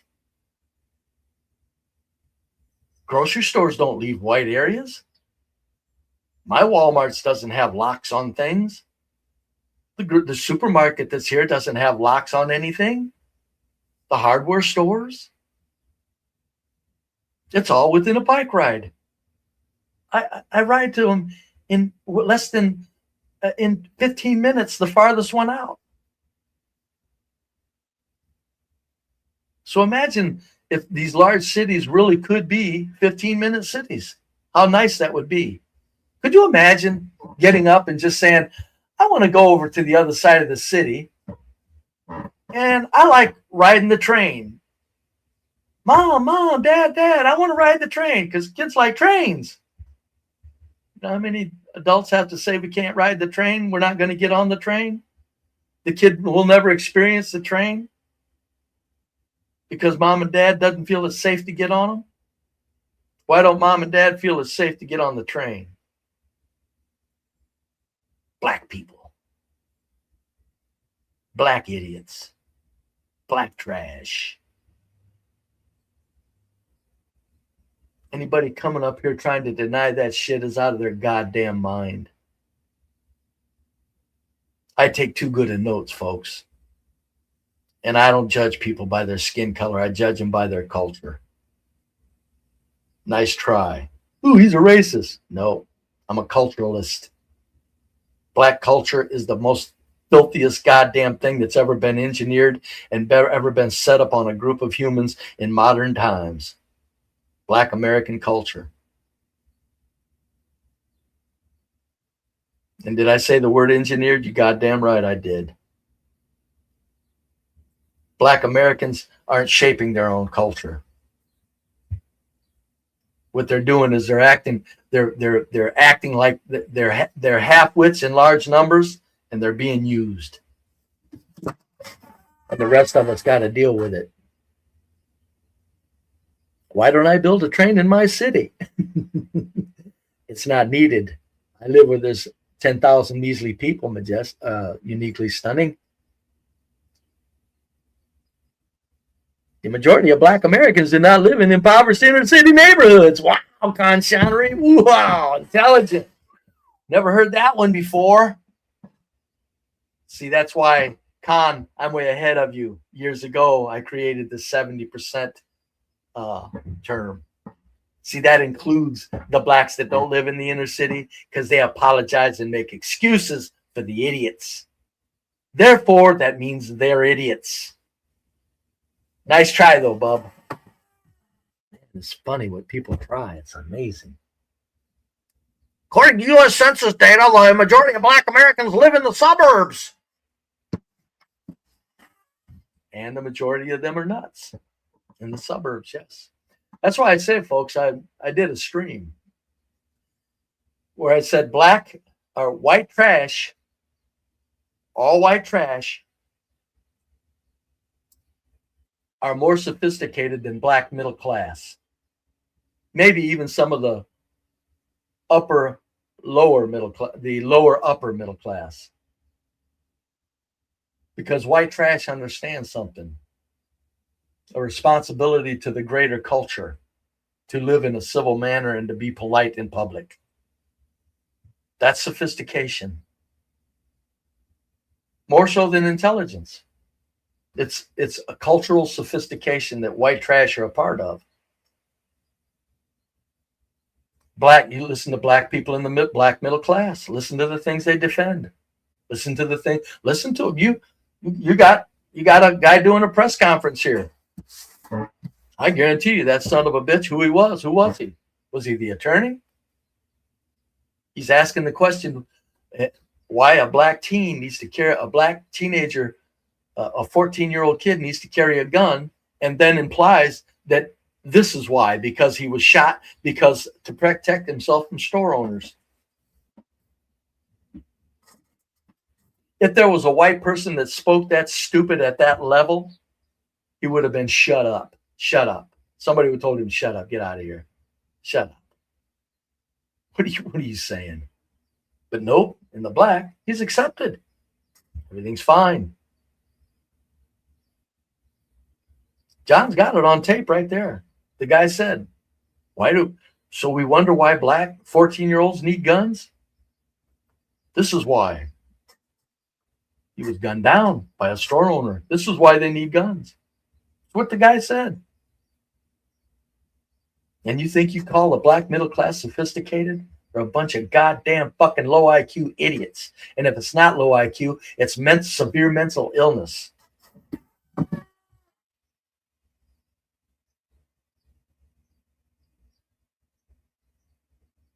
Don't care about black people. Who said I do? What the fuck? You abhor black people. No, I abhor black culture, buddy. Nice try, though. Deacon Dave says, oh, okay, I live near there. Oh. Can someone drop the link, please? Not me. Yeah, that's a good question, Palomino. I care more about black people than Stan does. I do. I really do. Because I care more about people than Stan does. I really do. I'm the one that made it clear here, starting on CT's channel 4 years ago, that the real people suffering from these black animals, this small percentage of black animals, are the people that don't have the money to move away from them. Moi, I'm the one that made that clear. Those are the ones suffering the most. And then, of course, they dare not say anything of logic because, well, they'll get attacked. And then they start. What's up, John? John, you look like you look out, John. What's going on? What happened?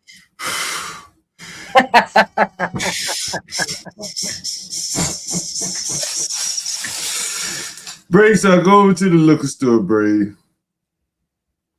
And it's every day. But sometimes you hear something and it made me think of some of the things you say. I want you to listen to this. So I'm in the liquor store. I just want you to listen. John, there's people who want to come up. So, I mean, I'm glad to be up here. But I see Wicked in the back. Oh, there's people who want to come up. So, you know, but go ahead and hit me with what you got.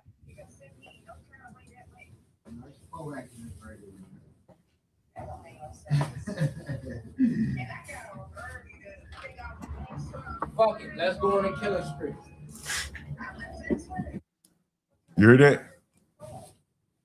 You heard that, Brady? Listen. No, I can't hear it, John. Hold on.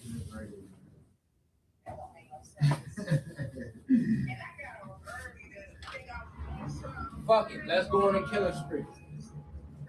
You didn't hear that? Who'd he say it to? He just walked in the liquor store like, man, fuck it, let's go on a killing spree. Who did he say it to? Just anybody listening to whom it may concern? No one in particular. There you get the folks. You think I'm fucking. This is why people can't come up here disagreeing with it, John. Look what you just brought to the people. Fuck it, let's go on a killing spree.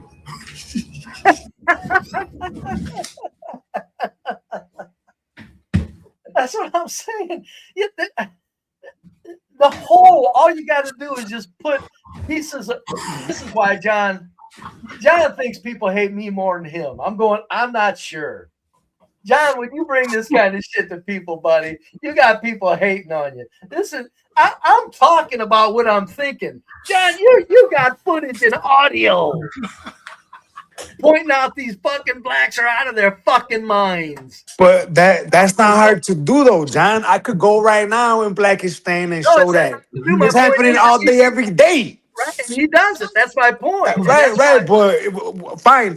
Brave, you know, the way you look at people that say white folks do it too is the way I look at people that deny its DNA.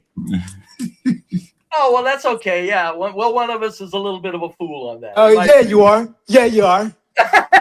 Yeah, no, look, I'm tired of. Yeah, you know better, Brave. I think you're full of shit. I think you know it's fucking DNA.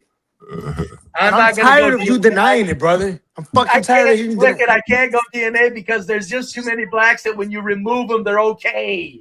No, that's not the point, though. Their Well, DNA what makes them more else is the inclined. point? Their DNA makes them more inclined to the nonsense. I wouldn't. All groups have degenerates, I don't Brave. think I've ever completely denied that they're not more inclined. But that's But I'm DNA. still That's saying, what we I mean know, by I that. know. All groups have degenerates. It just so happens that some people have more degenerates, and their degenerates are I get timed right by back. the Yeah, I power got of. right back to the store. Come on, Brave. Come on now. I can't do it. I know what you're saying though, buddy, but I can't do it. It's just I hate that you can't do I'm it. not going the DNA route. I hate that you can't do it because I know you fucking know, dude. No. You know, an Ox channel, bro. Wicked. Listen to me. I've been observing. I didn't just grow up and just start observing. I've been a very observant when it comes to human behavior. It's been my area of interest since I was a child. Listen to me. I'm just take too many notes. I'm telling you, I get what you're saying to a degree, but at the end, there's just way too many wonderful black people, dude. But that's beside the point, though. But No, it's not. to the degree that you agree with me, is the degree that matters, though, dude. It's enough for us to be. Cause look, me and you agree on it. Some people are destroying public safety. They're obliterating peace of mind and tranquility. They are, right? Me and you agree on that. Yes. That's the extent that it's DNA, dude, and that's enough, dude. Oh, nope, it's a culture. Sorry, they're called. If the DNA, if the culture wasn't so obviously destructive, then I might be able to go DNA with you. In other words, DNA creates the culture, dude. Let's say this: the culture, the black culture, is very upstanding and very fine and intact. And there were blacks doing this, then you would probably have to go DNA. But when you got the culture in such disarray to where it destroys 3-year-old children before they're 4, that is where you got to go. Wait a minute, the DNA probably isn't the culprit here. All I heard you say was DNA in your description. Brave, if I was to drop off like a group of breed of Hispanics, right? Say like 10 Hispanic men, right, into the middle of Siberia, I can almost predict how they're gonna advance. I can almost tell you how they're gonna continue, how they're gonna develop their customs, build their whatever the community. I could already tell you. And the same thing with gliders, same thing with white people. They're very industrious. That's because our cultures DNA creates the people culture. in motion to be productive. Yeah, but listen, man, you're talking about 3-year-olds acting how they do. How can you not say that's DNA, dude? I'm saying no. I didn't say 3-year-olds act bad. I'd say they put influences in the faces of 3-year-olds that destroy the 3-year-old before he gets to 4. The culture destroys. That I didn't say the 3-year-old naturally acts that way. That's what you're implying. Look, listen, man, listen. I saw a video of little Asian girls, right? Like in a parade. And the little Asian girls behaved how you could picture they behaved, right? Very docile, very timid. Then I saw a parade with little black girls, and you already know how they were behaving. Because of the culture. DNA creates the culture, Brave. No.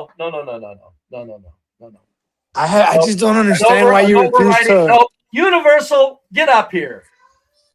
The overriding culture will trump DNA. Period. Yeah, no, I hate it, bro. I hate the fact that you can't accept the reality. It just because you know better. Master Kim, what's on your mind? Hey, what's going on, Brave? What's going on, Mr. Kim? Is it DNA? You come on, not on these open lines. I will say this on the positive side, yes. Yeah. When it comes to SAT scores and knowing how to clean Come on shit. now. Yeah, I think DNA is a part of it. Now, the violent aspect, I can't comment on that. Oh, But we're only one genome away from chimpanzees, anyways, right? Well, but wink, wink, wink. I got you. I'm right there with you.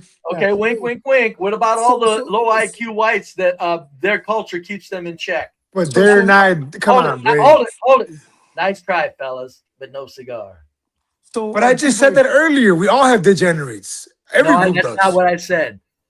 I was responding to what Master Kim said. But go ahead, Master Kim. I want to squeeze in a comment unrelated to IQ, which is scientifically proven with a lot of rich data, by the way. But what Mr. Chow is guilty of, the fuck, is not knowing how to speak Blackanese, and he's guilty of that. Had he said insulting comments and threats, that would have, he needs to be an American, and he was very un-American. Not a lot of words, not any threats, and he should have used a bunch of threats like "fuck you, bitch," the fuck, and did all that black ass stuff, and he would have been respected more, and therefore that kid may have not been gunned down because some threats were exchanged. And I think that that's the problem of the Asians. They're not American enough. Can you imagine Get Crack? Get Crack would shout these people down before pulling a gun out, because why? Get Crack is American. He knows how to talk to these black people. I'm using Get Crack as just an example, right? Yeah, I think people that are Americanized And Americans, we need to. We're average IQ of Americans, not to mention blacks, is not very high. So they need to hear language. They need to hear the F word. They need to hear the fuck word. They need to hear all that. That's what their brains respond to. To be a controlled Asian and do the deeds in very little words. I mean, they don't. There's probably a better way to articulate this. I'm just doing a horrible job. But I think that had Mr. Wu and his family got closer to the hood and took a hood rat vocabulary boot camp, that kid would be alive, because then he would know how to act, how to word things. I mean, very extremely bad thing to do. But yeah, I think that's the problem, is the Woos were just very un-American, not hood enough. Had they been a little bit more hood, they would have, had some, instead of saying, hey, what pump are you on? Hey, good morning. Did you want anything else? Oh, a pack of Newports? They'd be like, fuck you, bitch. They would just be able to integrate profanity and then therefore be more respected. As funny as that may sound, I mean, I think that's the biggest problem with the Asians. They're just unable to do any belligerent, undignified behavior to their own fault. Well, I don't think that's the solution. I think the solution would have been just to keep your mouth shut and let this fucking half-wit 14-year-old do what he was going to do, rather than chase him down and gun him down. I'm telling you, the guy was driven crazy. He was driven insane. Well, to be fair, Brave, really there is no solution anyway. So to be fair. No, there's solutions. It's just we're not allowed to have them. So to say there's no solution. But in that, with that said, no solution. If we're not allowed to if we're not allowed to do what we need to do as a society, you're right. Yeah. That's what I'm getting at. Thank you, brother. Fuck. Finally. But I'm just saying the solutions are too obvious to say there are none. It's kind of, I think a lot of people like to say no solutions because they don't like to face up to how powerless we are. I mean, look, Brave. Somebody on the chat a second ago said something to your point, and me arguing it's DNA is giving these people a cop out. I disagree. I think it's facing the reality, and once we accept reality, we can proceed accordingly. Because look, Master Kim, we don't look at the NBA and wonder why is there not more Asians in there, or football, right? We just accept it for what it is, right? Why can't we do the same with academics? Why? Well, academics, academics is something that it's like leading a horse to water and you can't make him drink. It's not so much academics that you got to force people to take part in. What you need to force people to take part in is respect for authority. That's what's being removed. Well, yeah, but you can have I've been in classrooms with white trash kids that none of them set the world on fire. They didn't disrupt the class. But again, they all got D's and C's and dumbasses. They didn't disrupt the class. But that goes to my point, Brave. Once we accept the reality of our limitations, we can proceed.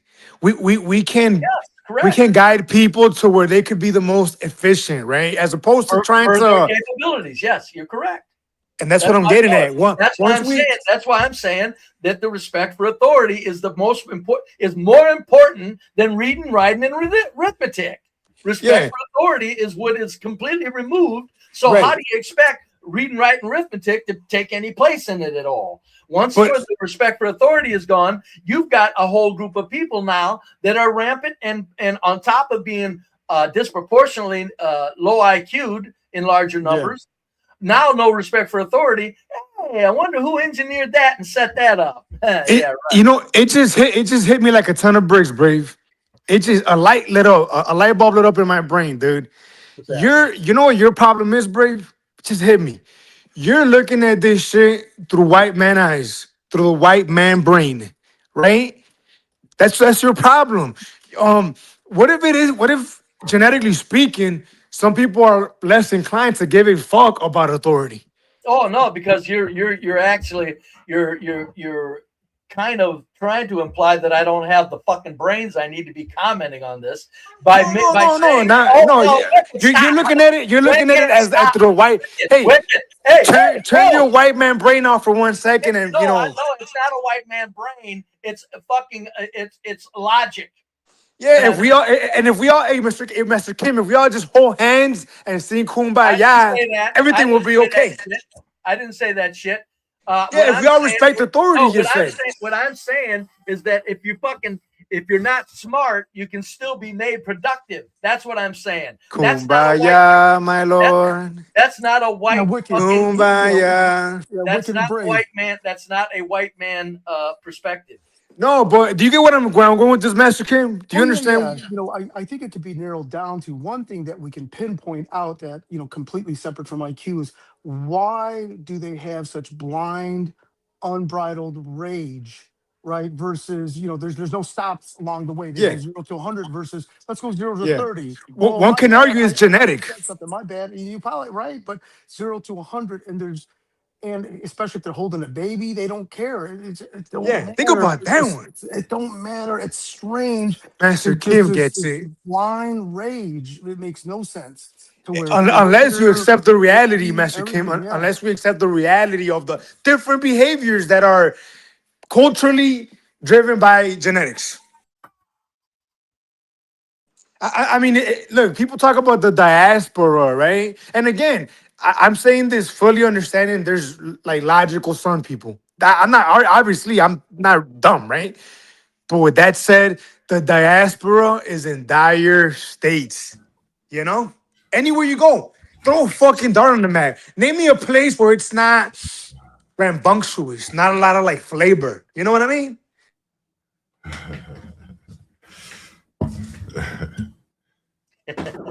Man, let me tell you a funny story. I'm sorry, Wiki.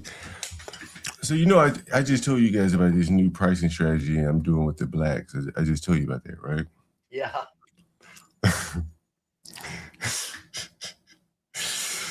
And Master Kim probably can talk about this from the standpoint of a businessman doing business with blacks. So I said, hey, man, shout out to Herman, by the way. I was going to drink beer. This Herman sent me a cash app. He said Tequila Blanco. So I said, Tequila Blanco it is. Anyway, so this black, I said, the rent is $275 a week plus a $50 activation fee. One time. The black comes up with $275. But you don't get a full week for that. I'm going to divide it down by, you know, what did I say, $65 a day. And so he'll get, what, about 4 or 5 days for that. If he could have scraped up $50 more, he would have gotten the whole week. It's like going to the dope man and buying a bunch of dime bags and instead of just buying an ounce or a half ounce. He couldn't come up with $50 more. So in 4 or 5 days, whenever I do the calculation, you have to pay another reactivation fee. And this is how you really take advantage of these low IQ people and low future time orientation. He has the money on his feet. He got Air Jordans on. That's the way it goes. Times are. Can you imagine, Brave, though, that blacks are this poor, young black men are this down bad, downtrodden? Does it shock you what I show you? Hold on, John. I'll be right back. What about you, Master Kim Ponder, Wicked? It doesn't shock me at all. It guy goes up with a single mammy and he's used to manipulating his mammy to get what he wants. Then he moves over to a chubby white girl. Then they have enough of them. They get kicked out. They got no place to live. The credit's shitty, no car. The Nissan Altima is broken down, you know, and smoking too much weed makes them dumb. But at the same time, you hear the immigrant, actually the African, not even an immigrant. That is also what's very interesting. The phone call from yesterday, the African immigrant who's on the way to the Air Force, he's talking about the Hispanics are making $800 to $1,600 a week, riding bikes, no less. And here this black Go guy. the wall. But here's this black guy here in America, man, can't make heads or fucking tails out of things. This is just truly amazing to me, man. Like, you know, if I were to show you some of the videos that I just captured right now, it's so many just idle men, you know. And I always grew up, what is it? Idle hands is a devil's workshop? Is that the quote? Yep.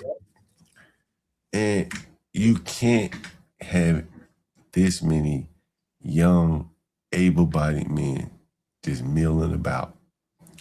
And as Brave as speculated, which I do agree, I think the ugly women are a large contributor to them saying the hell with it. It's a factor. It's a factor, John, that if we really looked into it, it would be so harsh of a reality that it would rock up. It would rock a lot of minds. Yeah. I think it would be positive, but my God, would it drive home something that blacks just can't face up to. Let me get my phone. I'll bring it back. There's nothing, and Wicked can attest to this. I guarantee you, when I see a young Spanish man kicking ass for all day long, and then going to another job if he has to, I guarantee you what he's got at home. A woman that treats him like a king. Got a hot dinner waiting for him. Hot dinner, and there's a good chance that even if she's chubby, she's feminine and sweet. You can't replace that. You can't replace that in the human species. The female energizing factor. Yeah, and then you add some alcohol to that, heaven. You add what? Alcohol. A little bit of groove. Oh no, this is what I'm saying. Blacks don't understand that with the black women having done to themselves what they've done, the damage that is occurring now.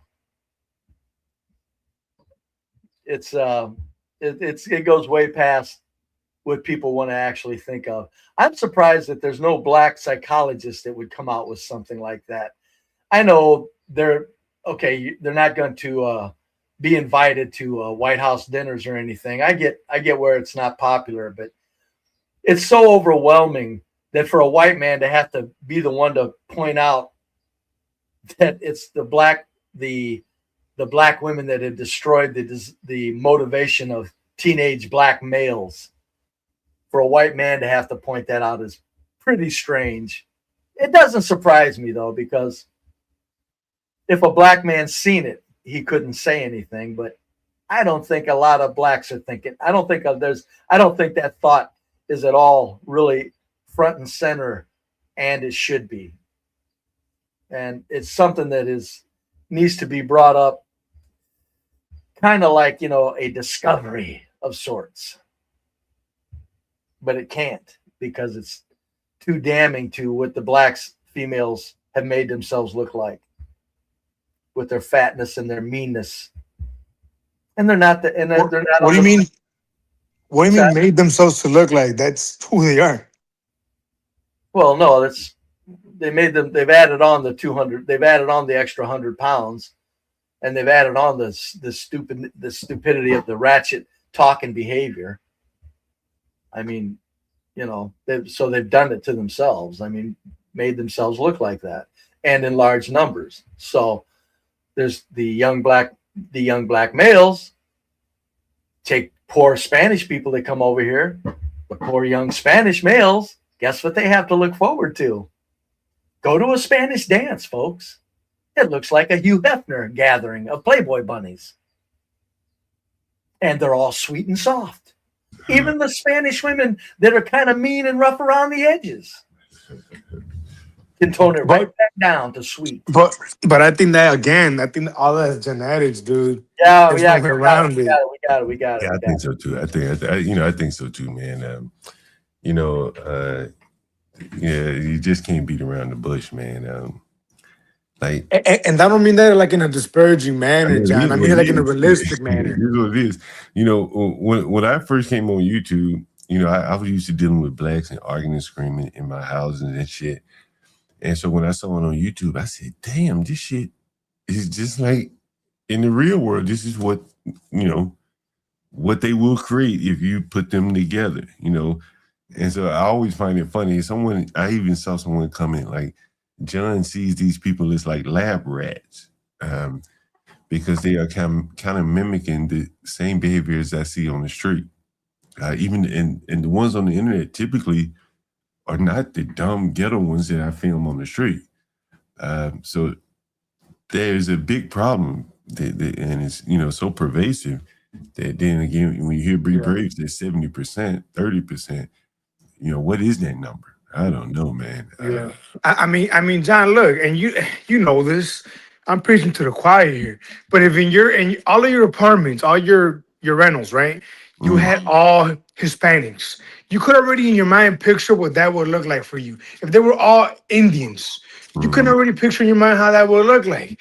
These behavior patterns, John, they just cannot be ignored, brother. Well, you know what's interesting again about and I've been talking about this for quite a bit now. And what led me down this path was, you remember the day when the China man said, what's your ancestry? You remember that, Brave? Who said that? I had a potential Airbnb guest. And he said, what's your ancestry, nickel? Like, I don't want to hear about you, American. You don't remember that? No, I'm not sure. I mean, I kind of do. He said, look. He said, hey, Brave, you got to remember, because we talked about it, because I said, I was telling him I'm American, right? You said, nah, he want to know a little bit more than that. You don't remember that, Brave? Yeah, I do say, and he probably was trying to get a little more out of you than that, yeah. Let's see if I can find him. It was a Chinese Airbnb guest. And Airbnb will block you for saying something like that. Yeah. But Facebook doesn't. And that is what I think blacks are up against. Do I have it? I know I have it. I was just looking to see if I had the Airbnb of it. But I do have the video of it, which is here. This is the Airbnb guest. It's a Chinese man. And he did not book. I didn't answer the question. But he did not book the place. Oh, damn. Anyway, it's unavailable. But anyway, so the man asked me for my ancestry before he would book the Airbnb. That's very interesting. And I asked you guys, what do you think he didn't want to hear? FBA, that's the given, right? What do you think he didn't want to hear, Brave? He didn't want to. I'm from Memphis. I'm from Jacksonville. He didn't want to hear you were black. I'm surprised he couldn't tell by your voice, though. No. See, this was a message. Remember? Oh, okay. Gotcha. Okay, got it. So he wrote a message on Airbnb, and one of the things he probably got away with it because they probably blocked it. Like, are you black? They blocked that. So he wrote me a message that's saying, what's your ancestry? Because Airbnb probably doesn't block that. That's probably what, yeah, now that you're bringing it back, that was funny. You don't remember that, Brave? It's ringing a bell now. It's funny. It's just what are you gonna do, man? I mean, the China man didn't want to deal with blacks. What you tell him, John? I ain't even answer the question because I knew at this point, like, he don't want to live around no blacks. What the hell? Ain't nothing I can tell him. Like, I was man from Ghana, bro. I think he didn't want. He wanted white, right? He didn't want any African or black. Oh, he didn't want no soul. I don't think he wanted black at all. It's like Empire. Was it Empire of the Dust? Empire of the Sun? Anyone ever seen that movie? No. But it sounds good though. You never heard that, Brave? Brave? You never heard that shit? Oh yeah, that's a good Empire of movie. the what?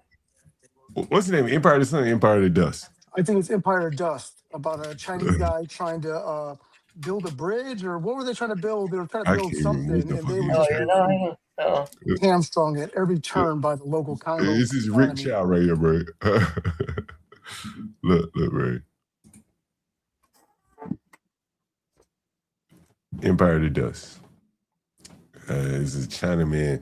I think he's in Democratic Republic of Congo, maybe. Yeah.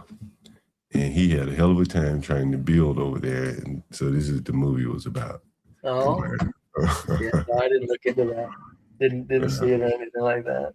Yeah, you never heard that? Yeah. It's you hear a lot of the we got CT coming up, right? Hey, I'll be damned. Good deal. What's up, CT? CT, you ever heard of Empire of the Dust?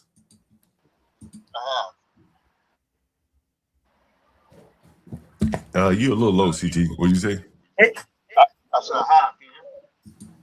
You a little low. CT doggone you, I was cussing you out. Yesterday I felt like cussing you out when you were on John's show. What happened? That was yesterday? What happened, man? Oh, I don't know. Where'd he go? CT, you up here, CT? Yeah, he's real low. Yeah, he's real low. Let me see if I cut his mic up here.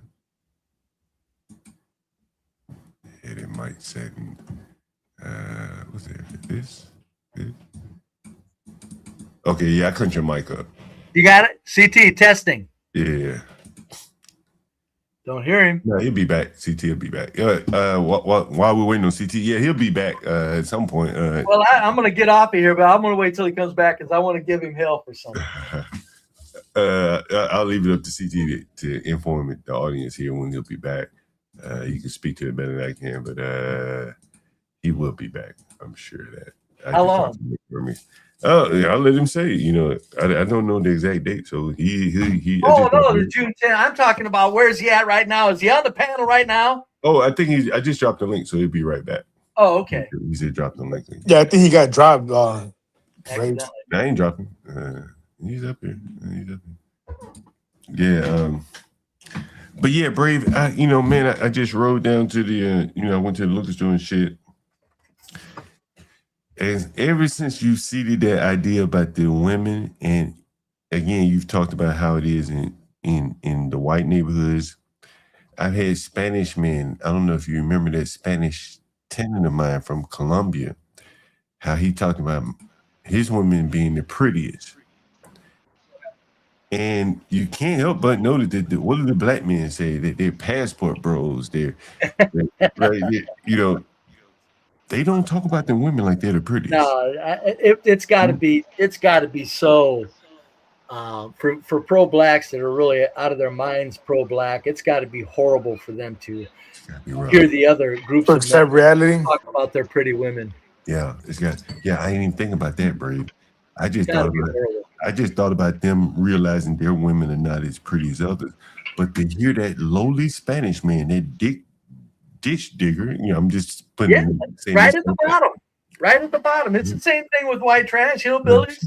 Japanese women, I'm sure. Poor Japanese women, pretty as hell. Somebody sold a lot of them. Brave, did you hear him though? Did you hear the one that called in? And I think he was Colombian. He said, "Man, we got the prettiest women in the world." Yeah, that's his opinion, but you ain't gonna. I guarantee you, he wasn't referring to any upper class bullshit. He was just saying in general. He a ditch digger. Meaning the females that are in the are out in the rancheros, as they call them, the slums. There's pretty women all over them places. Brave Mexican Wicked CT. I want to ask you guys this question. Oh, you still bad, man. But you maybe get better. CT, Brave, CT, everybody, Mexican, Wicked. Companies were flying this Colombian here to DC to do work in the ghetto, while the blacks are just sitting around doing nothing. Wow. Hey, remember, think about that. Let that sizzle your spirit, brother. The man was saying, look, I go back and forth. What did he say? He went to Colombia every week sometimes? Right? And ain't a sister in the ghetto that could tempt him to miss a weekend going back home. Think about that shit. You understand where I'm going with this, Bray? Yeah, I mean, shit. Like, you couldn't do that. Like, if you were going to Europe or somewhere, man, he'd be like, man, you know what? This weekend, I done found me a little sweetie pie off the job site somewhere. Yeah. But he said he has the most beautiful women in the world. And, you know, man, let me show you this shit. Let me show you this. I just saw this. I just took this. Look at this shit. Look at this shit. It's not a great picture, but this is a little Ethiopian girl. Her mama and them were running the store. I've shown you them that picture. This is the little girl in the middle of the day running the corner store. This is a young girl. It's an Ethiopian girl. You see her? Yeah. Running the corner store. She's not in school, Brave. That's what I'm saying. The blacks, many of these blacks shouldn't even be in school beyond about the 5th or 6th grade. Fuck no. Put their children behind the bulletproof glass and let them run a damn corner store. Or have them help run the household. Do household chores. Think around the house. You know, that's very interesting. What do you think, Wicked Master Kim? Look at this, Brave. Brave. Oh, Brave. Look at this. This is right across the street from where I showed you the Ethiopian woman.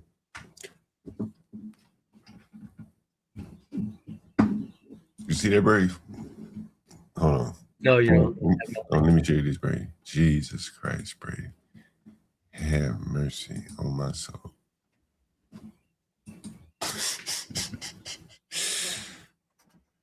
What do you see there, Brave? Look at that woman. Yeah. What the fuck are you gonna do, man? Hey, but John, the last thing I heard you say was they were bringing this Colombian. Think about the Hoteps, how they like to argue it's because of racism, right? They don't want to empower or give opportunities to the brothers. Fuck out of here. Fuck out of here. Yeah. That's what you're saying. You know, Brave, did you find that amazing that they're flying this guy back and forth from Colombia to do road work in the ghetto when there's all these blacks standing around that could be doing the work? Well, he had to have been not a regular flunky. What was he? Probably He wasn't a flunky. Now they were laying pipe for AI or some type. Right, but he probably was in on the supervisory of it. But that's beside the point, though, right? Well, no, I'm just saying they're not flying a common laborer. Okay, well, nonetheless, beside the point. Okay, right? No, I do think it's amazing. Yes, I think it's very telling. I think it speaks. Very telling. Thank you, Brave. Right, like the whole fucking crew was Hispanic, Brave. The motherfuckers down in the trenches, the one with the shovel digging. I've shown video after video of it. The whole crew they were flying in and out.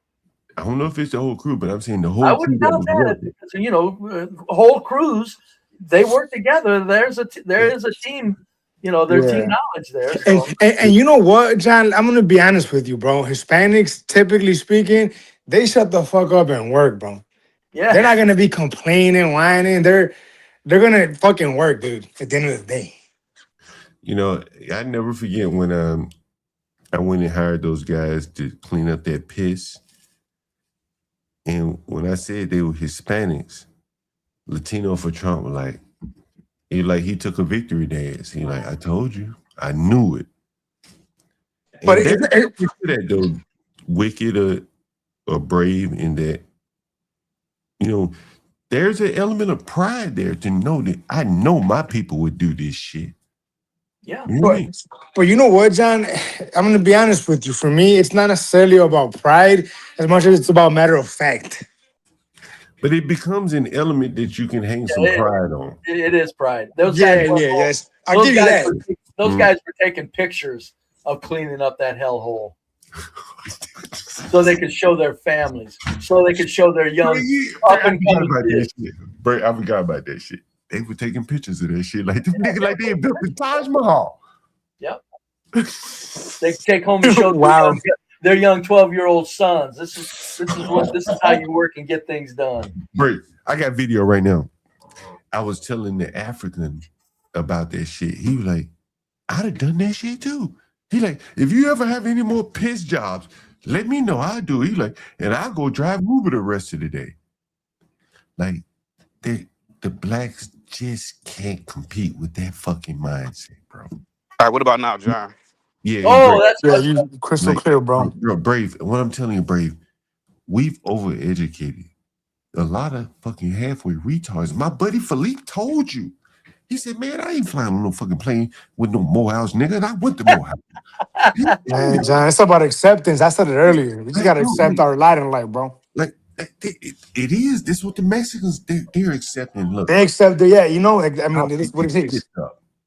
I pick this piss up and then go get on the scooter and make another $600. I done made $800 today. Yeah, I do. That's what's funny. CT, when you said I got a kick out of it, when you asked John, you said, "Come on, John, really? You'd see a black pilot and get off the plane?" I was thinking to myself, CT, now hold on. Okay, a lot of people.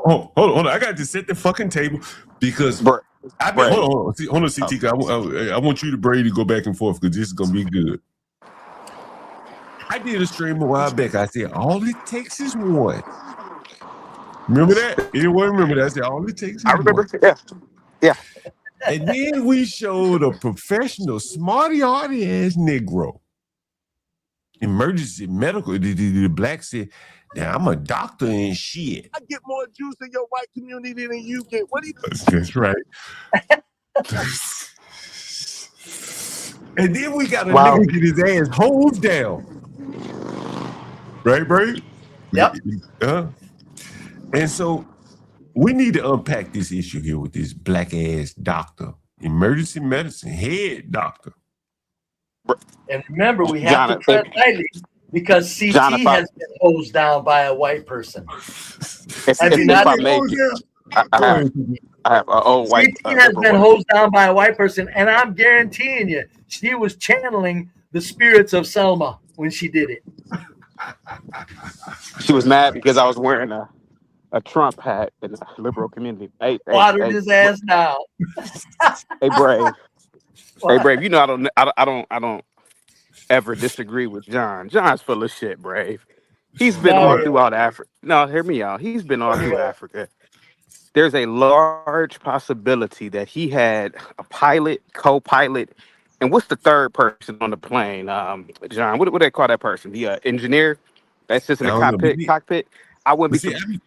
I've never flown domestically in Africa. I've only flown like international flight. You come in, you're gone, boom. You know what I mean? Okay. I want to say maybe one time, I can't, my memory's hazy. I think maybe in Tanzania, maybe. But you know, again, I was a much younger man then as well. You know what I mean? But John, blacks don't crash planes, man. Not to say that they don't, but you know, bro, like historically, we know who. When it comes to pilot era, we know who have historically been the culprits of pilot error. Well, who has historically been the pilots in general? Yeah. Well, I mean, come on here. Nice try, buddy.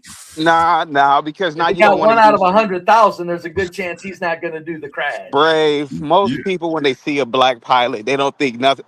I literally just flew a couple of weeks ago, bro. Like I don't think any. You gonna let me fit? Okay. I'm sorry, go CT. I'm sorry. God forbid I don't agree with you. No. I'm sorry. Man. When I saw the black pilot, I didn't think nothing of him being black or him being a black pilot. Just you do. Can you fly the damn plane or not? See, that's what's funny. If CT, see, this is like when the CT. You remember when you and I went around about when I was on your second show? You and I went around about me saying, no, white people don't even want doctors in their fucking neighborhoods. Yeah. See, here's how this goes, CT. Just because they don't say anything, when people see a black pilot, they're worried, CT. Not worried to where, hold on. Not worried to where they're losing sleep or they're, but they're thinking, shit. Why would they think shit, Brave, if blacks have never crashed a plane? Because of the If blacks have and never affirmative crashed action a plane. destruction of black Stop for 1 second. If you met a pilot and he said his name is Jamil or Jalal, okay, are you gonna be like? I'm listening, John. You met him at the bar or something. You out at the bar, and Jamal or Jamil, he said, "I'm a pilot, nigga. He out here doing his jig." And John, shit, how many doing his pilots black talk like that, John? Come on, John. How many pilots really talk like that? Well, what I'm saying is, honestly, that if he said his name was Jamal, of course, John. I mean, that's a name where that is associated. here's Jamil. How about Jamil? If his name is He didn't Jamil or name Jamal, himself. well, maybe not Jamal, but like, He didn't name of course, himself. John. Though. He might is rather true. be named Bob, but his mama named him Jamil. Okay. Like, let me tell you something from a personal standpoint, CT. And I've told you story before. I was in software development. I was a damn good software developer, honestly. It was my interest from a child. But there was always a white guy. He motherfucker might be poor white trash ass white boy. He was a starter. I was coming off the bench. That's not nothing in software coming off the bench. You still making millions of dollars. In basketball parlance, what I'm saying. Sure. But the whites are the starters. And if I'm gonna put my life on the line, I want the starters on the court. That's been my experience. And I'll tell you this, and I'm gonna frame it from the standpoint of an Indian. I've told this story before. I built this Cops app. Look, Cops, Obama. I built this shit. Look at this here right here. Look. I built this right here, CG.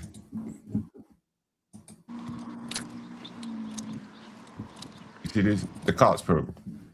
To fund local police. So all the software to fill out the applications, policies, all that kind of shit.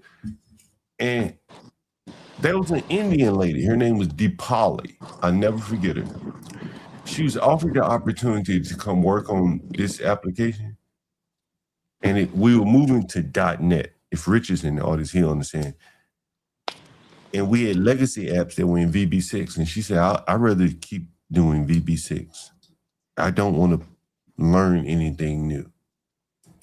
So in other words, she was getting left behind because she didn't have that white man's zeal and interest to learn something new on the cutting edge. And I don't know what happened to her, but she didn't work on this program because she rather, just like an Indian where, they're probably still kind of primitive. She wanted to work on the primitive or the VB6 technology. When, technology was moving past her. And this was her opportunity to learn the latest and greatest technology. At this point, actually, you know what's interesting? At this point, this was more or less the pivotal point, at least for me, to learn this. Object-oriented programming. The Indians said, I'd rather stay behind and do the legacy old school shit. And that, if you extrapolate that out, that kind of explains the difference between India and Europe. Black colleges and white colleges. See, you never been to a black college before. You didn't go to a black college. I've never. Nope. I did not. No. Man, bro, to this day, and I've talked about it on the channel, they can't even get registration down pat. I understand. I understand. And this is what my buddy Philippe But what does talks this about have to when he. do? Well, this is what my buddy Philippe talks about, who went to Morehouse and then went to a white school. He said, "Man, the white people on a different level than Morehouse." Yeah, This is what I'll he's agree. saying, right? So you agree, right? Yes, Mm-hmm. when it So comes if to you, yes, so if you extrapolate that, and if you agree that the white people on a different level at the academic level, then who are you going to put whose life are you going to put your hands in? You going to put your life in the hands of the HBCU graduate or the white guy that's come from the university or whatever, the white school? Listen, I had a phone call today. I'm gonna tell you. I'll yeah, let you go ahead. know. Yeah, A no, black go ahead, go man ahead. called me.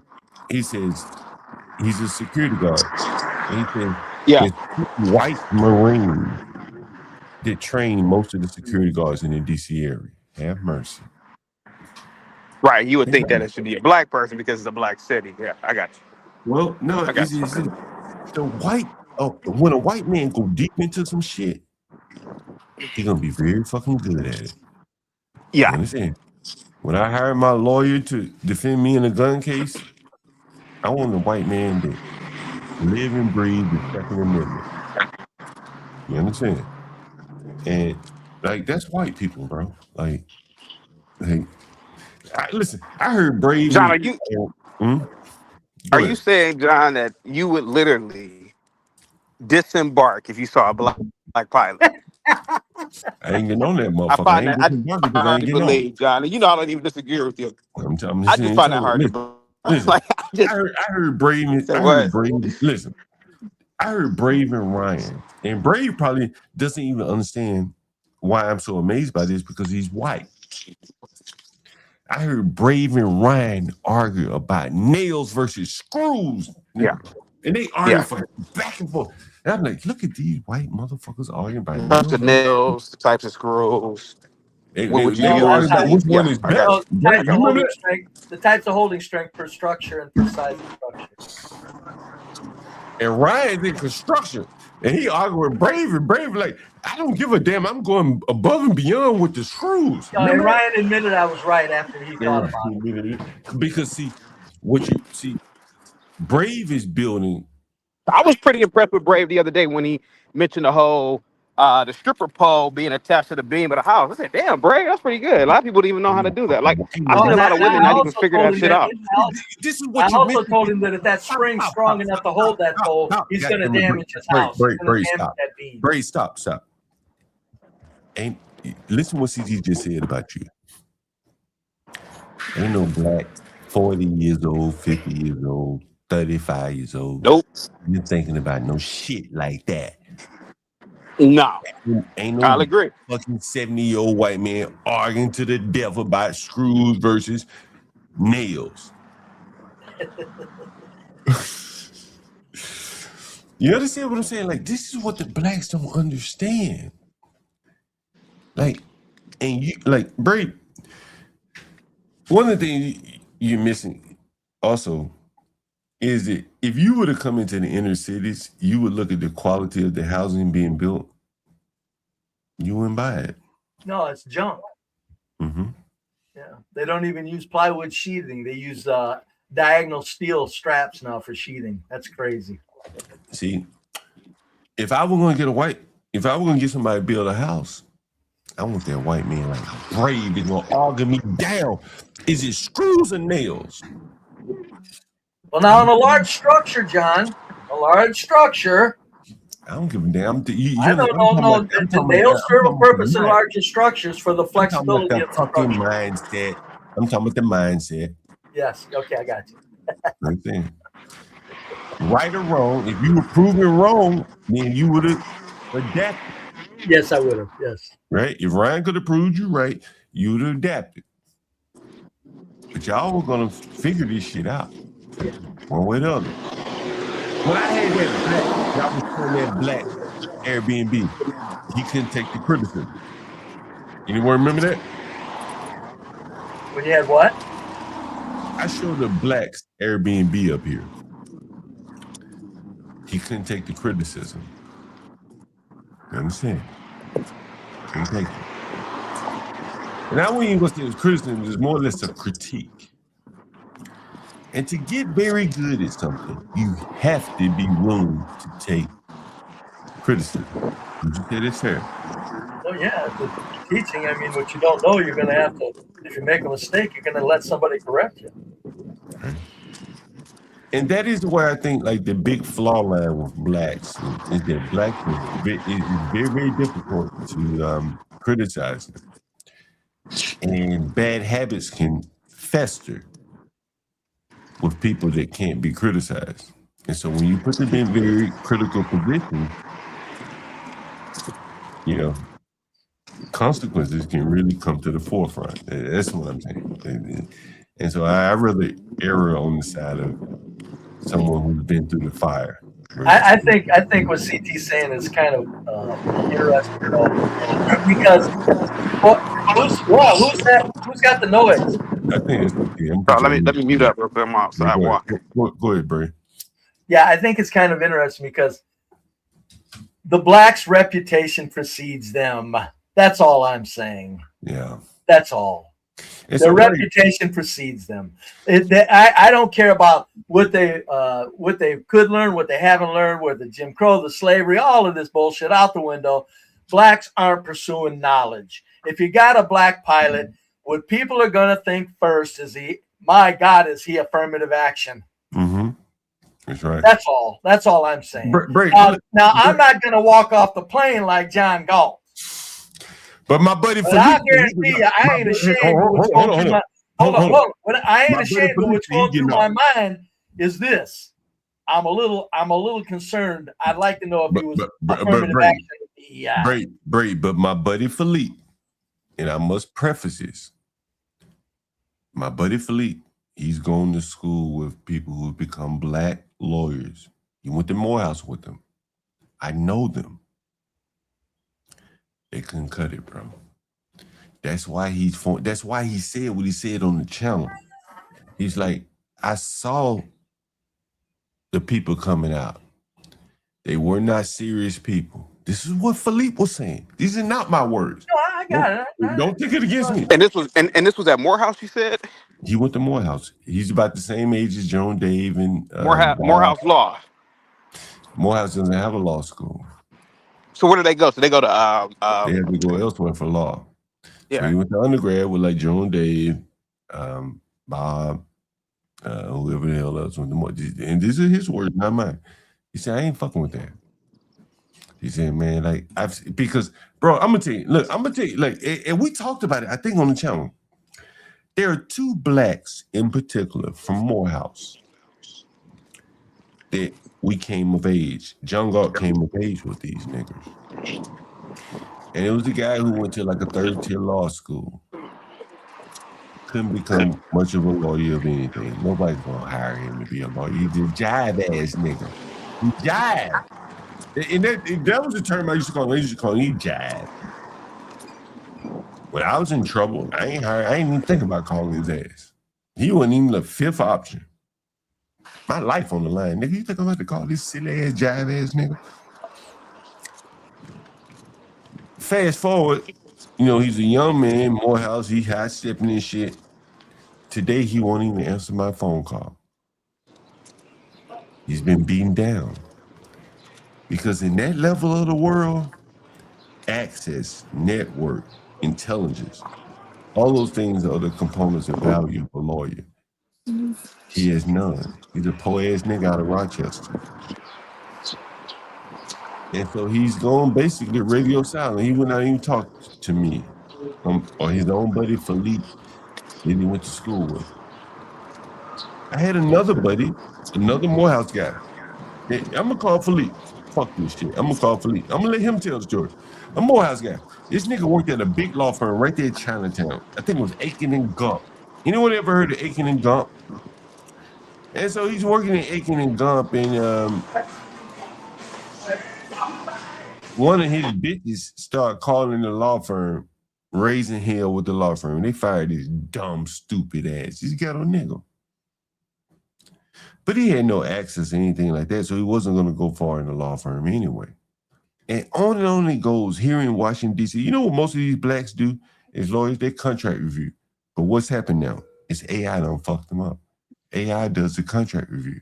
It's doc review. I'm calling my buddy Philippe. I hope if he answers, it's gonna be rough talk. He didn't answer. Let me show you what most of the blacks do. Look at this. John, look. This is hold John, on for 1 second. On the topic of DEI, I have something. Look at this shit. Look, this is what most blacks do in DC. Look at this. Look at this shit. Nigga, I know. Look, can somebody read that for me? A document review lawyer is a specialized attorney. A document review lawyer.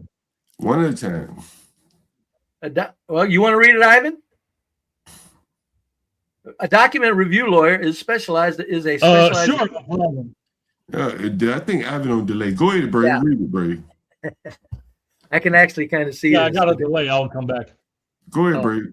A document review lawyer is a specialized attorney who examines large volumes of digital evidence, emails, contracts, and other data during litigation, mergers, or investigations. They determine which records are relevant, yes, and no, confidential, or legally read the next paragraph. These attorneys typically work on a temporary or contract basis, utilizing e-discovery software programs relatively to sort through data. Me in my fucking lane now. Do you understand how all these bullshit jobs can be? These are jobs that AI can easily replace. Software. Yeah. You understand? This is where a lot of the blacks land. This is what I've seen. And so they're not doing real law. That's not law. I'm gonna get out and get on my bike, but CTO, buddy, I get what you're saying. Like, I wouldn't walk off the plane, but there's a lot of people just because of blacks and their goddamn the way the black culture itself lends itself to having people go, oh shit, is he qualified? I mean, I get what you're saying, CT, but you can't discount what blacks have done to themselves as far as their image. I hope my buddy Philippe answers the phone. He's gonna put in his words because he went to Morehouse with these blacks. He went to Morehouse with them. Now I'll see you later, John. I'm getting on my bike. Have a good one, Brad. All right, CT. You know, CT, again, I went to Tuskegee. I went to a black college. Hey, bro. I mean, John, I got my earbuds in it. You still hear me? I hear you loud and clear. Yeah. All right. I went to a black college, man. Like it's a word that they use. Not strenuous, but it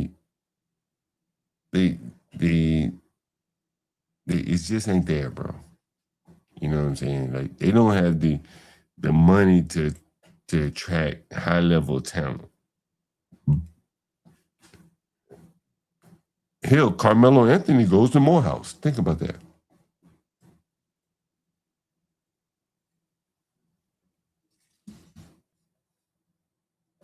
Let that sink in. Carmelo Anthony goes to Morehouse. Morehouse accepted him. This is a school. Oh, really? Yeah. I didn't know that. Okay. This is a school of Martin Luther King, nonviolence, and all that bullshit. And they accepted him, man. They killed someone over words or touch. Doesn't that go against kind of like the whole? It's like the antithesis of the school. And this is what I'm saying. Like a lot of these blacks, bro, don't stand on anything. I'm just being honest with you. And my buddy Philippe, man, I'm gonna make him answer the phone. He if he see me call him 2 or 3 times, he's gonna answer the fucking phone. But he works for Claude now. You heard of Claude, CT? No, I haven't. Claude is like the leading AI company. Hey, John, can you still hear me? Yeah. All right, good. Claude is like the leading AI company. It was formed by 2 brothers and sisters. Brother and sister, I'm sorry. Were they black or white? Come on, get the fuck out of here. You asking these kind of stupid questions. Many people have secured billions in funding from like Google and shit like this. Yeah. That should answer your question. So my buddy Philippe, man, like, look, Philippe, I will say probably is going above and beyond me in the corporate America. He used to work for, some company probably bigger than me. Like he worked for Waymo. Yeah, Waymo, yeah. He worked for Facebook, maybe. I think it was Facebook. Claude. I mean, that's as big as it gets. Claude, I think, in the that's the new infrastructure of America. You understand what I'm saying? Yeah. AI. And so I asked him on the stream, I say, are there any smarter, are they blacks to work at Claude with you? He said, none. And you think about how we probably spent $1 trillion trying to get blacks in STEM. Not one was at Claude, not one was at Waymo or any other companies that he worked. Same for me. And so, again, you have to contrast that with the picture of the black women in the corner store and say, would blacks be better off just making a go of it in corner stores? Like, start at the bottom like Chow. Chow started at the bottom. I was listening to you one day. You called these motherfuckers. You called them niggas. You said something. It was fascinating. You like you didn't call them peel hands, but you called them Sharecroppers. Yeah, you like the sharecropper. Yeah, I called them sharecroppers. Yeah, you sharecropper. Yeah. I remember that shit. An equivalent would be toasters. Sure. Yeah, toasters. Like, bro, American society, and like, if you want to do business in the white man world, I got an African on my team. I put an African nigga. He said, man, I get plenty of tips, but I put a smile on it. I'm sociable. The blacks have not learned that yet. Right? They have not learned it. Hey, John, on the topic of DEI, I just wanted you to hear something because I found this gentleman, Devin Stacks, on Rumble, and he's also on Odyssey, and he's got something interesting to say about this. But this is around the same time period, right? So, or beginning in that same time period. 1973 to 1974, this is just, I'm going to rattle off the list here. UC Davis Medical School rejections, Alan Bach incident, white applicant with top scores rejected twice while 16 spots were reserved for minorities with lower qualifications under explicit racial quota. So again, this started in the 1970s. 1970s Kaiser aluminum training program exclusion. White worker denied craft training slot reserved exclusively for black employees, under union affirmation action plan. So the same kind of a thing that we're talking about here.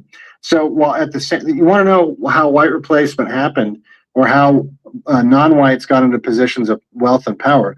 It's because of this stuff right here. And it wasn't just lifting up, if you will, you want to use the leftist language. It wasn't just lifting up the minority group. It was because it is a zero-sum game. It was necessarily depriving whites that would have normally, under normal circumstances, if it was merit-based, would have had these positions. It was depriving them of those positions and therefore their wealth and their power. Hey, 1986, Jackson, Michigan teacher layoffs, white teachers. Oh, yeah. Let me explain something to you guys. And a lot of people think, he's like JP. I want to explain something to you as it relates to the underman. TT, I talked about the underman a while back. A couple of days ago. You remember me talking about the underman, TT? Yeah, I do remember, yep. And so when people ask me about JP and, kind of my, affection, I guess if you want to put in those words for JP, JP instinctively realizing that he's an underman. Yeah. That's not a problem. The underman understand that this society usually affords him little beyond a meager subsistence. JP cool with that. Nigga, I'm on welfare. So what? What you blacks got to say about that? I'm on welfare. I embrace it. He knows that this world, he's not going to make millions of dollars. He knows that. He's at peace with that. Would you say that's fair? Correct. And sooner or later, the underman instinctively senses that he is a failure. The civilization's prizes are not for him, but that's not JP's orientation. That's the smarty-arty blacks. You understand? JP does not think he's a failure. Is anyone understanding this? JP sees himself, he said, y'all niggas is the failure, you butlers. I'm a success. This subsistence living that I got is damn near better than what you had because of who? The white man. The white man has allowed the underman to live better than the hardworking black man can provide for himself. Again, next door to me is a Section 8 voucher tenant. Most of these blacks cannot afford this house next door to me. The government, the white man's tax dollars allowed this black woman to live next to me, just like JP can live better than most blacks. Do you understand this, CT? Yeah. Oh, yeah. JP lives better than most blacks. Understand too. Huh? JP's the underman, but he ain't got no problem with it. You understand? The blacks who went out and got all this education, the ones that are dancing at their graduation, they don't understand that they're the underman. But sooner or later, they instinctively sense that they're failures. That this civilization, the prizes are not for them. This civilization, which withholds benefit, does not hesitate to impose burdens. Not on JP. There are no burdens on JP. You understand? This is what I'm trying to point out to you, Black. Look, JP can fuck his supervisor. And if he loses his job, what happens? His rent goes down. I tried to explain this to the blacks, the underman blacks. But the blacks who don't understand that they're undermen don't realize that this civilization which withholds benefits to the people that don't know they're undermen. JP recognizes he's the underman. Does not hesitate to impose burdens. Does JP have a car? Let me ask you this. To my knowledge, no. You know one of the ways that society is able to impose burdens on the underman? How's that? By cars. Okay. Blacks can't follow the complex rules of these inner cities. Bike lanes. Oh, yeah. Listen, Marquise Glockton. Does anyone remember that Marquise Glockton? He got shot over a handicap spot. My buddy that calls in here every day, he writes tickets in Blackistan. In the black. Hey, John, Hey, John, I ever tell you, I think I told you this before, man. When I picked up cycling years ago, I swear, niggas used to try to run me up the road on purpose. I swear they were doing it on purpose. I'm like, God damn, man. Yeah. Yeah, niggas running your ass over. And so my buddy who writes tickets in Blackistan, he talks about how the blacks are just cannon fodder. And I'm gonna show you where he writes tickets. I ain't doxing him. Look, in Blackistan, they built this.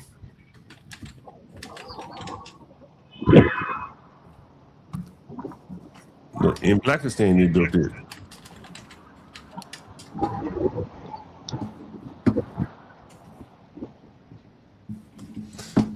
And so the crime and shit was so bad that they had to hire parking meter agents.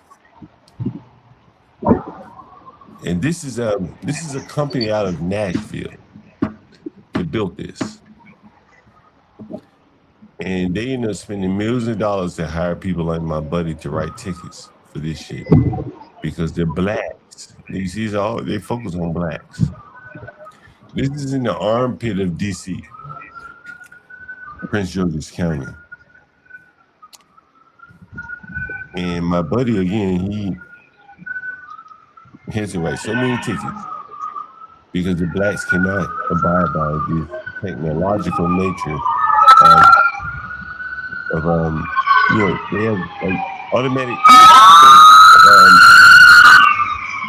I'll put you on mute. They have like automatic tag readers and shit like that. So he doesn't have a lot of discretion as to writing the tickets. And so he ends up writing a bunch of tickets to black people. You remember the black guy that couldn't pay his rent? There was one of the black guys that couldn't pay his rent. He worked out here. Oh yeah? Yeah. He worked amongst blacks. And I tell you, as a landlord, I've seen how like risky blacks are, that they don't pay tickets. And they get disproportionately a lot more tickets than any other race of people. And they're unwilling to ride bikes, the train, they'll drive. I've also shown it by the Uber drivers. Look, my tenant downstairs, remember Omar? Remember Omar, CT? For those of you that remember Omar. Yeah, he's talking about the Arab dude, yeah. He rides a bike. Yeah. That's his primary form of, he doesn't even ride the train. That's his primary form of transportation. The blacks are just not willing to do that. And so they want to drive their cars and stuff like that. And so they are at a disadvantage here in America. And that further cements them as the underman because technology and everything is favoring the people who are willing to ride bikes and stuff like that.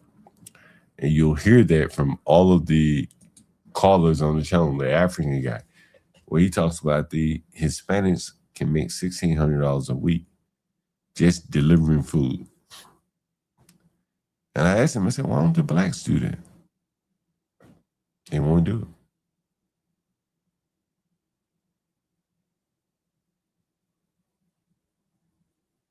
it. Anyway, what do you think, CJ?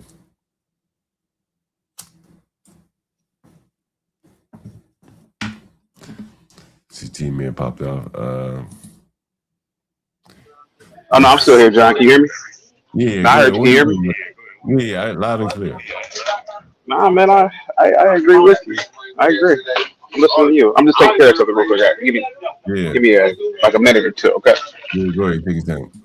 Yeah, give me like a minute. I think CT kind of, when he did when he said these people are sharecroppers, he's hitting on something.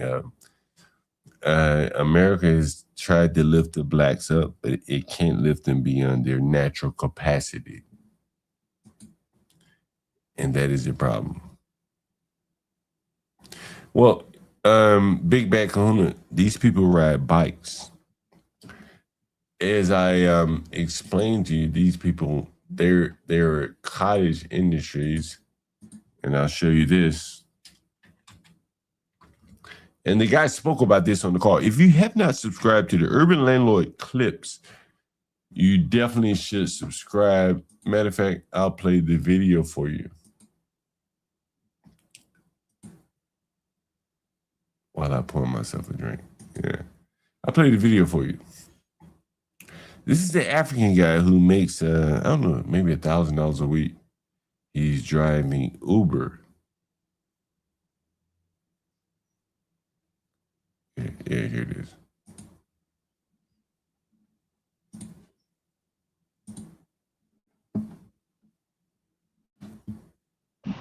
All right, John, I'm back. Go ahead, buddy. Yeah, he's the African guy.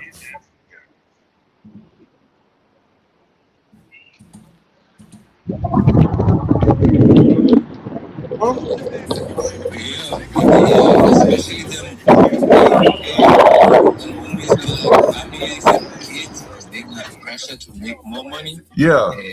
Hey, them, you see them Hispanics on the road, trust. The Hispanic guys, they make bang. Is that, particularly if you're sharing a bathroom, that you're able to get along well with other people. I would Does choose that make Grace. sense? I would choose Grace. Yeah. Yeah, so Yeah, right. I'm waiting to go to boot camp. My brother, I'm American, but I grew up in Kenya. you grew up in. Wait a minute, but are you African? I'm just getting an idea. So interesting. So how old are you? 29. 29. In the Air Force, what's going to be your MOS? So that's what I'm waiting for. Well, you'd have to have been jobless right now. That means me. And where are you working right now? Do you deliver by motor scooter bike? It's cheaper. You probably get better orders. What do? You hang around downtown where the best orders are? Cheap. I know DC the back of my hand right now. All the hot areas. Yeah. Hey, do you make pretty good money? What? You on a bike? It would be like 1,500, 1,700 a week. Really? No, minimum would be like 800. Really? Just delivering food. How many orders are you delivering any given day? I rolled the dice on that one. That'll be like 9 hours of work, maybe 30, 35 deliveries. How far are these deliveries typically? Orders. Really? You just hanging out and be like, yeah, they call you, they be like, here's a delivery. And what, do you get tips and stuff or what? Really?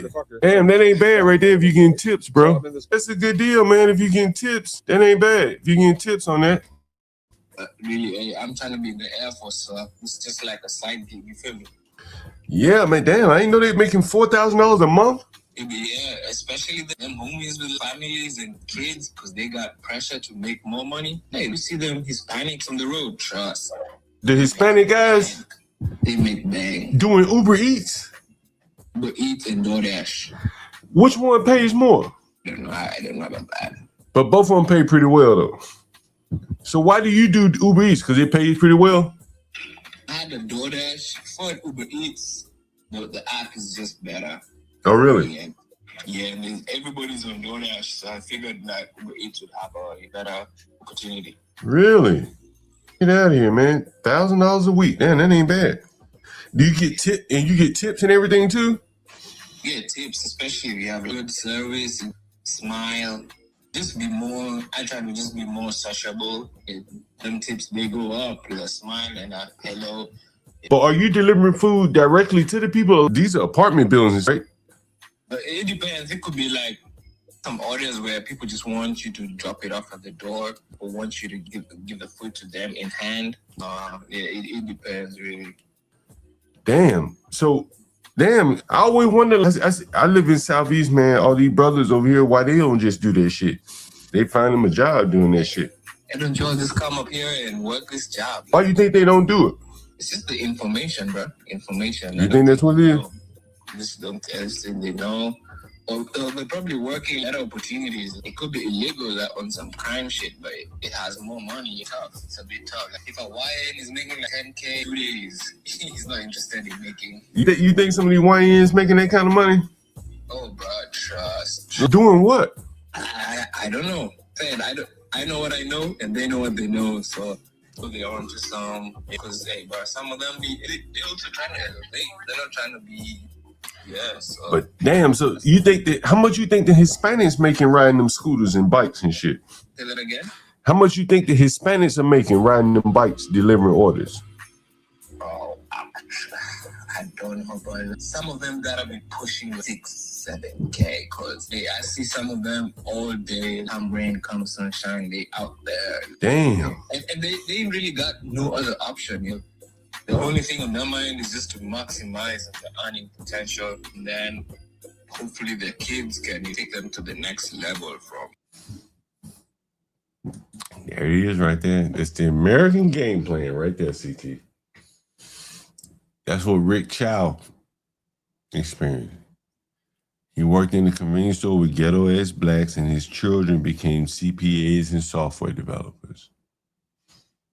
If the blacks have any salvation, they have to start at the bottom, where everyone else starts. They're not smart enough to leapfrog building from the ground up.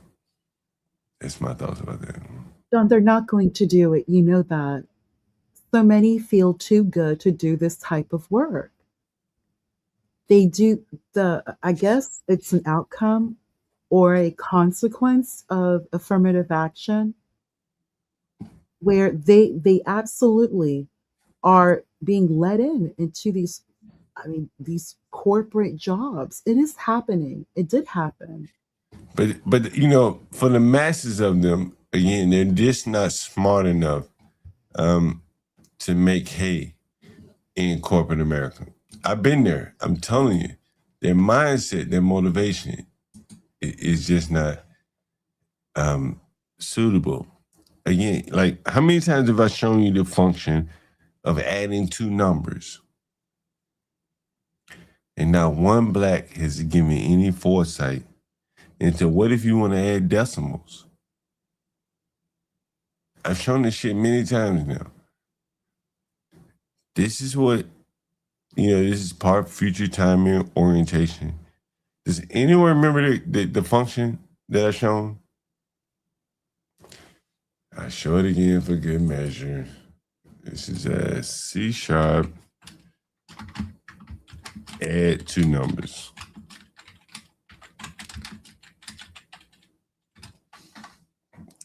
And it's such a classic example because this is what most blacks would come up with.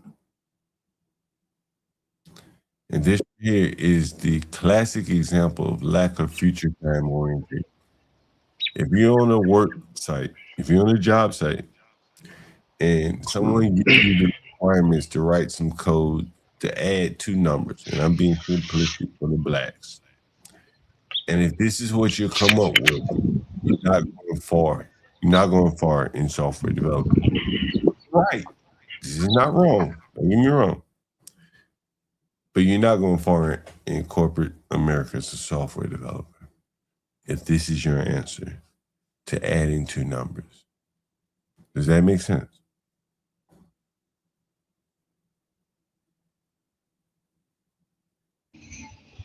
John, Go ahead.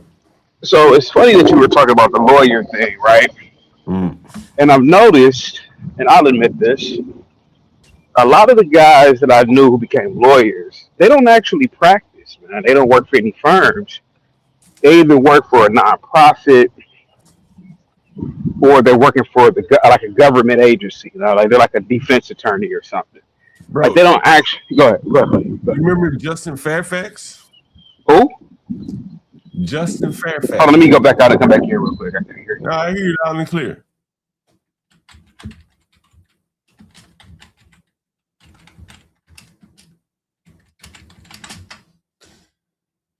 Justin Fairfax is what you're talking about, CT, and I'll put it up on the screen here and bring you back up.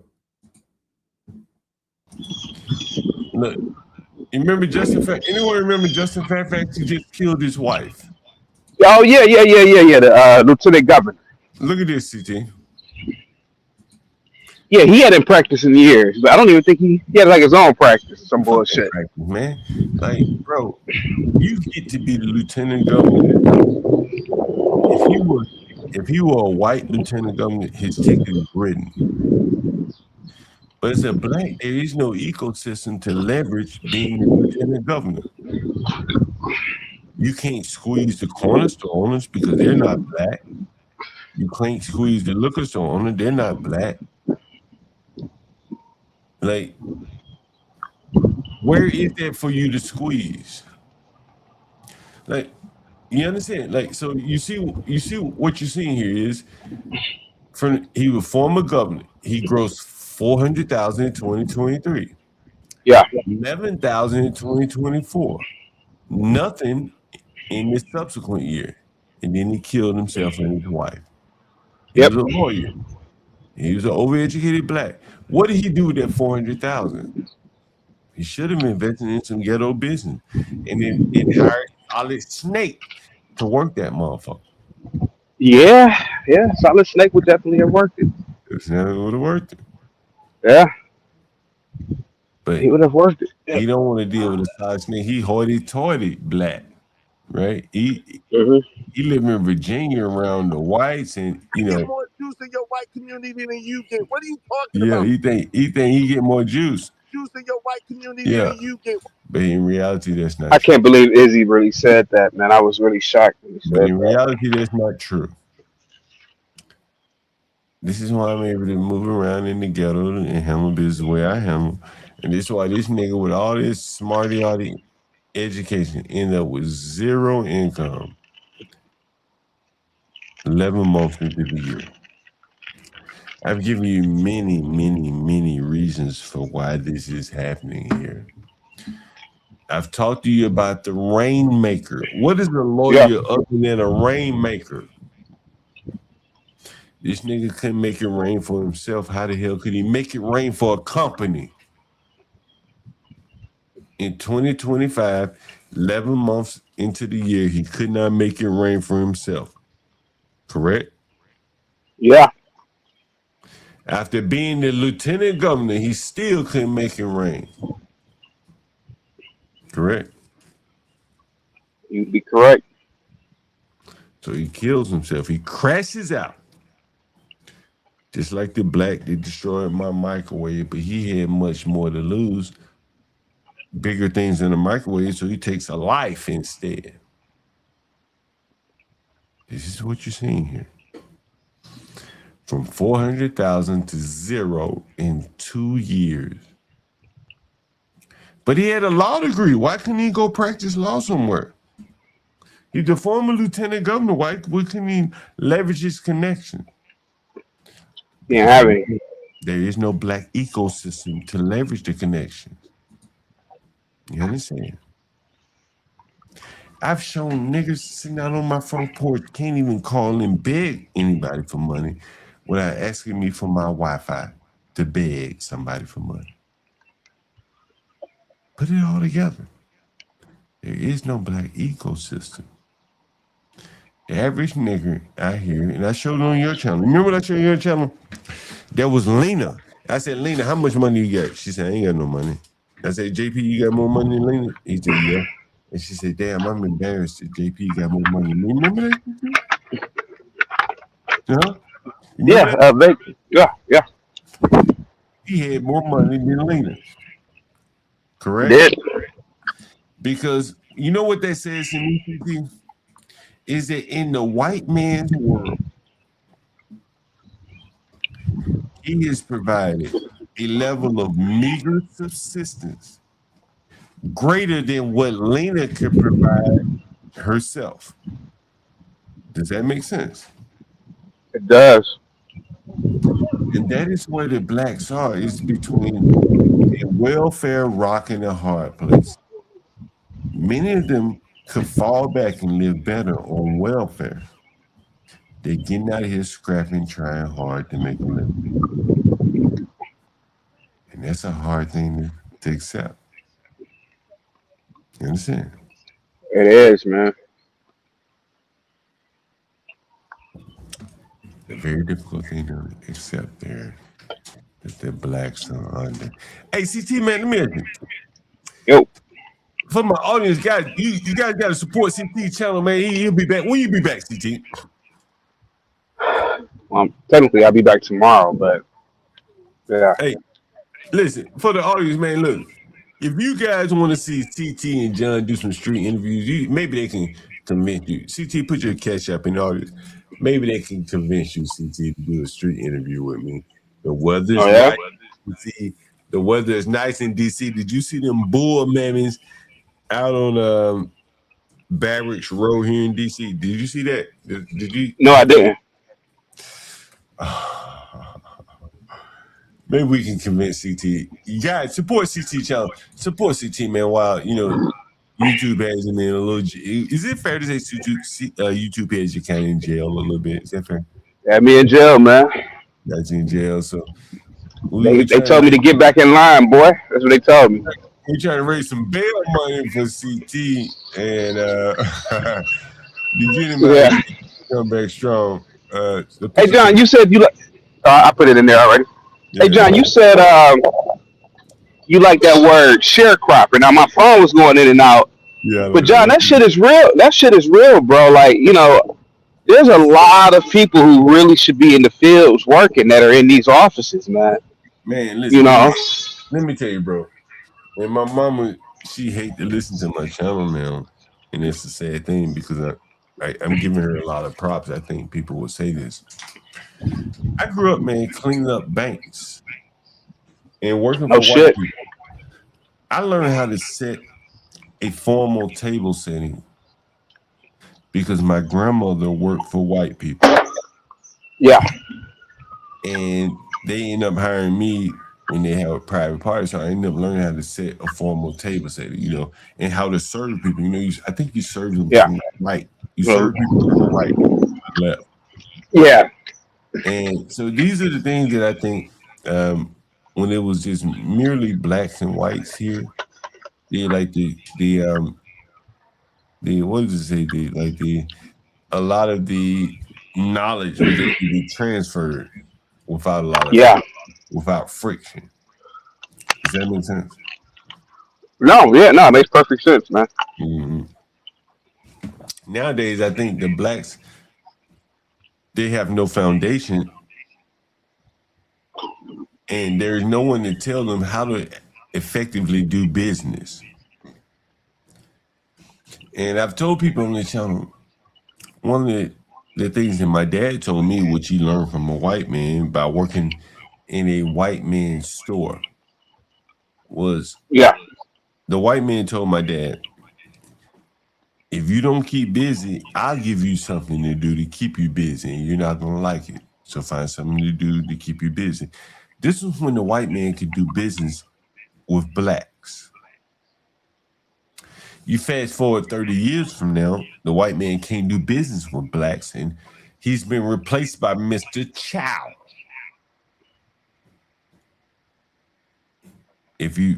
And Master Kim has talked about what happens when Mr. Chow can't do business with the blacks. He ends up getting lowball, and he's replaced by my tenant downstairs, the Arabs, who have even lesser regard for blacks. And so this is the natural progression that I'm taking the blacks through. And I don't think they have the IQ to even understand what I'm saying to them, even as I spoon feed them this.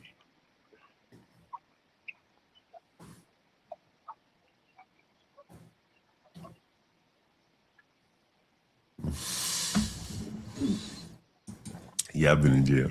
Hell yeah, I've been in jail. Listen, I'm gonna tell you one time I went to jail. You know what's so interesting? One time I went to jail, and this is the peril of living around blacks. Okay. I'm living on Georgia, right off of Georgia Avenue behind the Wendy's. I'm doxing myself and I'm telling you where I used to live. And I come home one day, and the black old school teacher she's retired because she was a government worker. Yeah. Blacks don't know how to deal with each other. They can't go up and say, hey, ma'am, can you cut the music down? Can you stop smoking reefer all day? So instead of doing that, she calls 911. I get home. This black lady probably been calling 911 for 2 hours. And I'm across the hall from her on the bottom floor. So the police open the door, and there had been a murder. Blacks had shot someone down the street from me. So the police knock on my door. I'm like, damn, I guess they here for the murder. I'm like, I ain't seen nothing. And so immediately I open the door, they put their foot in the door. I can't close the door now. But they were there for the guy upstairs who was smoking reefer. They ain't give a fuck. These niggas, they come to the first place they find. I just got on. I had like work. I was dressed like work clothes. I was a young man at the time. Yeah. They pushed their way in, and I had a shotgun and a couple other pistols in the house and a small amount of reefer. Yeah. And they arrested me. They ain't even look for the nigga who the lady was calling the police about. Think about that. This is what it's like living around blacks. Think about this shit. Like, I just get home, and I'm being an honest, law-abiding citizen. Oh, the police at my door. I open the door. What's up, Mr. Police? Can I help you? They put their foot in the door and bum rush their way in. And actually they staged some evidence. I ain't gonna, And they had me on the box, whatever. I beat it was bullshit. But the shotgun, luckily I had the shotgun, and the 380 wasn't fireable because I forget what it was, but so they could only charge me with like ammunition and whatever the fuck it was, whatever. But I wasn't the one that was causing the problem. See, this is what the fucking blacks don't want to address. This is why you can't live around them. Here I am, unassisted, just getting home from work. Police call. I'm trying to cooperate with the police. The police just trying to pick low-hanging fruit because they look at everybody as criminals in the neighborhood. I got guns to protect myself from niggas, and I ain't never going to jail. Yeah. That's the way it goes in Blackistan. So that's right. Even John's been in jail. And when I went to jail another time, you know what's so crazy, CT? The black prosecutors convinced a low IQ black woman to lie on the stand. And it was to my benefit that she did. You know why? Why is that, buddy? Because she impeached herself. Because my lawyer said, well, hey, you just now remembering this shit 2 years later?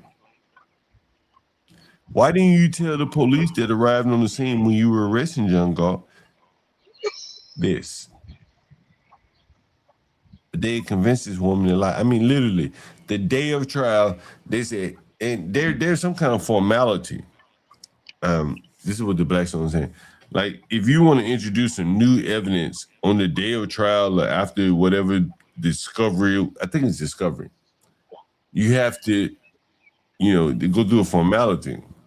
And my lawyers were like, bring it on. And it was a low, can I say retarded? A low Probably IQ black not. woman.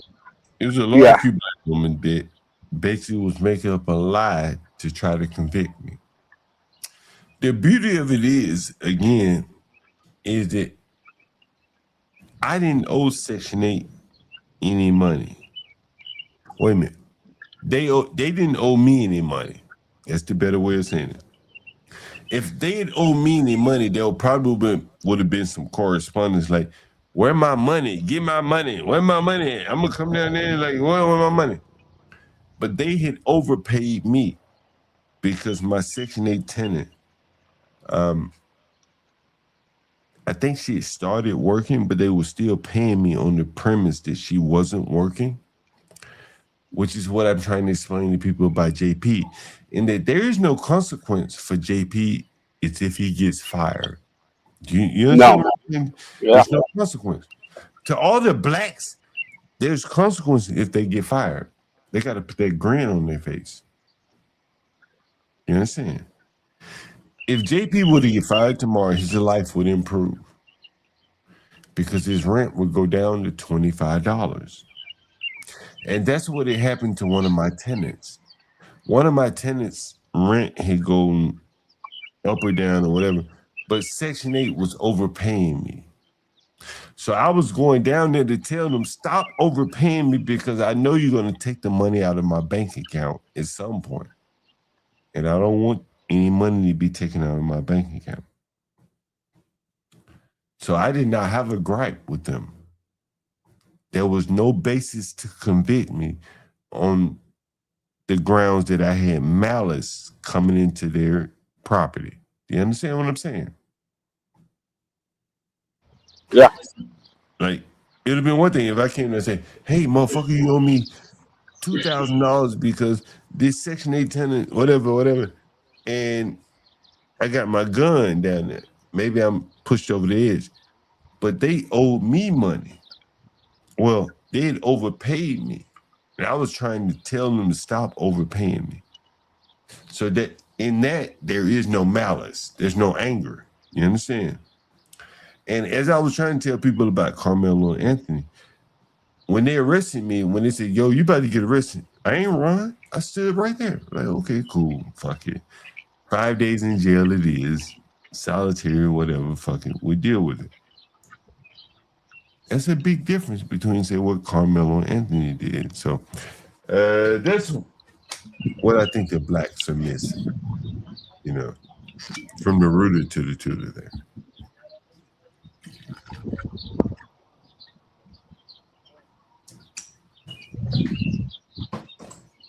John, why do you think blacks are incapable of? I mean, you said it before, but being rainmakers.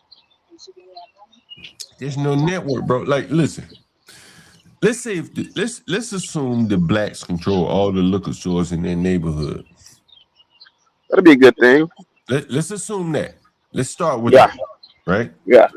Then every city regulates their liquor stores very tightly. I'm gonna show you an example of what I mean.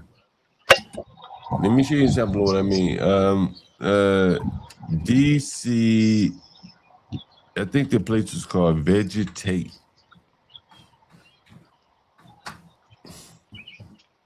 Yeah. Look at this. Look at this, CT. You see this? Does anyone see this? Oh, it's not on the screen. Look at this. Look at this right here. See this right here? Look at this. This is most important. You see this? Well, I guess this is also important.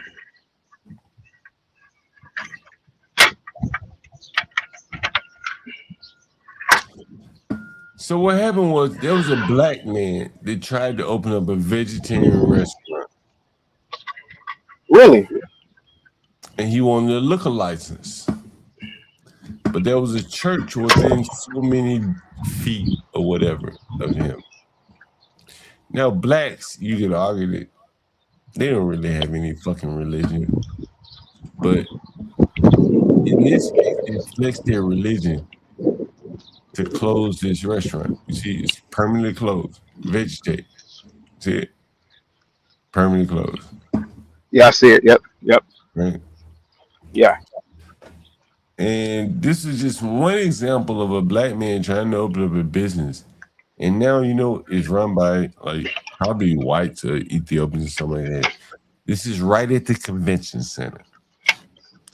The black churches are the ones that cause him to be permanently closed. Because he's within like 500 feet or yards or whatever of a church. But blacks aren't even fucking religious. Nope, not at all. But they use their religiosity to close this fucking restaurant. And this is the coming of age of John Galt. I saw a black man striving hard to try to open up a fucking restaurant. And other blacks fought against him and ended up closing him down. This is a very true story right here. Vegetate. This is right downtown.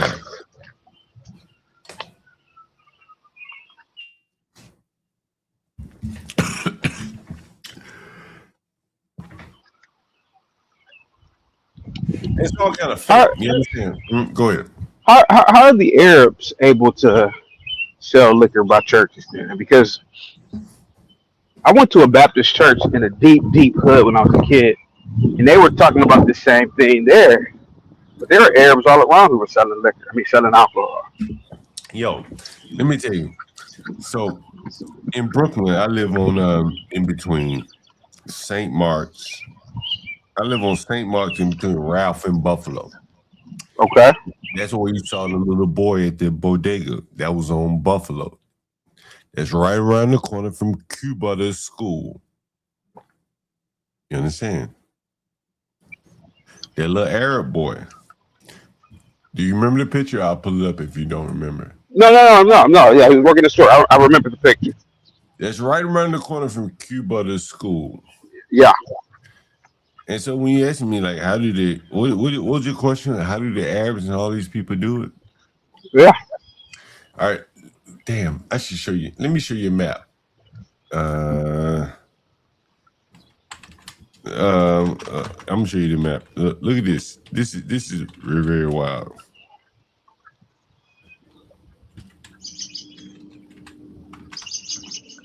All right, let me show you this. All right, let me show you this. All right, all right, all right. All right, this is where I live.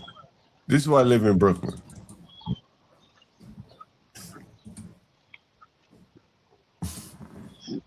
I'm gonna explain to you, CT, in dope man parlance. Okay. Y'all want to hear in dope man parlance or what? All right, look, this is where I live. You see that red dot right there? You ever heard of Wheatsville, CT? Of who? Wheatsville. You see it's highlighted right there in red. No, I have not. No. All right. We gotta do a fucking history lesson for CT here.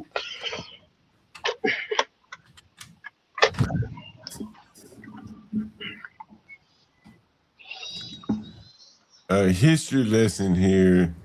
Where is it? Oh, okay. All right.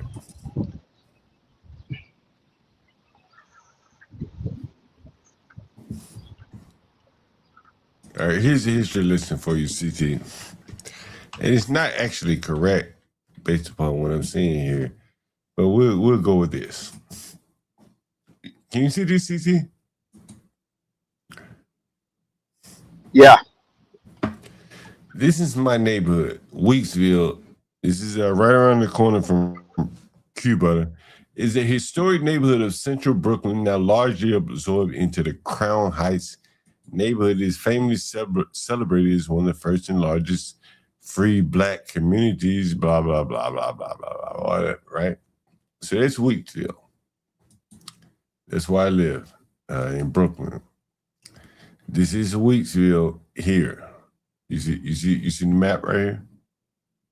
I do. All right, so right here, let me see if I can zoom in. See if I can zoom in. I'm going to explain something to you guys.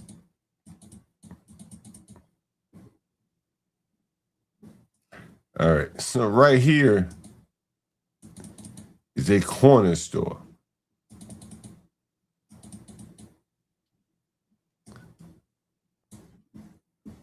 Where they sell beer and wine. It's Muslim owned. Got it? Here's Wheatsville.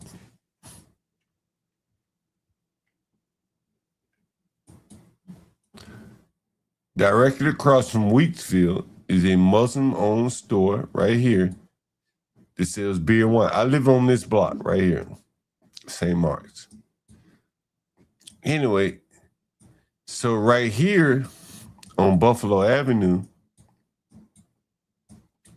is another store.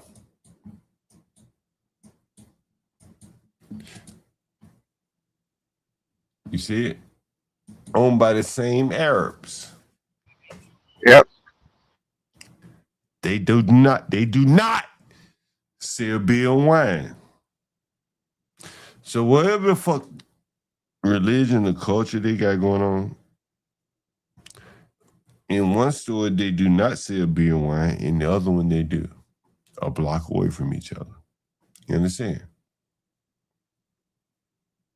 Does that make sense? How they're able to split the baby, I don't know. But this is how they split the baby within the black community to extract maximum profit.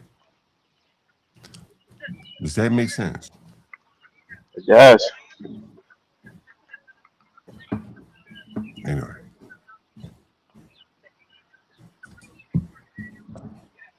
So when you talk about that, when you talk about the Arabs, that's really what you these people are, you know, I ain't gonna say all of them, but a lot of them are not as you know, what's the word would be? They don't believe in it as much as, you know, they adhere to it to make money. And the blacks are not willing to fill these voids within their community. So the Arabs fill the voids. My tenant, Omar is an Arab. He works in these communities among blacks.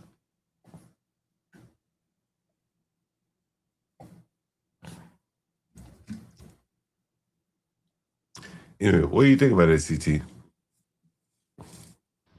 What do I think about it? Man, you already know what I think about it, John. In terms of the beer, right? The alcohol, right?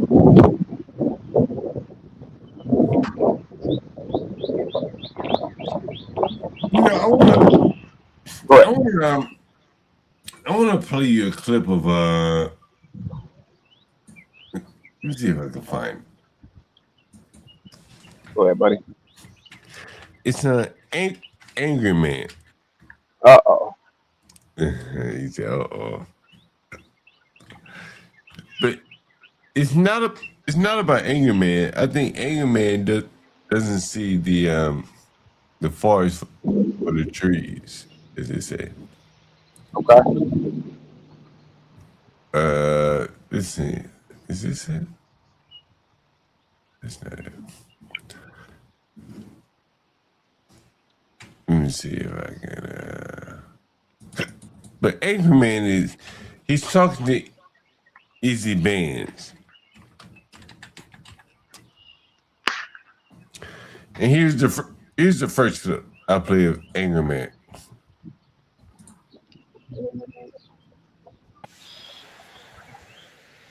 All right, let's see.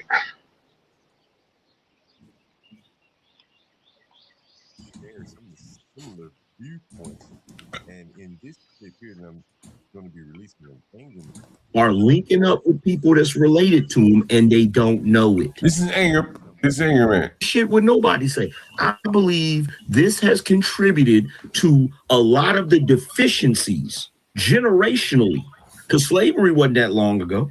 And I'm telling you right now, there's a bunch of people in these predominantly black cities. A lot of them are linking up with people that's related to them, and they don't know it. They don't and know. The reason they don't know it is because of how erratic and how disorganized our family structures are now. If you've ever bred dogs, here's one thing you know for a fact. No. If you inbreed those dogs, you can get two results. You can get the result that's bad, which is genetic defects and all of that shit, or you can get the other result, which is inbreeding makes them meaner and crazy because the bloodline is too close together. I don't care what nobody say. I believe the same thing happens because, see, this is what people believe. People believe that every time human beings inbreed, it's always going to end up with some mental defects or some sort of deformity. It doesn't always do that. Sometimes the baby will come out with no deformities, no problems whatsoever. They'll seem normal, but their temperament will be different. Their temperament will be bad. You feel me?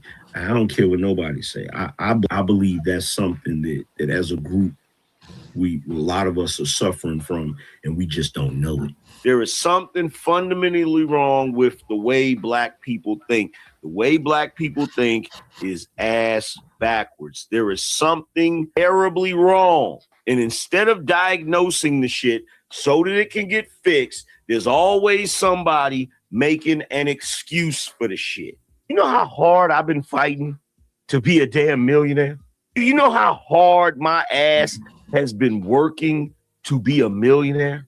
And I'm sitting back watching dudes get their hands on millions of dollars, drive whatever kind of car they want to drive, could live in whatever kind of house they want to live in, can pretty much do whatever they want to do. Some of them even got enough money to fly private. They can fly private jets and all types of shit and just live whatever lifestyle they want to live.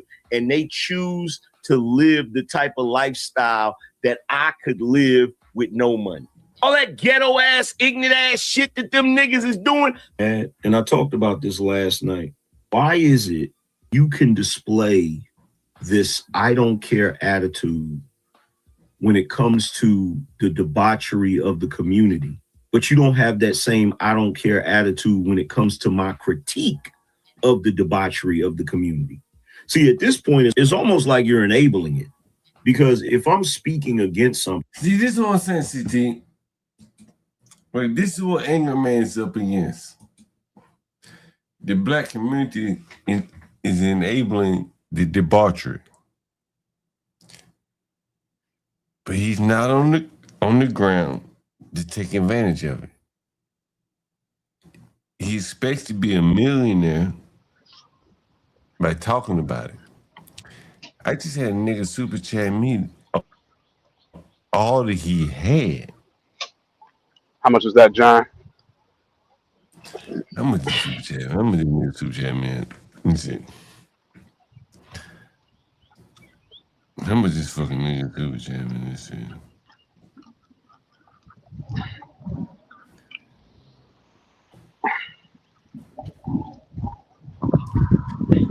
You ain't gonna believe what this nigga name is.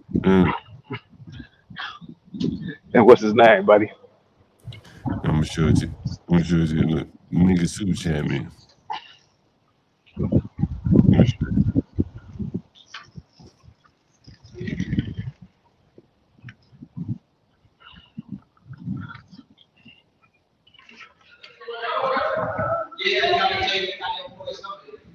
All right, let me show you, CT. Where is it? Here it is.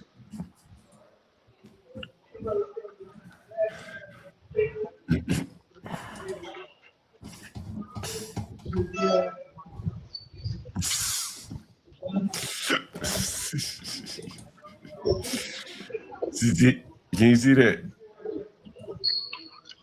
I can see it, yeah.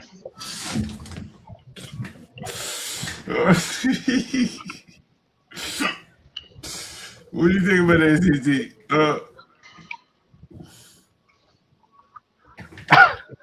What do I think about his name, or? Yeah, what do you think about this name, CT? You send that shit out on the resume. You know what, Jungle? I gotta hand it to you. I mean, well, myself. What do you think about that name, CT? Well, I mean, to be completely honest with you, about the resume, I throw it in the trash. You said what? I would throw. But his mama done scarred him. CT, you want him to change his name? What can he goddamn scarred by birth. What do you do with these fucking blacks scarred by birth? Nigga, I'm the only nigga that can get money out of fucking nigga. Me and the Chinaman, me and Rick Chow. We the only niggas that get money out of these fucking low life fucking this savage ass motherfucker. The underman. What's his name, CT? What's his name?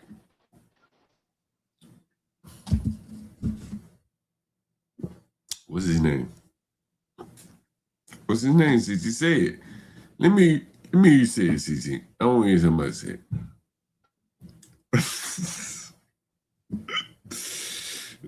I am that nigga fucking jungle.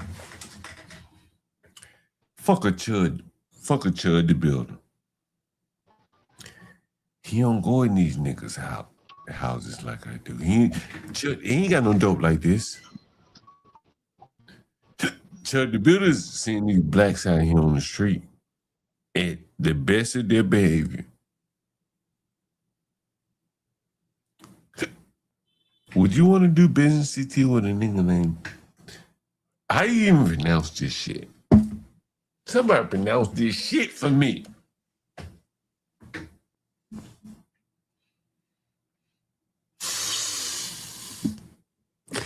I am that nigga Junko. I'm keeping these fucking blacks off your streets.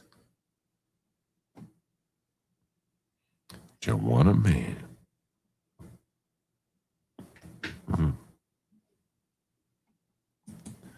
Look at this. Look at this shit. Nigga ain't got $300.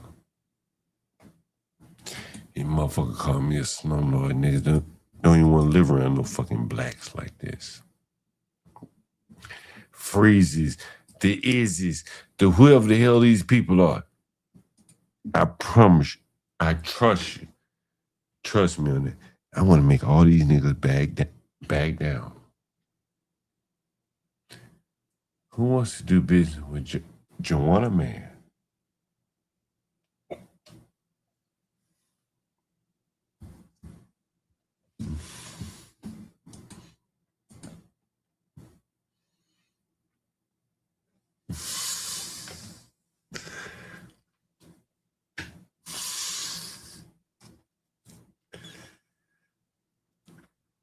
There's a blacks probably in my chat right now. They probably name like Joanna Man, Joanne Clark, whatever the fuck.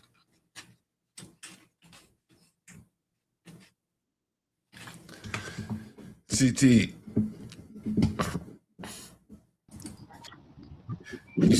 Blacks talk against CT like their mamas and daddies are scarring them. See this, CT? Juwan, yeah. That's it. He fucked at birth. To a degree, he is, man. Uh-huh.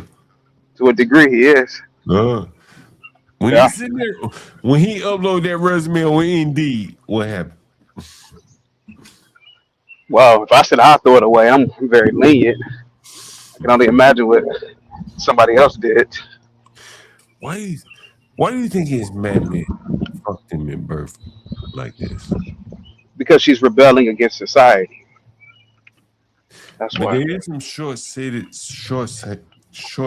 element to this because there is no black economy where Jawan can make a good living.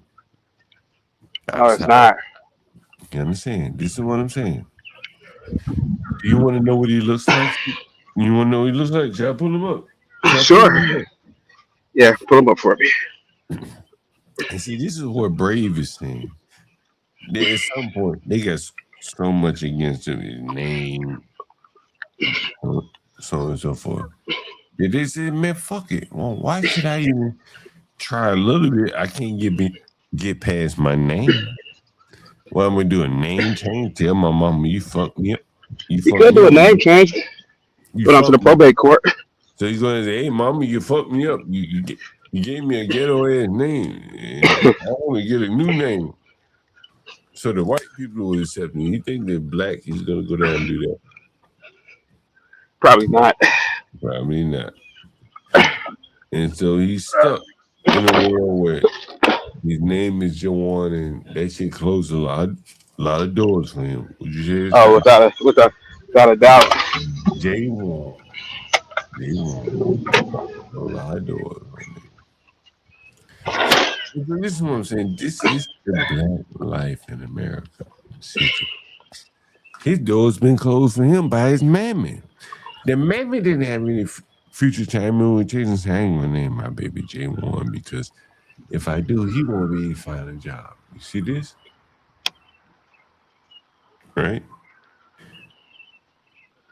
She gave him a name that's gonna harm him from finding a job. You do see this, right, CT? I do. And this is where blacks are. This is what I'm trying to explain. Nigga, you're in a real bad way here in America. A real bad way, blacks. And Angry Man even said it. Listen to this shit, CT. Listen to my nigga Angry. My nigga Angry Man. My nigga. Every day I'm hustling. I just get. Yeah. Oh, wait a minute. Hold on. This is Angry Man. Listen. Don't get along because we. Yeah, you know what I'm saying? But I won't. The reason they don't know it is because of how erratic and how disorganized our family structures are now. If you've ever bred dogs, here's one thing you know for a fact. If you inbreed those dogs, you can get two results. You can get the result that's bad, which is genetic defects and all of that shit, or you can get the other result, which is inbreeding makes them meaner and crazy because the bloodline is too close together. I don't care what nobody say. I believe the same thing happens because see, this is what people believe. Hey, John, whoever Frankie is in the chat, man, salute to you, Frank. Thank you so much for that coffee, man. I really appreciate that, buddy. You anger man said he comparing blacks to dogs. And he said they get meaner, CT. Listen. Defects and all of that shit. Or you can get the other result, which is inbreeding makes them meaner and crazy because the bloodline is too close together. I don't care what nobody say. I believe the same thing happens because see, this is what people believe. People believe that every time human beings inbreed, it's always going to end up with some mental defects or some sort of deformity. It doesn't always do that. Sometimes the baby will come out with no deformities, no problems whatsoever. They'll seem normal, but their temperament will be different. Their temperament will be bad. You feel me? I don't care what nobody say. I believe that's something that as a group, a lot of us are suffering from, and we just don't know it. There is something fundamentally wrong with the way black people think. The way black people think is ass backwards. There is something terribly wrong. And instead of diagnosing the shit so that it can get fixed, there's always somebody making an excuse for the shit. You know how hard I've been fighting to be a damn millionaire? You know how hard my ass has been working to be a millionaire? And I'm sitting back watching dudes get their hands on millions of dollars, drive whatever kind of car they want to drive, could live in whatever kind of house they want to live in, can pretty much do whatever they want to do. Some of them even got enough money to fly private. They can fly private jets and all types of shit and just live whatever lifestyle they want to live. And they choose to live the type of lifestyle that I could live with no money. All that ghetto ass, ignorant ass shit that them niggas is doing. And I talked about this last night. Why is it you can display this I don't care attitude when it comes to the debauchery of the community, but you don't have that same I don't care attitude when it comes to my critique of the debauchery of the community? See, at this point, it's almost like you're enabling it. Because if I'm speaking against something, that's just like if a house is on fire and I come running up with a bucket of water and you... This angry man wonder why he can't be a millionaire amongst the blacks. And, I can say a lot more, but, I'll leave it at that. What do you think about this, ET? I know it's hard to criticize, one of your fellow streamers. No, not at all, man. You gotta put boots on the ground, and you have to do what everybody else is. A long time ago, a friend of mine said, if you want to copy somebody, copy the best cat. And the people who are become millionaires in the black community, I gotta say it, bro, they don't do it through righteous means, man. They do it the way the Arabs are doing it, the Chinese are doing it. You blacks are consumers, man. And if you really want to be a millionaire amongst blacks, you gotta give them something that they can consume. They're not gonna consume you. I'm not angry, man, but they're not gonna consume. There is no consumer really base for what he's doing or what. Truth be told, even what I'm doing to a degree. The real consumer base is selling little Black and Mild packages. How do you corner the market on selling, sandwiches in the hood or something like that? Something that go ahead. It'd be interesting again, and I've said this all along. They're streamers. What's up, Blue Jay? They're streamers that run corner stores or drive Uber. They show the blacks in their natural habitat. And I bet they have millions of subscribers. If you run a corner store in the ghetto, All you gotta do is film it. You got gold. You really do. Yeah, E, what's up, man? Thank you so much for the coffee, bro. Salute, bro. And at the same time, like you're running a business. Yeah. You know, and you know, I think there's something to that. You know, they, these guys don't have any boots on the ground while having Agreed. experience of being a millionaire, and he's not this smart. That's the probably the other leg that the crutch that he's Yeah. missing. Like, he's not that intelligent. Angry Man's not that intelligent. And I'm not hating. You know, we may be around about the same mark, but he doesn't have any dope. While expecting these people in his audience to make him a multi-millionaire, that's a big lift. You know, It really is. and when he talks about the black community is trash, at the same time, like, how do you expect to be feeling out of community Yeah. trash? Like, that doesn't make sense. Doesn't. What the fuck is this calling me? I'm gonna talk about it. Yeah. Anyway, go ahead, CJ. Tell the audience again. We had a few people probably stream in, stream out. When are you coming back? More than likely tomorrow. I mean, I can come back. I can legally come back tomorrow, man, but I might take some more time off. I'm rolling. Yeah, probably tomorrow, Friday.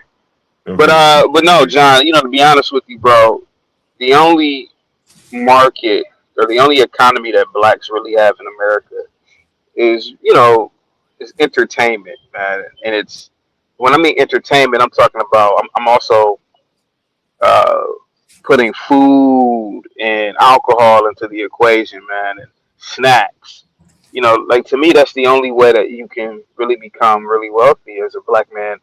If you're gonna use black people, if you want that economy with blacks, you have to sell them, like you said, the little Debbie's, the beer, the alcohol. You got to sell them all the poison that the Arabs and the Chinese have already been giving them. That I we've. mean, if you control the poison, maybe you can minimize it, limit it. Yeah. As it stands now, the blacks are basically ceding ground to everyone else to sell their poison. Like, Well, in liquor stores, you probably could say, "Hey, man, like, you just came in here and bought a 6-pack and drinking yeah. it already. Maybe you can guilt tripping into, whatever. Come back in another hour or two."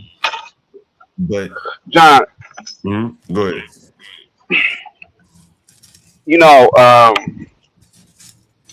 I've told you this before, like the littering, right? You would think that you could make millions of dollars just cleaning up litter in the black community, but you can't do it, man.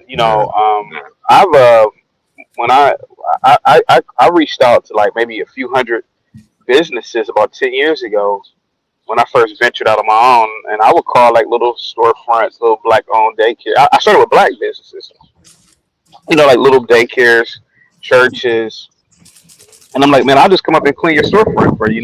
What's the word that they call it, John? Curb appeal. Yeah. And I got so many people telling me, no, it's denied. Like, oh, we're not interested. And I'm like, man, I'll come over there and just do it for $10. Yeah, because if I can get 100 people in a day, and if it's like, like the job ain't that much, man. A lot of times it's just, you know, 10, 15 pieces of paper, but they leave it there for weeks on end. But no, man. So you realize then that, hey, man, you really can't make any money when you try to do those novel things in the black communities, man. So that your best bet, like you said before, man, is corner the market on corner stores. Why is it the blacks selling like canned food and little pops and shit? Yeah, Lucy's, man, yeah. Yeah, you think? Yeah, go ahead, buddy. I had a guy. Damn, I forget what I was about to say. Hold on, let me see these dumb blacks, these fucking blacks calling me and shit. But I think that is probably where they would be better served. Hold on for a second. Let me see. I want you to listen to this shit, CT. Listen to this shit. Fucking It's good to lying. see you, Blue Jay. This fucking lying ass black right here, CT. Listen. Okay. What up? You on my stream, nigga? Hey, Oh my god. Did you see my text just now? Yeah, you got a referral for me. Yeah, you want to send me whatever you want me to send them? Hey, sure. I got niggas calling me all day. Let me tell this nigga Ray. Hey. Now, I want to ask you a question. I got CT on the panel. You know CT, right? Yeah, that Nigerian guy that talks crap about black people. Nigga, you Nigerian. Your motherfucker said, what the fuck you talking about him for? Hey, nigga, ain't you Nigerian? Yeah. I'm trying to describe the person that you're talking about. I'm not looking at your screen. So I ain't asked you to describe it. I asked you, did you know CT? I asked you to describe it. yeah, so we could be on the same page, bro. What's up, bro? Hey, so we set the table then, nigga. Since you want to set the table, you married to a sister gal? Yo, what's up? There's not an interview about me. What do you have any questions for? Do you want to send me the link or nah, bro? Hey, you want to join the stream? You want to join the stream, man? We'd love to have you join the stream. Nah, I'm good, bro. I appreciate it, though. Hey, so you live over in the ghetto where I am, right? Yeah, I don't want to do an interview on me though. But what's up, bro? Yeah, I live out here. Do you think the blacks are having an effect on the property values over here? It's a little open-ended, bro. I'm black. I'm out here, so yeah. That's yeah. Well, yeah. Do you think that now you said that the women over here ugly as fuck? Would you say this here? No, that's not what I said. Do you think the women over here are ugly as fuck?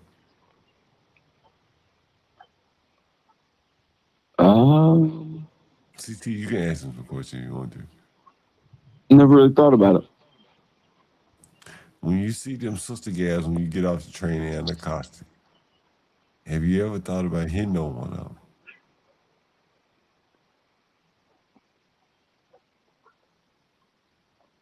What are y'all talking about, man? I don't want to do an interview We talking about me. the fucking beauty desert. We talking about what these women look like over in southeast, southeast, southeast, nigga. What these women look like over here? What do you think they look like? They look like sister gals. How'd you describe them sister Are gals? they attracted to you? What do you think? Yeah, some of them. CT, you hear this shit? But all right, man. Go and send me that link. What link? Or I think you do a link, right? You have a website or something? Well, what are you trying to join? Oh, you telling me you better send me a refer. Is it a black person you send me a refer to? Yeah. Why don't you take the black person? I did, but they stayed their stay, and then they want to extend longer. But I don't do that. You don't do that. You don't want to do it with the blacks. Is that what you're saying? No, I like my optionality. So he wants to stay longer than I'm willing to rent to him for. He's black. Yeah. He stayed, and stays now over, and he wants to potentially look for longer term. Is he like a local? Is he a local? Yes. Yep. Can you explain to my audience what local really means? CT, are you familiar with what local means? Local in terms of a union? No. The niggas talking about a union. Carl, no, what is local meaning union? What is a local, buddy? Go ahead. Local means black, nigga. Oh. No, that's not what it means. This lying ass nigga. This lying nigga. Lying fucking nigga. Nigga, you know local means black. This lying nigga. No, that's not what it means at all. These fucking blacks lie like a motherfucker. Go ahead, man. Go ahead. Tell us what local means. Just means that someone that lives in the area, basically. They don't have a place to live, and they're using When I Airbnb. say when I say the area, I'm talking about like DMV. You know, like the whole area. Do you rent the locals? I mean, I have, but like I do occasionally. I try not to though. Do I rent the locals? Yeah, you do. That's your bread and butter. And you say you try not to rent in them. Yeah, correct. I don't want people working from home, none of that. I want you going to see the White House, you're coming home, pooping, showering, and going back out again. Are you seeing this niggas here trying to like basically slice and dice the baby? You hear this, CT? No, I'm listening. I'm not. I don't want people running up my electric bill and all that. I don't need that. I just want people coming tourists. That's my tourists. ideal. You That's my ideal. You like people that want to come see the monuments and the exquisiteness of white America, the Capitol, all those grand buildings. That's what you want to cater to those people, correct? Tourists, yep. Yeah, you don't want no nigga you want to like they eat mumbo sauce. I had mumbo sauce. What's today? Wednesday. I had mumbo sauce on Monday. You don't want Monday. But if you had your if you could ask people, mumbo sauce would be a pretty good differentiator between the type of guest you would choose. Would you say that's fair? If you say, hey, do you eat mumbo sauce? No. If the answer is yes. If you eat if you've never heard of mumbo sauce, let me ask you, if you had never heard of mumbo sauce, wouldn't it be a pretty good guess on average? What would be a good guess? If a guest said to you, I've never heard of mumbo sauce, would you feel more comfortable with that person? Sure, that means they're probably not a local. And who eats mumbo sauce here in DC? People from DC. And how would you describe the people that eat mumbo sauce? Mumbo sauce. Let me look this up. People that live and work in the area. What race are these people? They eat mumbo sauce. All races. You think all races of people here eat mumbo sauce? Are you serious? Yeah, that's actually what I think. I think most people that have been in this area for any length of time has tried mumbo sauce. Yeah. I asked you if they tried it. I asked you if you think they eat it. It's they Well, you know what? All right, look up the word "eat me." All right, I can't do this with you, bro. All right, send me the link if you want the referral. If not, that's fine. Yeah, I see. Peace. That's what I'm saying. Like mumbo sauce is like some shit that the Chinese have come up with to appeal to the black CT. And this nigga here is living the big lie. He said everybody eat it. But in reality, it's the blacks that eat this shit. And you just the blacks that really eat it. Nigga, it's only the black. What the fuck you mean? Yeah. It's the Chinese that serve it. Yep. And here he is lying like a motherfucker. And he has no reason to lie, but he lies anyway. What is he protecting? I don't know. But yeah, this is motherfucking amazing here. I'm gonna show you a video of mumbo sauce. Look at this shit. Yeah. But anyway, there's so many videos of mumbo sauce. You know, it's a black thing. And here's this black guy. You know, he's married to a white woman, and he has to act like he doesn't know things. This is the mental illness that blacks, you know, are encountering. Imagine how he must go through his work life. You know, the blacks can't be honest with him. They're like, I don't eat no fucking mumbo sauce, nigga. He like, but he's good. Whatever, I don't know.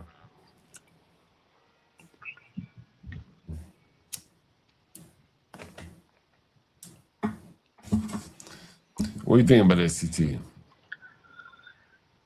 I think you have a lot of people who are in denial, bro. Yeah, he's in total denial. I mean, he's an African guy. He's Nigerian. And so, I think that's part of it. He doesn't want to admit that, the true reality of the blacks. It probably hurts him a little bit too much to admit, to be honest. So he says everybody eats mumbo, so he don't eat this shit. You never heard of mumbo before, though, CT? No, I have not. No. I gotta show you this video, bro. All right, let's see it. This is from my neighborhood. And then I'm gonna show you. Oh, okay, all right. For those of you that have been watching the channel for a while, you probably remember this. Or this will remind you of something. Let me show you, CT. Yo, CT, listen. When I used to be a second landlord, right? I used to rent to this family. And they had 2 sons. The lady's rent was $1. Oh, really? $1. And she used to rent to 2. She had 2 sons that lived in the house. And so they used to do this kind of dancing and shit, and here's the dancing. And I videoed this shit, and they're gonna show it on the channel where John Galt was. All right, let's see it, buddy. Look at this shit. Look at this shit, CT. Listen to shit. It's called Beat Your Feet. It's called Beat Your Feet, CT. Listen. This is black music right here. Why you shining in the club line? Getting my shoes shine. Got a hype man and he gon' co-sign. So this video you're looking at here is blowing up all over social media. It shows people doing a very unique deep. What am I watching, buddy? What is this? Does anyone remember when I showed that video of them blacks? They're gonna show it in a minute. Yeah. I filmed the video of these blacks. You might see some of the blacks on here that was on my video, and I'll show the video in a minute. But here's the black. This is black culture in DC. PC dance style that you may only know if you've lived in the DMV for many, many years. Our whole dance, it started like on some rugged, rough around the edges type stuff. It's such a hood DC thing. Our feet is moving fast, like nonstop. It never. Yo, that's my former tenant right here. And the red hat? Yeah, it's my former tenant right here. I remember the face. I'm gonna tell you a crazy story. What's that? Yeah, I'm pretty sure this is his family.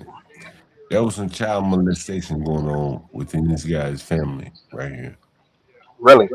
Yeah. That's what I remember. I don't remember exactly what the extent of child molestation. But there were several kids in the house, and listen to the stop. There's no way you could come here and not know what this music is about. Anything you put on besides go-go, we don't want to do it to it. We didn't let you know it came from us. Made it big with go-go, and I made it with that dough flow. This one right here for Polo. Don't mute DC. That is trending tonight on Twitter. Go-go music fans, they are furious. Gentrification has affected the go-go culture. People are not recognizing.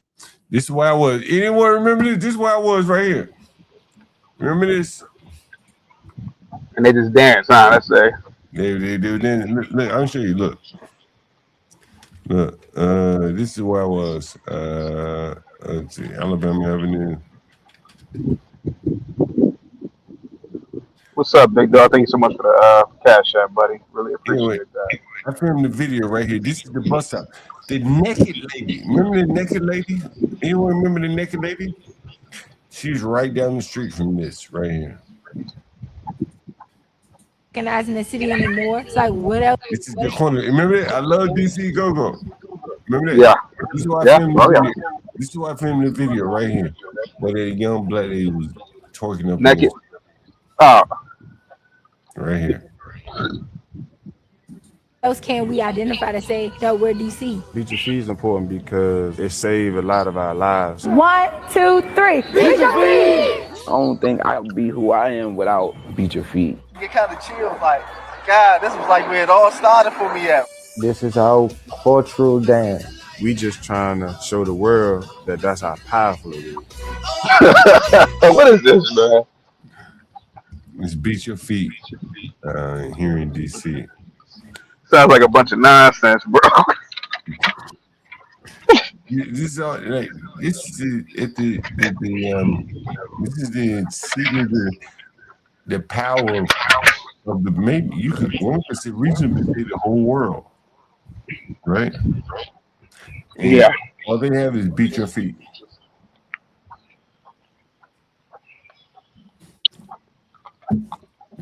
Beat Your Feet. That's all they have. Beat your feet. That's all they got, John. Yeah, I got the video. Man, let me see. Does anyone want to see the video of this shit? CC, you want to see the video? Let me see a funny video. Yeah. Man. Let's see. Someone put the link in the chat. What the fuck? Was it a short? Here it is.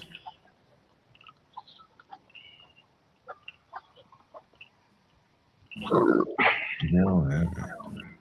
Maybe I don't have it right here from the other channel.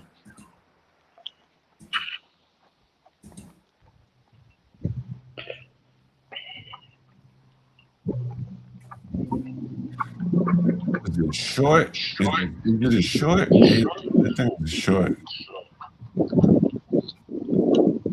Beat Your Feet. I don't know. I can't find it on TV anyway. But anyway, right there at the scene, I had a video of what they were doing the whole Beat Your Feet shit. We are DC. Blah, blah, blah, blah.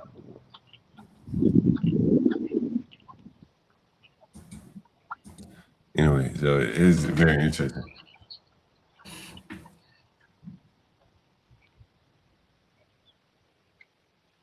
It's called Beat Your Feet. That's what it's called, huh? Yeah, it's so. I used to rent to a family, as I was saying, and Yeah. they were like the family members were like all into like the whole Beat Your Feet shit, and so I'll be on the grind. I think it's like Wale or somebody. I don't know who the hell it is, but anyway. But yeah, that's the black contribution to civilization, huh? Here in DC, at least. Yeah. You know, I got a clip, CT, where I interviewed a black guy. He said, "Man, I hate DC." And Why did he say that? Well, he said because they're black people. But then I interviewed a couple white people, and they're like, "I love DC." And they were like, because of the people. Two different mind frames, right? It's like two different cities. Yeah. You know, so that's kind of what you see in DC here. Let's go to the chats and see what he's saying. Dance, right? Oh, good day, man. Memphis Jim. You know, I do want to go through a couple things, CT. I want to get you to respond to this. All right, I'm here. Let me see.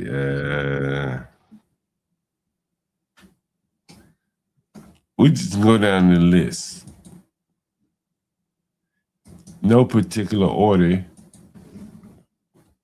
Here's the first one. All right, here's the first thing.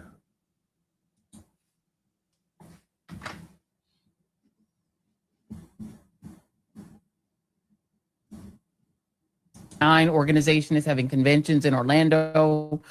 I would be willing to give up as much as I love New Orleans. Why are we going to these red states and giving them convention money? Why are our big organizations like the NAACP and others, when y'all are having your conventions, there are beautiful places to do these in blue states. Why are we not rewarding them? And I would love to see it broaden out. I think it is time to treat these southern states like South Africa. They want to be like South Africa. They want to take a large section of their population and disenfranchise them. If that's what you want to do, we'll just treat you like old South Africa. Should we?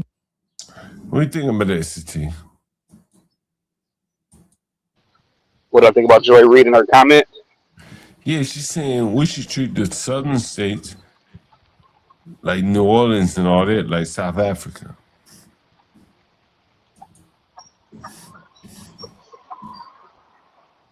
So what is she saying? I mean,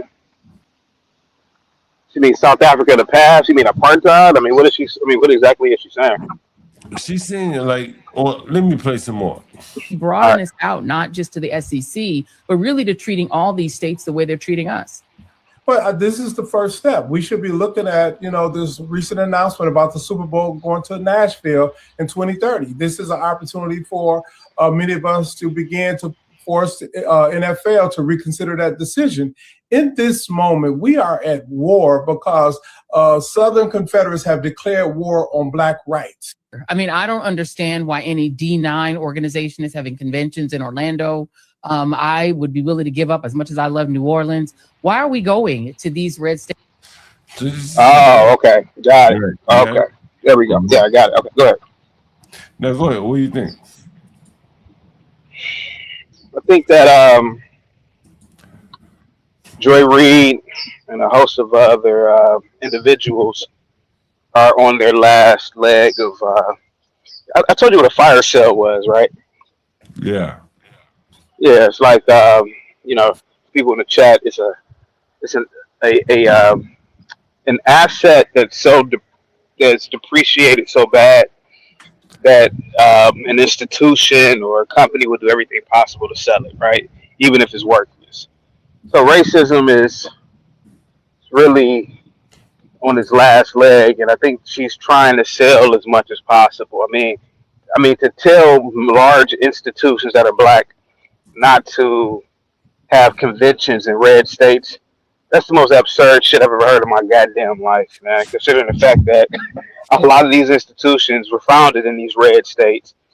A lot of these institutions make a lot of money in these red states, man. I don't even know what the hell she's talking about. It doesn't even make any sense. Tell me what you think about this right here. Yeah, go ahead. 26. Y'all glowing, class of 26.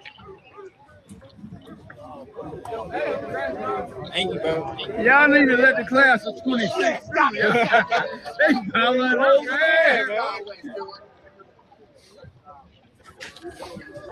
What do you think so far, CT? Before I play the rest of it. Of this graduation, I don't really think anything of it. What about it, buddy? No, I'll play the rest. All right. Anything you see here, like, strikes a chord with you? Class of 26, I see you. Not really. I mean, what am I supposed to be watching?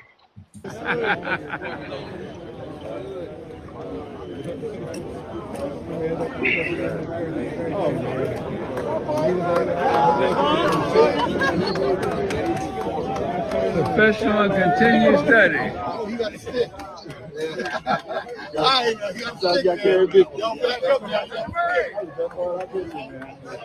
Class of 26, we see you there. We see you, class of 26. What do you think about this so far, CT? I see you, class of. What do I think about it? Yeah. I don't know, man. What am I watching? This is the Morehouse class of 2026. Okay. Dreadlocks, braids. Class of 26, we see you there. We see you, class of 26. Dreadlocks.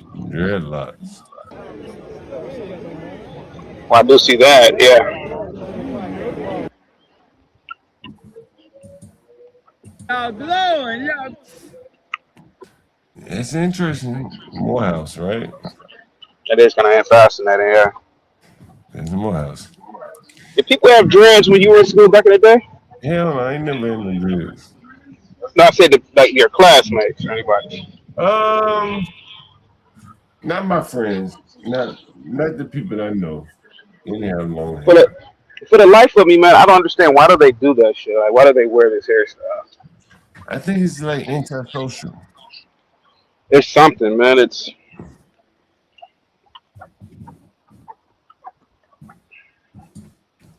It is very interesting. I will say that.